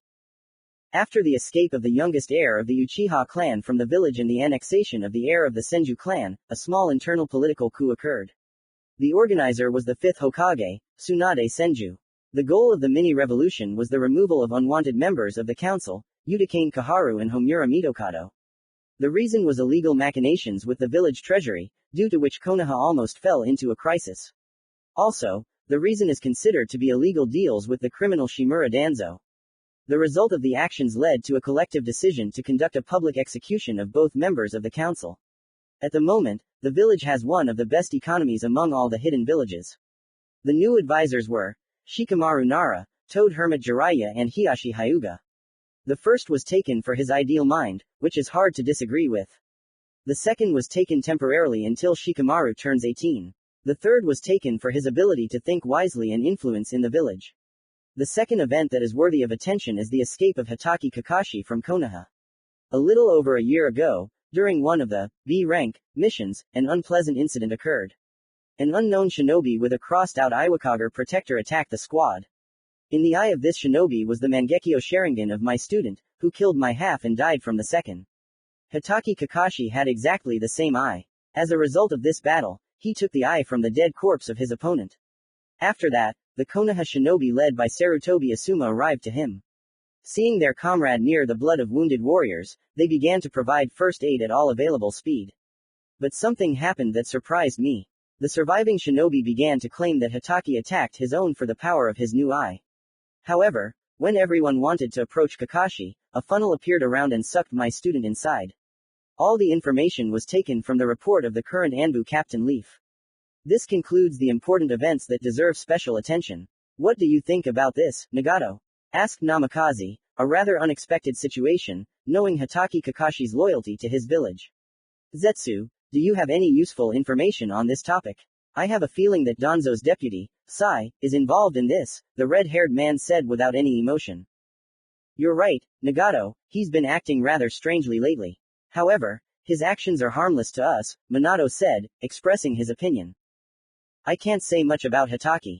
A month ago, he killed Hidan and Kakuzu, for personal reasons of revenge for the Junin named Sarutobi Asuma.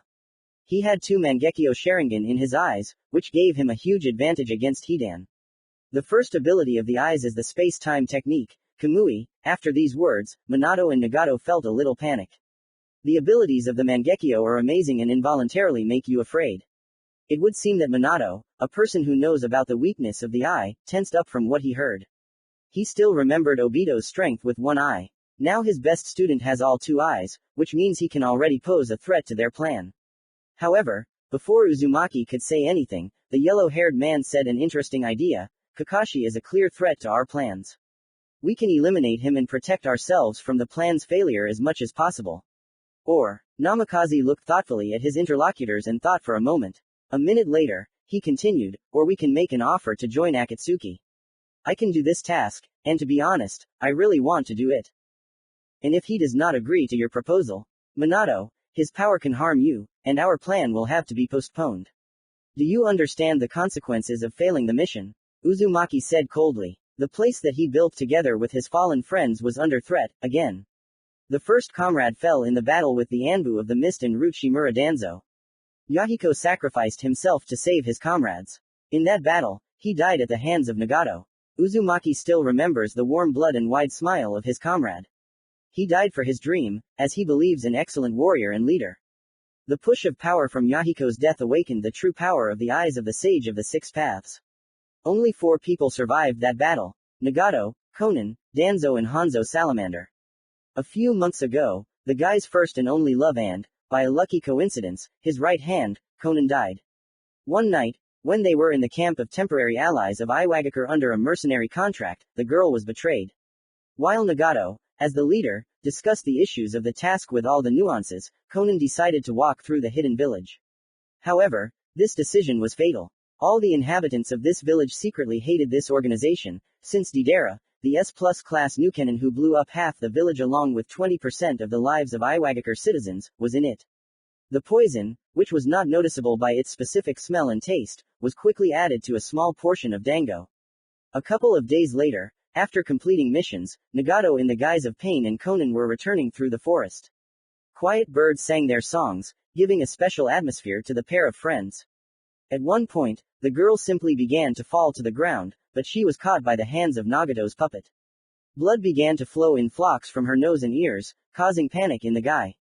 The girl's body was shaking in a fit.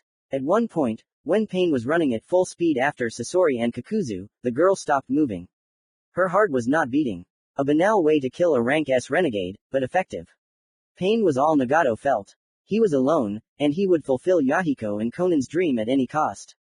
I can handle it, Minato said and disappeared in his signature flash of black lightning, leaving Nagato and Zetsu alone. Part 32 Attacks of the Root Anbu. Commentary on Part 32 Attacks of the Root Anbu. There won't be a chapter next week, I'll try to release a longer chapter in 2 weeks. A single torch burns alone, illuminating a tiny part of a dark wall with a swirling pattern of a blue whirlpool. In the darkness of the room, a statue of a green snake was visible. Its eyes stood out with a bright yellow elongated pupil. At the moment, there are 2 people in the room. The first, the true heir of the Uchiha clan, Sasuke. The guy's revenge was successful. 7 years of training, in which he gave 200%. Broken bonds with friends were lost, he was left alone against the whole world. The second man was hiding in the pitch darkness, not giving away his presence. His cold gaze of black pupils was looking at the standing futon in the corner of the room. The young Uchiha had been unconscious for 3 days, since that very battle with his older brother.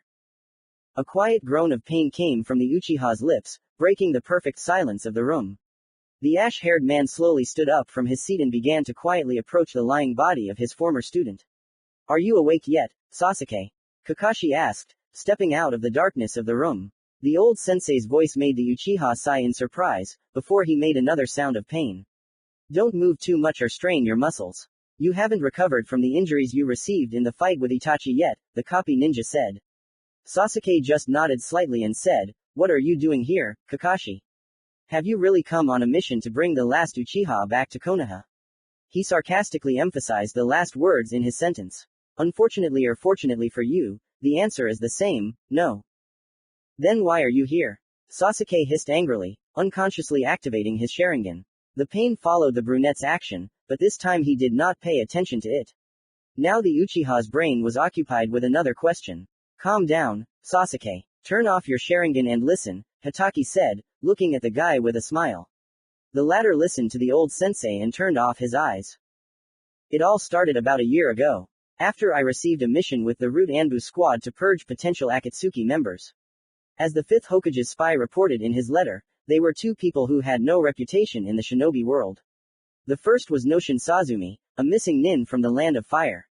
A tall man with dark green hair. A master of the fire element, famous for the, unfortunate, destruction of 3 villages with 1 fire destruction technique. He did all this while drunk, but after entering it into the bingo book, he became quieter than water and lower than grass until he met his current partner. A missing nin from the land of wind, known for his strong wind element. A former member of Sunakager Anbu. Left the village after Sobaku no Gara became the 5th cage. He believed that a monster was unworthy of being the head of the village. And, unfortunately, many people who had a good reputation on the council thought so. However, after a while, the village hidden in the sand began to prosper, thus letting people know that Gara was a great ruler. But he didn't think so. After leaving the village, he took the alias, Wind Demon. I don't know his real name. The 2 began to wreak havoc wherever they went. Their target was Tanzaku City, one of the most profitable cities in the land of fire. Our squad found them and a life or death fight began. As a result of this battle, I lost half of the fighters of the assigned squad. But that's not the most important thing. Noshin Sazumi told me the information about the customer before a Root member slit his throat. The customer was Sai, the current head of Root Anbu. On the way to Konoha, we were met by a Root squad, and a fight ensued, during which I killed them all. They wanted my Sharingan. By coincidence, all of my comrades saw this, Asuma, Guy, Kurenai, and Tenzo. Having gone on the run, I became an S-rank missing nin. After a month of wandering around the world, I was attacked by 2 members of Akatsuki, since my head was very expensive. During the battle, I discovered the ability of my Mangekyo, space-time movement of any part of the body to another dimension. I become intangible to physical attacks while the part of the body that is damaged is in another dimension.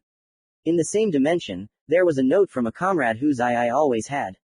It contained coordinates with the words, "This time, the last gift, Obito," Hitaki said with different emotions and tones. Kakashi said the last words with undisguised sadness, which Uchiha noticed, but did not focus on it. What are you getting at? You know very well that I don't like all this drama, Uchiha said coldly. In response, Kakashi closed his eyes and suddenly opened them, activating 2 Mangekyo Sharingan with a shuriken pattern with 3 ends. Unexpected by this turn of events, Sasuke instinctively activated his Mangekyo and unknowingly released the legendary black flames of Amaterasu, after which he responded with pain in his eyes. The Uchiha's Mangekyo instantly disappeared. The flame passed through Hatake into the wall. There's no need to strain yourself so much, Sasuke. Just rest for a bit and I'll continue the story. With these words, a vortex appeared around Kakashi and sucked him in, leaving the youngest son of Fugaku in splendid isolation. The morning for the Jinchuriki couple did not start with coffee. A sharp sound of a slap woke Uzumaki from a pleasant dream. Turning his head to the right, the guy saw the girl's face, red as a tomato. Smiling at yesterday's events, he immediately stepped aside from the next slap, saying, "Pervert." 5 minutes later, the girl began to calm down, but she did not let the blonde get close to her. Naruto was having fun with all these awkward situations, but remembering the threat of Akatsuki, he removed the smile from his face and spoke, "Get ready, we'll be leaving here soon," Uzumaki said calmly, interrupting Fu's games. The girl was surprised and looked at the guy with a questioning look. "We need to change our lair. We are not far from the battle site with Akatsuki. Most likely, they already know about their defeat, which means they will come back for you and me. We need to change our location to a less visible place. We leave to look for a new lair in half an hour." "Okay, I know of an abandoned building 20 kilometers from here, just beyond the forest." Rumors were circulating around the village that it was one of Orochimaru's abandoned labs, Fu said, placing her hand on her chin, recalling the approximate location of the building. "That's a good idea. Do you know the approximate route?" The answer to the question was a negative nod of the head in different directions. Having collected all their things and removed traces of their presence, the created team of Jinchuriki went to the indicated area of the possible location of one of Orochimaru's secret shelters. The sun gradually left its heavenly domain, giving way to the moon with its faithful servants in the form of stars. A fair-haired young man with bright blue eyes together with his new girlfriend with turquoise hair and orange eyes that stood out against the forest background. The quiet chirping of birds gave a certain atmosphere of romance to their joint search. Coming out into the clearing, the boy unsealed the tent from a small FUNN scroll. Making a cross with 2 fingers, he quietly said, "Ninpo." Shadow clone, 3 perfect copies of the blonde appeared in the smoke that appeared next to him. Fu watched with interest as the guy pointed at the clones, giving orders. "You," pointing his finger at the first clone, "bring water from the river that is nearby." Then he moved his finger to the second and said, "Go hunting, bring 3 hares or 1 boar, the faster the better," the original said monotonously. The third clone received instructions to set up a tent, while the original was busy setting up traps. Half an hour later, the miniature camp was ready. The clone returned with 3 hares, which Fu began to butcher, expressing her desire to help. The clone did not mind, because it meant less work for him. An hour later, the 2 teenagers were leisurely eating rabbit meat, washing it down with boiled water. To Uzumaki's surprise, the dish prepared by Fu turned out to be very tasty. He quickly told the girl about this, telling her one of her interesting stories from the past. "You have prepared quite a tasty dish." "Thank you," the girl said, barely hiding the blush on her cheeks. There hadn't been a single person who had praised her food yet. After sitting like that for a while, the conversation turned to who would sleep where, since there was only 1 tent and there were 2 of them. Naruto, without thinking twice, said the following, "There is no need to think about it, you will sleep in the tent." This turn of events did not suit the girl, because the tent did not belong to her. As Fu thought, the blonde boy was more tired today, so he deserved a comfortable place to rest more than she did. "No, you should be the one sleeping in the tent," the orange-eyed Jinchuriki said indignantly. "I can sleep in a tree, it's not my first time, so the tent is at your disposal until the morning," the guy said calmly, hoping to quickly convince Fu. "No, this is your tent, and you will be the one sleeping," the girl said, yawning, in the same hopes of convincing the guy. This dispute could have continued for quite a long time if both sides of the conflict had not become tired of it. "Then I suggest we lie down together in the tent, on opposite sides of it," the girl said sleepily. Hearing this, Naruto smiled and giggled quietly. "So that you can brand me a pervert again and wake me up with a punch in the cheek." The girl glared at Uzumaki at this question before they both laughed. After they finished laughing, Fu climbed into the tent on her side. Naruto himself created a clone, who lay down in the tent. The original began to do the clone's work, after which the clone waited for the moment when the girl fell asleep, and with a quiet pop, dissipated. Having climbed onto a strong branch, the guy humbly closed his eyes to immerse himself in the world of dreams. But not everything always goes according to plan. Opening his eyes, Naruto saw a huge cage in front of him, filled with darkness. Two large red eyes, along with a huge mouth, were visible from under the bars of the cage. Not surprised by this turn of events, the guy decided to quickly end the conversation with the fox. "Why did you call, Kyubi?" the blonde said in a cold tone before the tailed one's claws scraped along the bars of the cage. "Don't be cheeky with me, boy. Otherwise what? Will you break free and kill me like you did my parents?" Uzumaki interrupted the fox, causing him to become furious and thirsty for blood. "I'll repeat the question, why did you call me? The end of this world is near. Without my power, you will not defeat Kinshiki. He is the Otsutsuki, the representative of the strongest clan of all worlds. Therefore, I want to offer you a deal. I will give you the power to defeat your enemies, you will give me freedom after defeating Kinshiki," Kyubi said his proposal. Uzumaki did not know what to answer, so he began to look for the pros and cons of such a deal. And against Minato, the fox added mentally. He didn't want to fall at the hands of the ghetto statue. A deal with a smart Jinchuriki was better than death. "I will return here as soon as I am ready to voice my answer. Goodbye, Kyubi." With these words he began to disappear from his subconscious and slowly sank into the realm of Morpheus. The village hidden in the leaf is very beautiful in the evening. Pink sakura petals flew along the busy streets, giving a special charm to Konoha. Life has become much better for the villagers over the past year. The redevelopment of uninhabitable areas of the village, the increase in beautiful parks, and the assistance of the fifth Hokage in difficult situations gave the village an excellent reputation. A girl with short red hair and blue eyes was walking slowly along one of the main streets. She was wearing a light t-shirt with the Konoha symbol on the front, short dark blue shorts and standard shinobi boots. Turning off the main street, the girl went towards the Hashirama Park. Not a very popular place among the people, for a long-suffering reason for the clan. Walking along the main alley, the red-haired girl remembered how she used to walk here with her mother, but then her mother left, leaving the girl to survive alone. Turning off the alley, the girl noticed Tsunade in one of the empty gazebos. A small smile of sadness crossed her face, after which she approached the current Hokage, throwing off the transformation technique as she went. "Hello, Mom," said Leah, hugging the slug princess. "Leah, you've grown noticeably," Tsunade said, not holding back her tears, hugging the girl back. "How are you?" Fifth said, either sadly or with concern. Her interlocutor only burst into tears on her adoptive mother's shoulder, releasing everything that had accumulated in her after the death of two dear people and the betrayal of her loved one. Some time passed before the girls calmed down. For more than half an hour, Leah talked about her training and well-developed genome. At the same time, one of the strongest groups of the Anbu root, led by a pale-skinned guy with short black hair. Behind his back flaunt a tanto and a couple of small scrolls. "Let's move. Your target is Leah Senju, a member of the Akatsuki organization, which includes missing nin from 5 great countries. I will take on the 5th one," the head of the Anbu root gave the order. In an instant, the squad disappeared in Shunshin, appearing in front of Tsunade and Leah. 23 people in dark cloaks formed in front of the girls. Masks with animal patterns allowed them to hide their identity and alias during missions. It was already quite late, so there were no peaceful villagers. "Good evening, Hokage-sama, what are you doing at such a late hour with a member of the criminal organization Akatsuki?" The current head of the Special Forces Unit Root said without any emotion. The young man was the only person without any mask. "Sai, what are you doing here? Have you really decided to follow the will of the traitor Shimura Danzo?"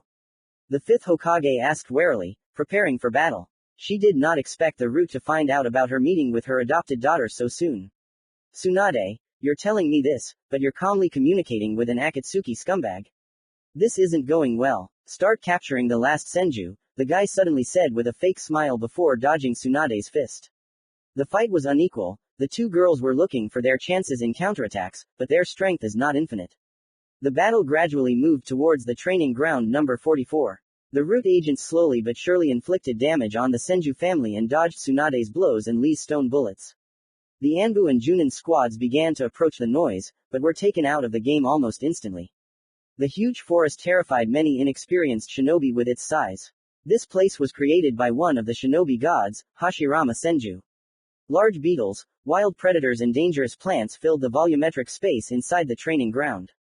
In modern times, this place was used as a training ground for the second test of the Chunin exam. The explosions continued for about 10 minutes. Root attacked with techniques with a large radius in the hope of hitting his opponents. Most often, the techniques flew right on target, but the girls dodged with some difficulty. Having made a series of hand seals, Leah turned 180 degrees in a jump and said the name of the technique. Jushi, net, releasing a large amount of resin from his mouth, which gradually took the form of a huge net.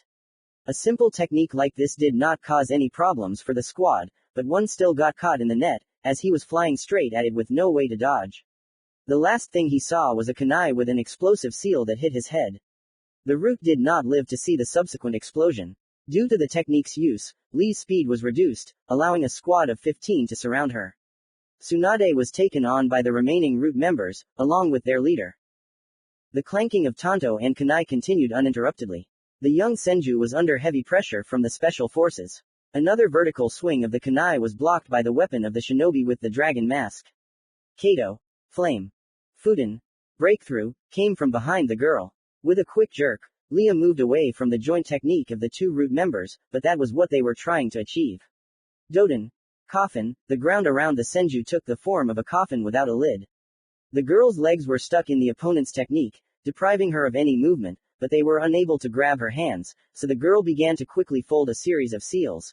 Doden, thick wall, Leah said, reaching her palms to the cold ground with difficulty. The wall grew just in time, because the next moment a water ball hit it. Raiden, ball lightning, electric yellow balls crashed into the wall at high speed, destroying it. However, inside the coffin was a huge pile of clay, which eventually exploded, killing two guys. Behind the third tree, the Root Anbu member in the rat mask said coldly. Doden, body strengthening, whispered Leah, enveloping herself in earth elemental chakra, thus forming a strong protective cover. It won't protect against powerful techniques, but it will allow her to fight enemies in close combat for a while. A jump, and the girl appeared behind the sensor and sent him into a tree with a blow. The immediate reaction from the other participants in the battle made Leah's task more difficult. The techniques repeated each other, preventing the Akatsuki member from getting too close, but it didn't produce any useful results. After forming a series of seals. Jushi, resin world, Leah said, making the last seal, and released from her mouth a fairly large amount of resin, which increased at an incredible speed, capturing everything in its path. Only one member of the Root managed to avoid the technique, because the subsequent explosion made him show some emotion, namely fear. Tsunade easily defeated all the Root members, except for the escaped Sai. Now the elder Senju watched the huge explosion and the fall of her adopted daughter. Having moved with a shunshin, the princess of the slugs managed to catch the girl before she fell to the ground. The morning for the Uchiha began with a quick preparation for moving to another lair of Orochimaru. All because the spies of the Snake Sanin noticed Naruto Uzumaki in the company of an unknown girl near one of the prison shelters for failed experiments. How long does it take to get to this hideout? Hitaki asked Uchiha, approaching with a map in his hands. There was a small cross on the map. Sasuke looked at the map and answered without thinking. 2 days by the upper routes. Then we'll move out as soon as you're ready. Perhaps a battle awaits us, Kakashi said monotonously, folding the map. Do you think Uzumaki will start the battle? I don't think he's stronger than you, Kakashi, Sasuke said warily, thinking over a possible battle plan. Perhaps, but he will not be our opponent, but Akatsuki. Be prepared for battle. We move out in 10 minutes. Got it, sensei. Chapter 33 Nuba's Attack. The night passed unnoticed by the two Jinchuriki. The sun slowly emerged from its hiding place, giving the world the opportunity to enjoy a beautiful sunrise. The young Uzumaki lay quietly on a tree branch and watched this beautiful picture. The early cool wind gently tickled his skin, causing the blonde to have a pleasant feeling of awakening. Taking a deep breath, the guy's chest rose slightly, after which it gradually began to fall to its original position. Folding 2 fingers of each hand into a cross, he quietly said, Ninmo, shadow clone. A soft pop sounded near Uzumaki, causing the latter to chuckle slightly. The clone, without asking any unnecessary questions, disappeared into the shunshin, leaving the original guy alone. The clone thought the same as Naruto, which was both a plus of the technique and a small minus. When creating 2 or more clones, you need to manually issue a task, because the clones think the same way, rather than risk starting the same thing at the same time. The clone quickly caught 2 hares near the camp and began the process of preparing breakfast. Meanwhile, Fu woke up to the delicious smell of meat. The first thing she saw was the fluttering fabric of the roof, but the smell of freshly cooked meat was felt outside the tent. Slowly emerging from the shelter, the girl immediately noticed the blonde man slowly roasting meat over the fire. "Good morning," Fu said, sitting down next to the blonde. "Good morning to you too," Naruto said in response, not looking up from his cooking, and then continued talking. "Did you get enough sleep?" "Of course I got enough sleep." With these words the girl gave the guy a slap on the back of the head with the words, "And you're a liar." "What?" Uzumaki said in confusion, looking at the enraged Fu. "By the way, we had an agreement. You deserved more rest in comfort than I did." The girl tried to impose her thought. Naruto only laughed at this, for which he received another powerful slap on the back of the head. This atmosphere began to remind Naruto of his only childhood friend, Shiro. Long violet hair and crimson eyes were spinning in the boy's head. Almost every day he thought about her, because he left the village, leaving her alone. He broke the promise he made almost 10 years ago. Flashback. The hospital of the village hidden in the leaves is a large 3-story building located near the main street of Konoha. The hospital's appearance stands out from the general background of the village. The walls are painted bright pink, a straight blue roof with small downward slopes at a 30-degree angle. In front of the entrance to the building hangs a small canopy the color of the roof, and above it is a large hieroglyph for medicine, in black on a red background. On the second floor, there were many important political figures of the village of Konohagakure no Sato. Tension was flying in the air, causing panic on the faces of all the doctors and a couple of civilians. 3 people were to blame for this, although in fact, 2 were to blame. The first was a young chunin, Nuba, who decided to destroy the demon and become a national hero. The second guy, Lauder, shortly before this incident received the title of Junin, in order to find out how his parents died. They disappeared from this world on the night of the attack, but were next to him during the rampage of the Kyuubi. As it turned out later, only illusory clones were with the guy, and the parents themselves went to Shinigami, holding back the onslaught of the 9-tailed demon. The third was a 6-year-old girl named Shiro. She was the sister of the Chunin. The mother of these children died from wounds received on that terrible night for Konoha. The father died on a mission at the hands of bandits a couple of weeks ago. Only he could contain his son's anger directed at the Jinchuriki. Now no one could stop the boy. Chunin and Junin attacked in the dead of night, kidnapping the Jinchuriki from his home. Nuba left a clone of himself at home to prevent his little sister from escaping, but when the clone checked his sister's room, he found no one there. With a soft pop, the clone dissipated, transferring his memories to the original. Then the boy became furious with fear for his sister and began to beat little Naruto with renewed vigor. Shiro ran as fast as she could towards the police station. After about 10 minutes of running, she began to gulp air. The child's endurance was taking its toll, but she was lucky to some extent. A 4-man police squad was making their usual rounds when they saw a little girl running down the street, breathing heavily. "Where are you running and where are your parents?" the squad captain asked the girl, appearing next to her. "Please help me. My brother has gone to deal with the demon of this village. Please stop him," the girl said quietly. The captain and his squad immediately understood everything. "Rei, you're coming with me. Sigo, go to the Hokage. Minode, prepare the prison cell." The dark-haired man gave commands, then turned to Shiro. "Run home, I'll come to you in the morning and take you to your brother," after which he disappeared in the shunshin together with his partner. Now the captain and his partner quickly moved from roof to roof until he heard an explosion. Arriving at the scene of the noise, the 2 police officers found a terrible picture.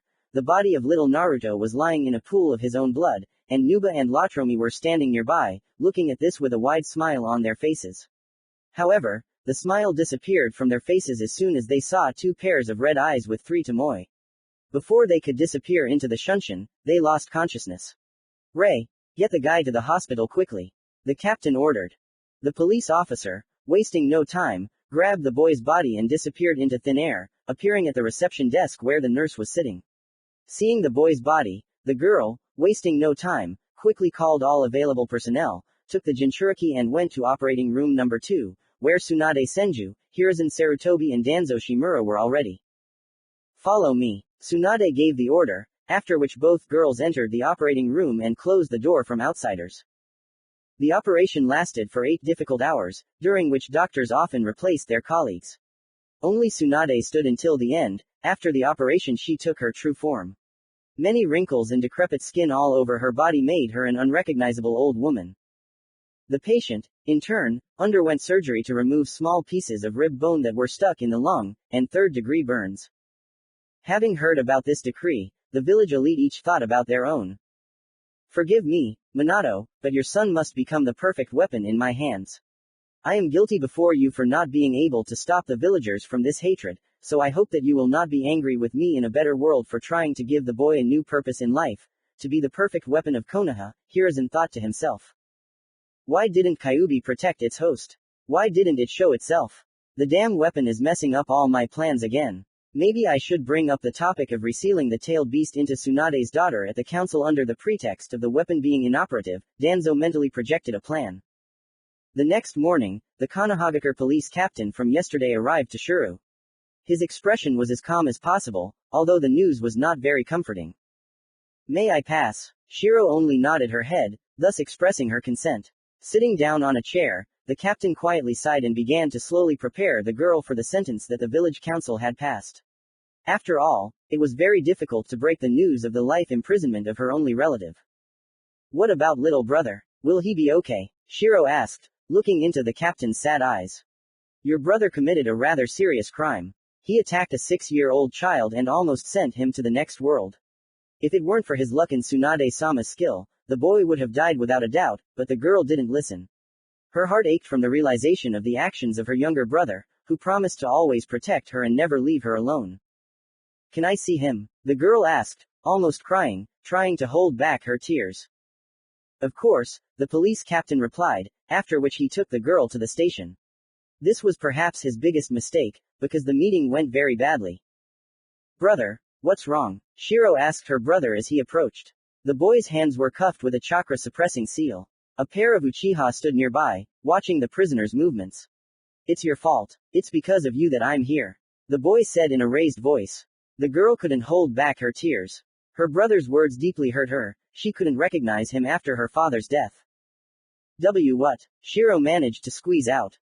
Why did you call the police? You always ruin all my plans just like my father. Get out of my sight. The guy screamed like crazy. In response, he heard only loud sobs, which made him furious. I said go away, the prisoner said, swinging his arm, but was stopped by 2 Uchihas. The captain slowly called his subordinate over and ordered him to calm the girl down and take her to the hospital to see a psychologist. 2 days had passed since the completion of the operation. The Jinchuriki had been unconscious all this time, causing most of the Konohagakure no Sato council to worry, despite the assurances of the village's best medic. In parallel with this, Shiro visited a psychologist, for support from other people. Still, rumors about her brother's actions began to spread too quickly throughout the streets of the village, causing a dual attitude among people. Some of them sincerely sympathized with the girl, while others, on the contrary, looked at her as the main one in her brother's actions. Still, rumors were not always true. One day, when Naruto was transferred to a separate ward, a key moment in the lives of both teenagers occurred. On the surface, an ordinary morning was no different for the children. Naruto was undergoing a comprehensive medical examination, and Shiro was heading to another meeting with a child psychologist. This psychologist is also included in the comprehensive mental health check. However, on this day, the doctor decided to see both children at the same time. A soft knock on the office door interrupted the conversation between Shiro and the doctor. The door opened quietly, and a yellow-haired boy entered the room. His entire body was covered in fresh bandages. Naruto, come in. We have a group lesson today. Sit next to the girl, and I'll go get your medical record, the doctor said in a pleasant voice, getting up from his chair. Uzumaki slowly walked up to the empty chair and quickly sat down on it. Shiro wasn't a stupid girl, so she recognized the boy almost immediately. It was her brother who did this to him. No matter how many times she asked the psychologist, he always answered the same thing. I don't know why your brother did this. This boy definitely doesn't deserve such torment. Her thoughts were interrupted by Naruto's voice. Hello, I'm Naruto Uzumaki, and what's your name? The Jinchuriki said, smiling widely. Hello, my name is Shiro, the girl said quietly. She was haunted by a feeling of shame for her brother's actions. Time flew by. The friendship between the two children grew with each passing day, but because of the blonde's reputation, their meetings were rare and short. Soon Shiro began to get confused in her feelings, because after Naruto's supposed death, she could not find a place for herself. Sometimes at night, unpleasant thoughts about suicide would creep into her. Fortunately for her, Uzumaki was resurrected from the world of the dead and began to pay more attention to her. But this did not last long. At that time, the Chunin exam was taking place in Konoha, in which Naruto participated. Before the third stage, the girl received a letter from the captain of the 4th Department of the Military Police Konohagakure no Sato, Yamanaka Inakaya. It contained the following information. Shiro Mitsuko, 24 hours ago, your closest relative Nuba Mitsuko was released from the Konohagakure no Sato prison. According to medical personnel, his mental health is extremely unstable. Be extremely careful and in case of danger, contact any branch of Konohagakure no Sato. Show the letter to any person in military uniform inside our branch. Most importantly, do not forget the evidence against your brother. Captain of the 4th Division of the Konohagakure no Sato Police Department, Yamanaka Inakai. Fear slowly crept into her heart, fear not for herself, but for her close friend. The girl still remembered her brother's nerve creams, who promised to kill the demon in human flesh, after leaving prison. Her hands trembled slightly, and her thoughts tried for a long time to force her to tell Naruto about her brother or not to distract him from important training. The title meant getting closer to his dream for the guy, to become the Hokage of this village. The day of the attack on the leaf caused a general panic among the people, but for the good of the girl, she was quickly shown the way to the shelter. But this was the last conversation the girl had, because she noticed a person she knew with two, to whom an exploding seal was attached. Run. That was the thought that was spinning in her head, but she couldn't make it happen. An explosion thundered over the girl's head, deafening her. Lost in space, she noticed the falling debris of the building too late. A few seconds later, the girl was already dead under a pile of stones at the hands of her brother. Nuba disappeared from the village in search of strength to kill the Jinchuriki. End flashback. Fu looked at the blonde's sad face and tried to shake him up, pulling him out of his memories. Naruto, I sense the chakra of two people somewhere underground. One of them is approaching us, the other is heading west. After saying this, Naruto formed a concentration seal and the next moment, two swords appeared in his hands. Fu released wings from her back, similar to Chomei's tails. Attack, Fu said, jumping into the air and dodging a kunai strike from underground. An adult man with short black hair emerged from the ground. The stranger's appearance was quite unusual for a resident of one of the great ninja villages. A dark-colored chest plate paired with purple pants. On top of the chest plate was a dark blue cobra with a prominent metal insert engraved with the symbol of the demon country. The stranger's gaze was satisfied, because he had found two demonic offspring at once to absorb their power. What a meeting, little fox. It's been 11 years since our last meeting. Have you really forgotten me? Nuba said with feigned sadness in his voice. Although there's no need to answer, let me remind you. Alleyway, explosion tag, Shiro, the attacker said with a monstrous grin. Naruto's eyes widened for a few seconds before he instantly grabbed the handles of his blades and appeared in front of Nuba in Shunshin. The brunette took a step back, dodging the blade of the sword, and then delivered a vertical kick to his chin, sending him flying into a tree. Slowly, Nuba said, appearing behind Fu as she flew at him, sending the girl flying into the ground with terrible force. A curtain of dust rose as the seven tails fell. Naruto, who had come to his senses, covered his blades in red lightning, then cut the air, releasing two waves of electricity. The dust cleared, but Nuba was not there. That was close. Even a little dangerous, I admit. However, you are too weak, Fox, said the opponent, after which he made a series of seals. Kaden. Demon Ray, said Nuba and released a fiery beam from his mouth. Luckily for Naruto, he managed to dodge the technique, but he had to quickly jump to the side, because a few seconds after the beam contacted the ground, it exploded, and the smoke from the technique took on the face of Shinigami. A precise kick to the head followed immediately after the technique ended, not giving him time to regroup. A series of combination techniques reached the blonde, causing increasingly serious damage. Having made the same series of seals, the man said, Kaden. Demon Ray, a second beam flew out of his mouth towards Naruto, who was making hand seals. Akai Inazuma. Pitch darkness, Uzumaki said, firing a large red beam towards his opponent's technique.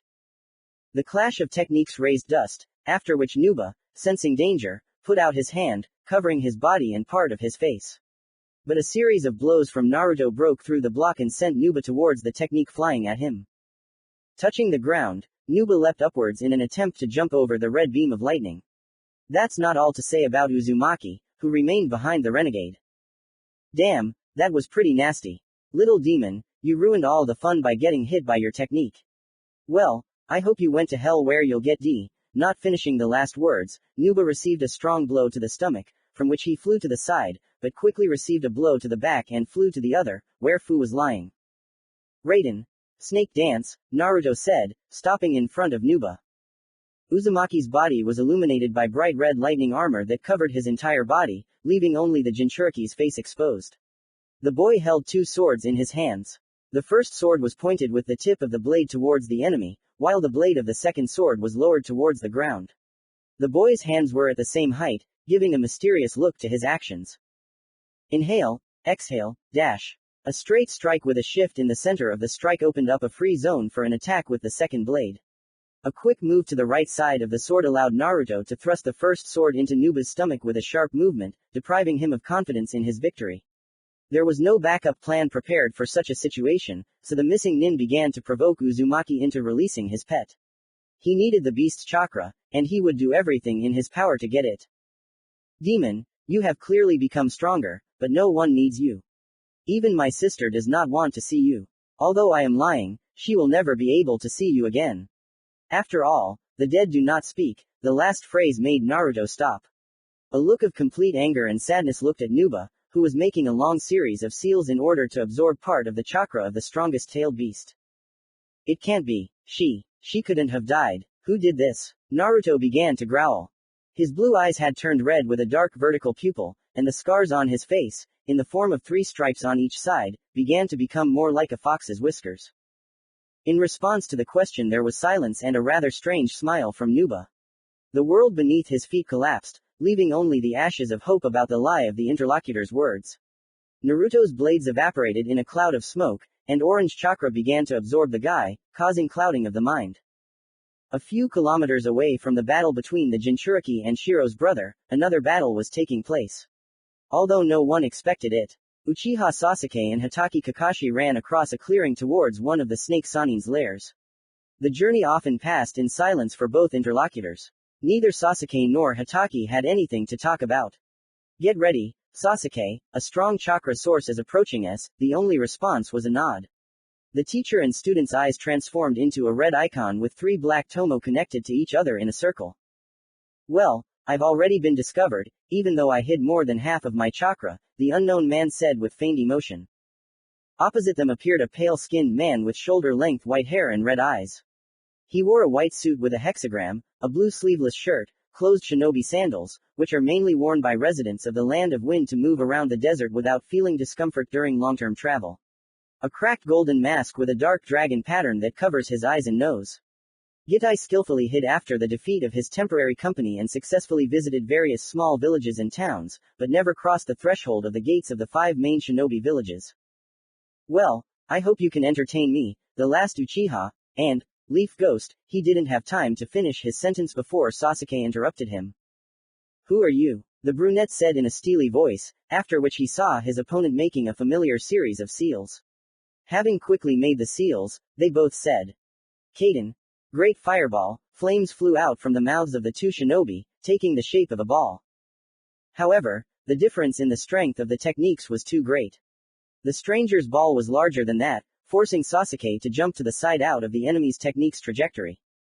The sound of birds chirping came from behind the white-haired boy and made him turn his attention to Kakashi Hatake, who was 5 meters away from Gitai. The attempt to move with Shunshin was successful, but the technique did not reach the white-skinned boy, who, standing still, intercepted the hand covered in lightning flying at him. A scream of pain echoed across the clearing. Drops of blood flowed down the white-haired man's hand. The technique had reached its target, piercing his opponent's hand. The scream stopped as abruptly as it had begun, and Kakashi received a knee to the face, after which he flew into a tree. I admit, it was painful.